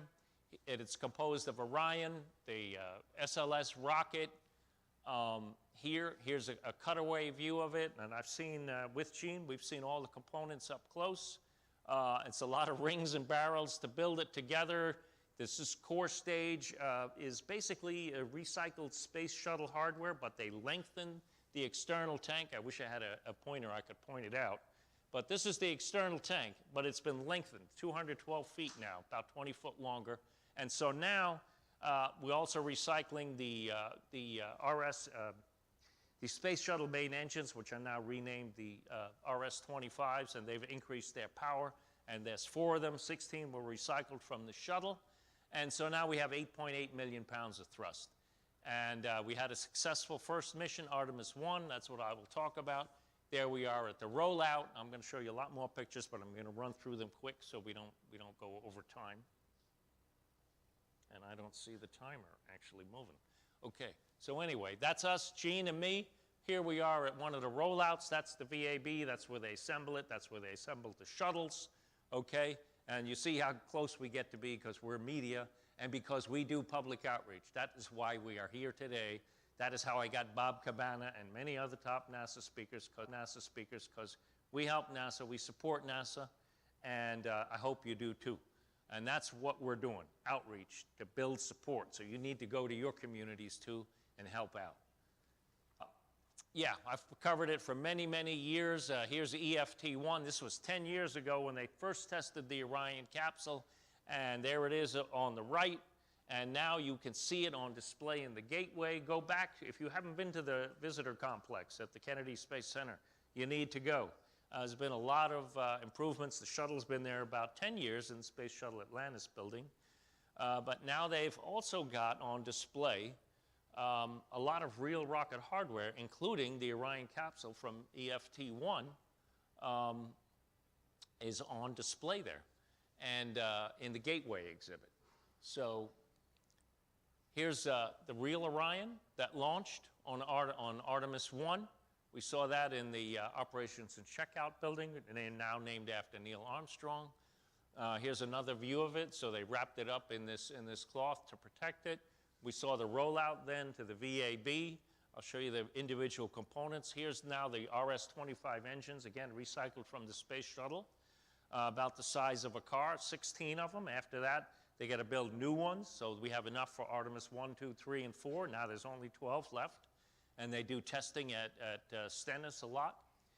And here it is, and they have a new brain controller, and that way now we have about 8%, 9% more thrust, which helps out. So that's how you get 8.8 million with longer solid rocket boosters and more powerful RS-25 engines. So then you bring all the components here to well, not here, down to KSC, about 1,000 miles from here. I moved 1,000 miles along Route 1, okay? And to wind up in the same place. And here you can see there's even a SpaceX returned rocket there. When the Pegasus barge brought the core stage, it's called the core stage, to the Kennedy Space Center. That was about 2.5 years ago, 3 years, actually 3 years ago, in April 27. So this is where we get to be. This is the press site. This is what you see on TV all the time, and that's where we report from. So they brought the core stage out, rolled it out. We get to walk around, see all this. I showed this very quickly. And then they roll it into the VAB, and we're right there. And so these are all my pictures. And I can share them with you. The RS-25s are already attached. And then if we bring it into the VAB, you can see the white components there. And over here, these are the solid rocket boosters. They started stacking them. And then they attached the core stage to that. Now, this is a Pathfinder just to show you what it's like. Because they didn't let us come in for the real for the real core stage. But it gets lifted, you know, they roll it in, and then they lift it up vertically, and then over the gangway, and then back down, just like the shuttle, with these huge cranes. You can see the yellow crane at the top, and this is my fisheye camera. So this is just a gigantic thing, and we have to get it inside that cavity there. And so then it was placed between the two solid rocket boosters, and that's all attached. Here's some close-up views of it. There's us. This was during COVID times, and it's taken shape, so it just looks spectacular when we get to see it. We get to report about it. There's Gene inside the VAB, and then it rolls out to the pad and gets ready for launch. And we had 2 Scrubs finally launched on the 3rd attempt in November, about 1.5 years ago. And there we are at the pad, and as it's rolling out. And again, there's Bill Nelson, the NASA administrator, also a friend of ours. And it's just wonderful to have all these, they're all great people. And they're very open and helpful to us, and that's why we want to help them too. And so here's, again, we're bringing all the components together. There's the Artemis on the left, and now we have it fully assembled. Here you see some close-up of the Orion at the top there. So this shows the fueling of the rocket, you know, 500,000 gallons of liquid hydrogen, 500,000 gallons, and 200,000 gallons of liquid oxygen. Part of the Scrubs first time around was they had to learn how to fuel the rocket, and there were also some leaks in the system, in the tail service mast there at the bottom, which is shuttle heritage. Eventually it was figured out. And so they got to launch, and they finally did launch on November 16th on what was called a short class mission, 26 days, but that's the longest a human-rated spacecraft has ever gone into deep space. And yeah, the pictures are a little distorted, unfortunately. But anyway, there's the launch, and that bird just sat there. We always hope that a bird will be there. And he just sat there for 8.8 million pounds of thrust. He didn't move, except he just opened and closed his beak like that. It was amazing. And so we're really, really happy to get that. And here's another one of my remote camera shots and in transit. These were just unprecedented views. It looks like on this side the moon and Mars got cut off. But look at that. There's a picture of the Earth with a camera on the solar array, looking back at our beautiful home planet there. And so what happened here? So, okay, it looks like, yeah, this got repeated. Yeah, so now you can see the moon there. Here's an inside view of the capsule. They had a dummy in there, equipped with a radiation vest. And there's a close-up of the moon. Look at that as it's approaching the moon, arriving in lunar orbit a year and a half ago. Yeah, I think some of these pictures got a little doubled. But here, look at this one. This is just absolutely spectacular. Look at the Earth at the limb of the moon from a camera on board the solar arrays. Just wonderful. Never had pictures like that, even from Apollo. So Artemis 2 yeah, that's a typo. Now it's 2025 instead of 2024. That just changed a little while ago. And Artemis, and yeah, this is Artemis 1, Orion, splashed down off the Pacific. And Artemis 2 is now targeted for September. It had been the end of this year, but there's some issues with the heat shield. There's a little bit of charring on the heat shield when it came back to the Earth at 25,000 miles an hour. There were char bits that were bigger than expected. And so they're still working on a resolution for that. Otherwise, we would have been on target. And they're doing another review. I was just talking with the NASA people, and I hope to complete that review, another independent review. They've had multiple ones in June. And so when that's done, then they'll be able to move forward. They'll either decide, yes, it's okay, or they have to do some more work on the heat shield. Hopefully, they will not have to do that. So, but this mission is, here's a schematic. So whereas Artemis 1 went into orbit around the moon, Artemis 2 is actually going to do a loop like Apollo 13. It's not going to go into orbit around the moon. It turns out they don't have enough thrust on the rocket for this particular mission. And they want to just keep the astronauts as safe as possible. So they're going to minimize the thruster firing, so they won't do one to put it in lunar orbit the way they did on Artemis 1. So it'll be about a 10-day mission, and they're right now targeting September. And it's the first time in more than 50 years that will happen. And just to go back to that again, and it's going to be a multinational and crew and multiracial crew. The first woman is going to the moon, Christina Koch, very nice lady. Victor Glover, the first African American, and there'll even be a Canadian astronaut, Jeremy Hansen. We met him, and I showed a picture of them all.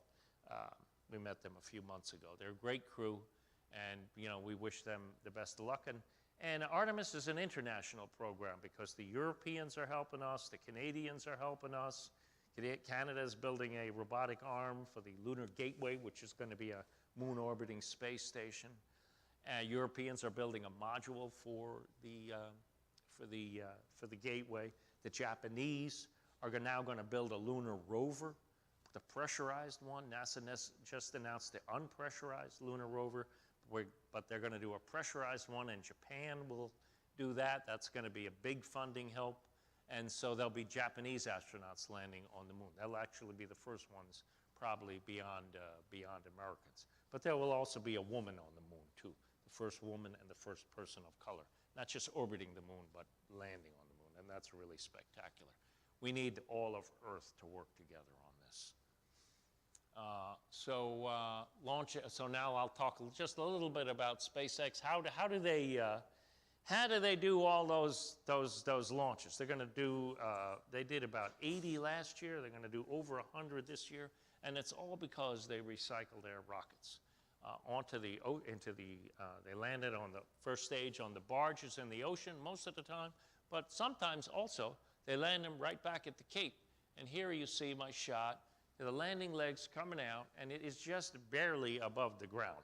It's passing through the sound barrier just above the ground. And that's why you hear the sonic booms. And if you ever have a chance, you want to see that. It's pretty rare to have landings back at the Cape, but spectacular. And I'll tell you, when there's a Falcon Heavy and there's 2 boosters coming back, it's about 10 times the sounds and 10 times the excitement. And even to just see one is so exciting. So then they've perfected it. They have over 200 booster landings to date. So they're continuing with that. There's a lot of launch pads. This shows the launch pads on the Cape. And you can watch from Titusville, is where we live, is actually the best because you can look right across the water. You can see ignition.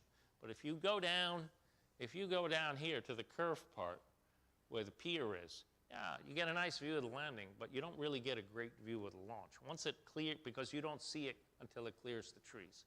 So you really want to have an opportunity to see ignition, and that's Titusville. If you want to see the landing, then you would definitely want to go here. And so you have to make some trade-offs. So I'll talk briefly about the Psyche mission. It's not polished because I just was creating this all this morning. And that's the first mission to a metallic asteroid, okay? We just returned samples with OSIRIS-REx of organic compounds, and that's what I am. I'm an organic chemist, so that's real exciting. That's going to help us figure out how life originated on the Earth and what might it be elsewhere in our solar system. Because these asteroids and comets are filled with organic molecules and ice. So we just brought those samples back, so they're going to be real exciting. But we've never visited a metallic asteroid before, so and it's broken apart, so we'll be able to look at the core of a planet, and that'll teach us a lot about planetary evolution. So I get to go in the clean room with that. It's one of the features, one of the privileges sometimes of the media. When we do outreach, again, some very limited group of people of the media get to be in the clean room with these spacecraft. So that's me with Psyche and in a bunny suit, which I wore many times as a chemist, just down the road. And there's the Psyche team there. And here's a model, kind of like a sculpture of what it could look like. And of course, we don't know what it looks like, but it's really going to be very dark, and it's going to be really spectacular when we get there. Here it was launched on a Falcon Heavy, okay? First Falcon Heavy to launch a planetary mission for NASA. And those boosters on the side are recycled. The center core is new. And we have our lucky launch trolls again with Gene, and they worked out because we had a great launch. Those are the same ones we had at the eclipse, okay? And so those are flight-proven launch trolls. And there's her book. And with the rocket before it launched, you can see how dirty those are. And so they were just reused. And another thing, I'm not going to have time to talk about it today, is real exciting mission is Europa Clipper. I don't have a picture, but I'll talk about it now. We're going to launch that Europa mission to Jupiter, and then it will go into these long looping orbits and collect data about Europa, an underground ocean, which is probably the most likely place after Mars that could have life. And so anyway, what am I talking about? Because those side boosters from Psyche are being recycled to Europa Clipper, okay? And that'll be the 6th time that they use. So Europa Clipper will benefit from this mission. They were recovered, and it will have a future, and that'll be then the finale of those boosters. But and again, it saves a fortune to recycle these boosters. They've probably cut the cost by 60% at least. And now Elon Musk, you know what he does? Now he charges, that was supposed to save money, right? And it does. But now what he does is he charges money for a used rocket, more money than a new rocket. So he's making money everywhere. So, and here I am, I love Mars. Not going to go into too much detail about it today, but there I am with Curiosity 10 years ago. And again, it's just such a privilege. And I'm showing this also because I create these Mars rover mosaics. A bunch of you might know APOD, Astronomy Picture of the Day. I have more than a dozen APODs, mostly from my mosaics from the Mars rovers. And, Curiosity is also an organic chemist like me. And that middle image, the first one is at APOD. And it is the rover raising its arm looking to Mount Sharp, which is the target of the mission. And in that middle one, that's Yellowknife Bay, and that's where she took her first sample. And you know what she found? Organic molecules. And so what does that mean? That helps us figure out if there was ever life there before. Okay? So really critical. And there's a last one is a self-portrait. So really love it. And it's lasted a lot longer because of the nuclear power. I did a lot of mosaics from Spirit and Opportunity. Those were solar powered, but cleaned many times by the dust devils. And that's why they lived a lot. And what's new on this mission, too, is a helicopter. So here at the Kennedy Space Center, they had a mock-up. And this shows you the size of the rover, Perseverance, with Ingenuity, the helicopter, underneath. And I'll show you how that was deployed here in a moment. I was at the launch on an Atlas V. Here's just one of my shots of it taken off.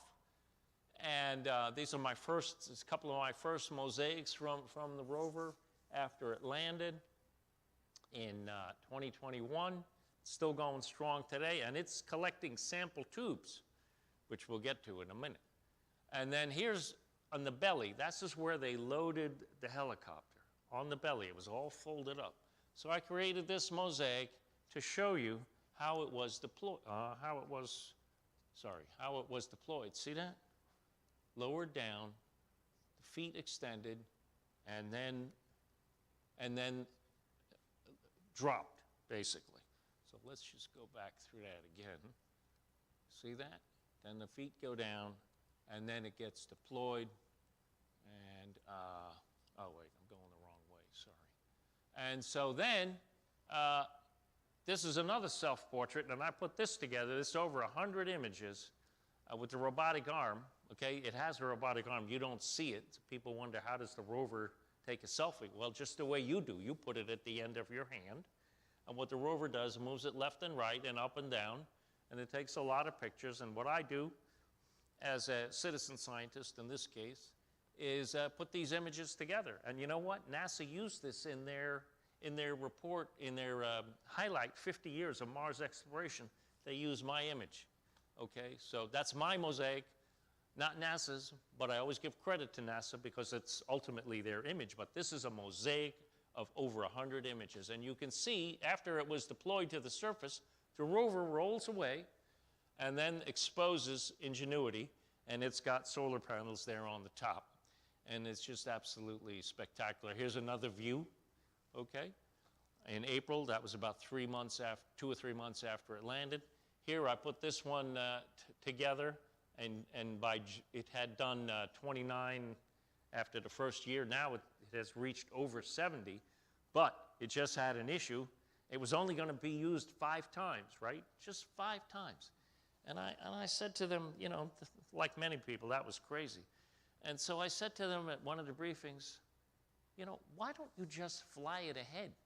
Maybe that would be useful. And then the rover could come and greet it. Might there be some use to that? And you know what? That is exactly what they did. They kept moving it ahead and using it as a scout after the 5 initial missions. So, and there it is on Flight 29.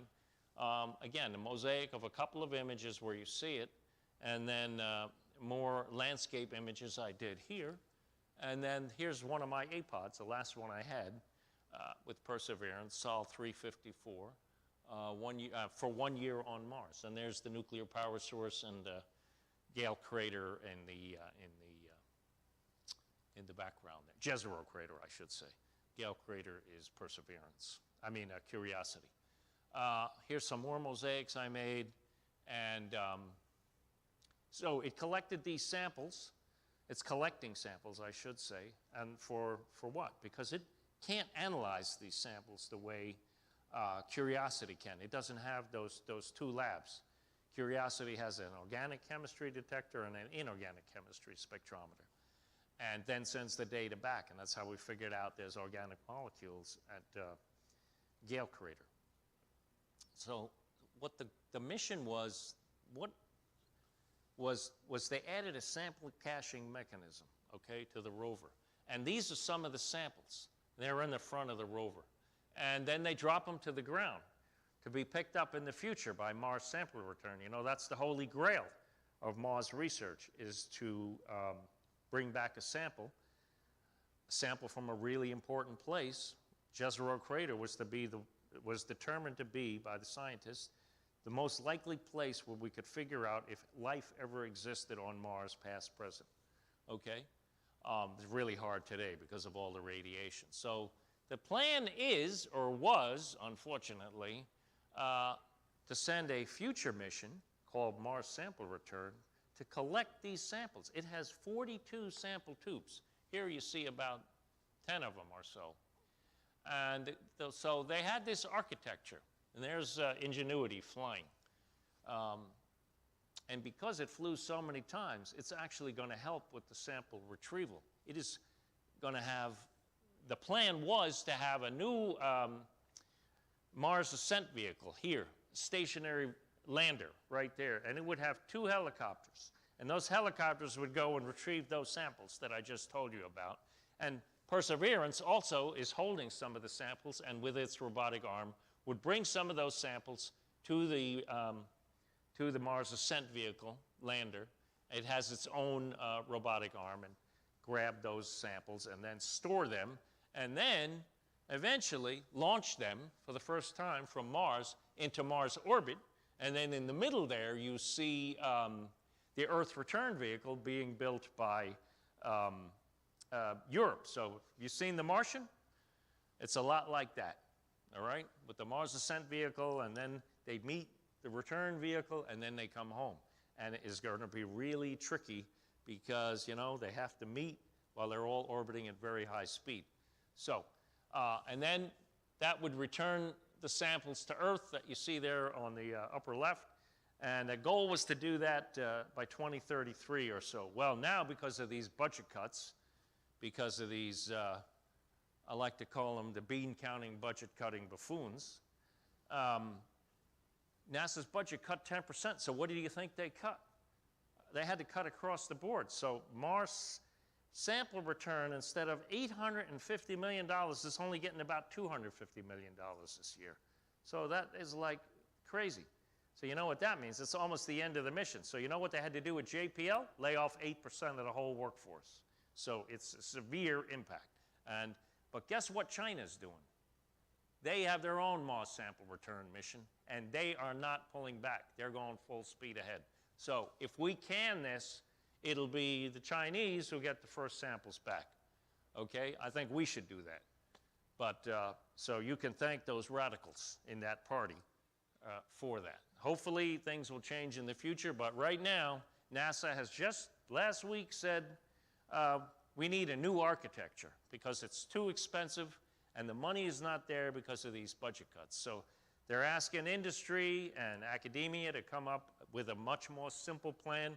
They won't be able to bring it back, all 42 of those samples. Probably the baseline now is 10, so we'll see what happens. But these budget cuts, the point is, it impacts NASA, it impacts medical research. I mean, I have prostate cancer.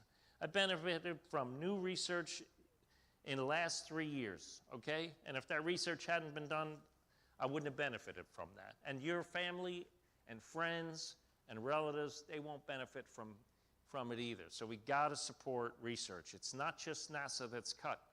It's medical research, cancer research. To me, that's just completely immoral because guess who benefits from medical research? Everybody.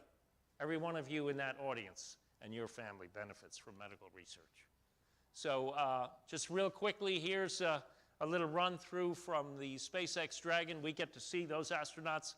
That's me there in the black shirt made by Gene. And the astronauts come and we get to see them, and that's what we're going to go do with the Starliner at the end of this week. And we get to see them then walk out from the ONC and drive to in those Teslas to out to pad 39A. And then here's the SpaceX Crew Dragon, should say. It's the Cargo Dragon also. It has both logos on it, the meatball and the worm. And then launches to the International Space Station. So thank God we're not dependent on the Russians anymore. We still fly with them, which is really good, but they also fly on us. So that's the way it was in the shuttle program. Their astronauts would fly, their cosmonauts would fly with us, and our astronauts would fly with them because we got to have Russians and Americans on the International Space Station so they can operate their own systems. If we only have people from one country there, then we can't operate the other, and that would be the end of the ISS. And we want to extend it to 2030 at least. So here's some picture on the bottom, shows our remote cameras. Here's one of my pictures. You might recognize the VAB as a streak shot of Crew 4 from about 2 years ago. And so that was just really wonderful. And then here they go to the space station, and then they dock at there's only 2 docking ports there. On the left is the US docking ports. And that's where Starliner will dock too, hopefully. Real quickly, I'll just talk about Lucy, another mission I saw that is going to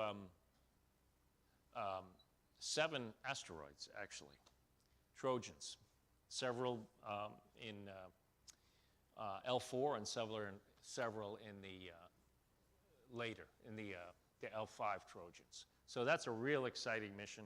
We've never visited those asteroids, and we'll be able to explore a whole range of different compositions of asteroids. And there's going to be a, next year, it's going to meet Donald Johanson in the asteroid belt, so it's going to do some things before it actually starts its main mission in 2027. And there may be future flybys possible too after 2033 when the mission ends, if they have enough fuel. So they launched, they unlatched the solar panels, and the mission's going really well. There it is in the clean room, and several science instruments. There I am with it. And there's the science team behind me there. So again, it's a real privilege. There's a launch street there, and you can see there's a bird there too. It's a little hard to see, but there's a bird in that buoy. And so that was launched then back in 2021. The slides got a little mixed up here, but yeah. So let me just speed through that. Okay, and I think that's it then. Right. That's it. Yes. Yes. And so, thank you. Yeah. So I have my pictures for sale. Jean, are you over there? Yeah, there's Jean. Give her a hand. She was the speaker before. We're real partners. I'm so proud of her. And I've worked on her talk a lot. Never expected to actually do this talk. So, but anyway, I don't know if there's any books left, but we have our pictures, and she has her books and other space creations. So thank you for your attention. I'm happy to answer any questions. So I can't really see anybody. Maybe we can change the light there. Okay. I don't even know what time it is right now. Okay, how about over there?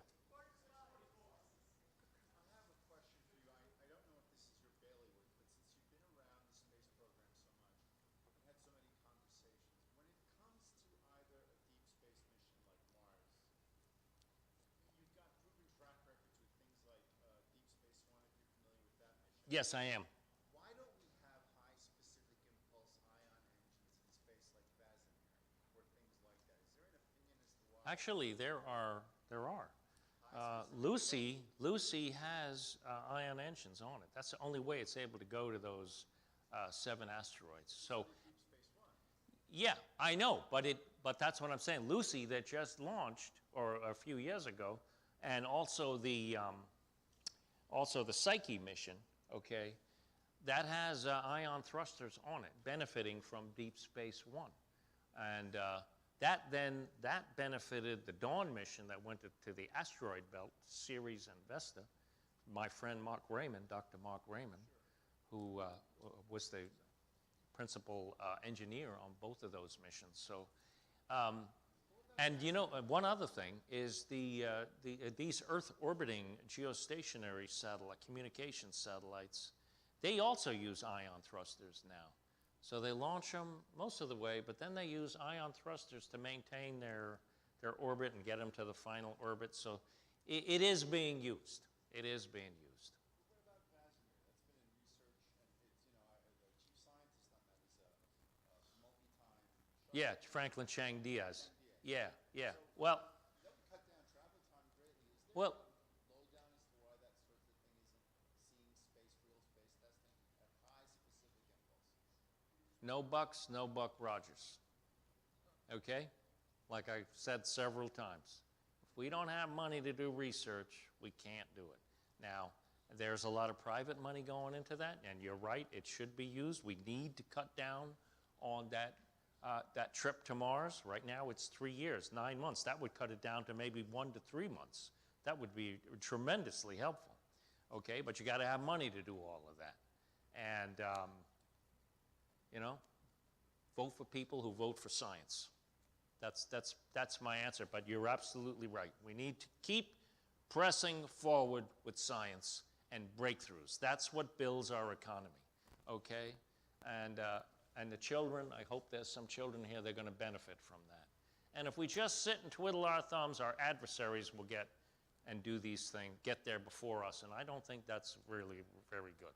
So we need to work with the world is what we need to do. We need to work with the world and we need to be leaders working cooperatively with the other countries. That's why the ISS is so spectacular. Everybody's working together. Even despite the Ukraine war, we're still working with the Russian scientists because the scientists are good people.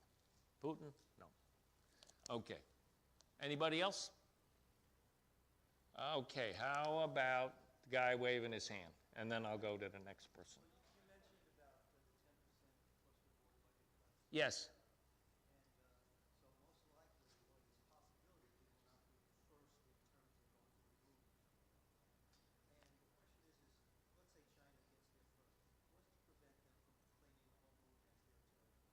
That's the whole issue. That's the whole, I was at the briefing where we asked Bill Nelson about that. And he said, yeah, there's nothing to prevent them from claiming the moon. That's why we need to go there first, because we are opening the moon up to everybody. We're not claiming it for the United States. We are working in Project Artemis with more than 25 countries. They're signing the Artemis Accords where we all work together. The 3 more countries just signed this, and they're throughout Europe, they're in South America, they're in Asia. So that's what we're working to do, work with the whole world. And otherwise, yeah.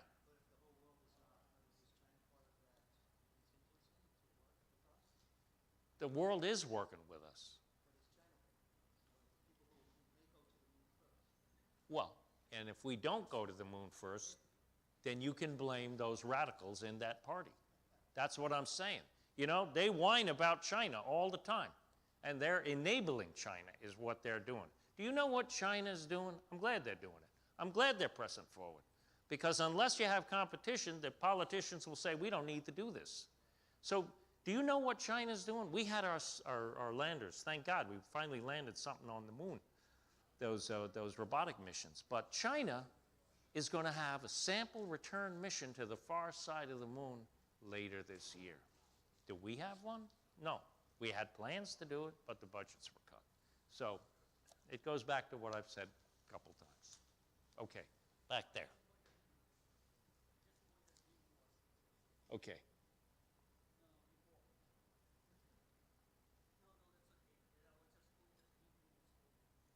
Okay, I can't hear what you're saying, but okay. Anybody else got a question? Yeah. Nope, that was not a question. Okay, how about over here? Anybody? Nope.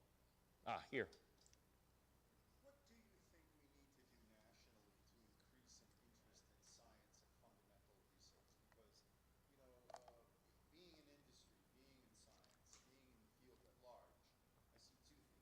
Enormous public apathy, enormous disinterest in the academic setting early when you really want to Yeah. see this, and a corporate turn away from the notion of turning away from surrendering fundamental research in the interest of quarterly progress. Yeah. As an observation, given your background, what do you think we need to do to get people to care about science and space program? Well, we need to explain the importance. We need to have events like this. You guys need to go back to your communities. I mean, we go, Gene and I, we go to places that can sponsor us, so we do what we can. We don't, our budget, we don't have a budget at Space Up Close. We're just completely volunteer. So if you buy our books or pictures, that helps a little bit to support our work. But you're right. So what you need to do, you and everybody else in this room, I said it already, you need to go back to your astronomy clubs. Get engaged in the astronomy clubs.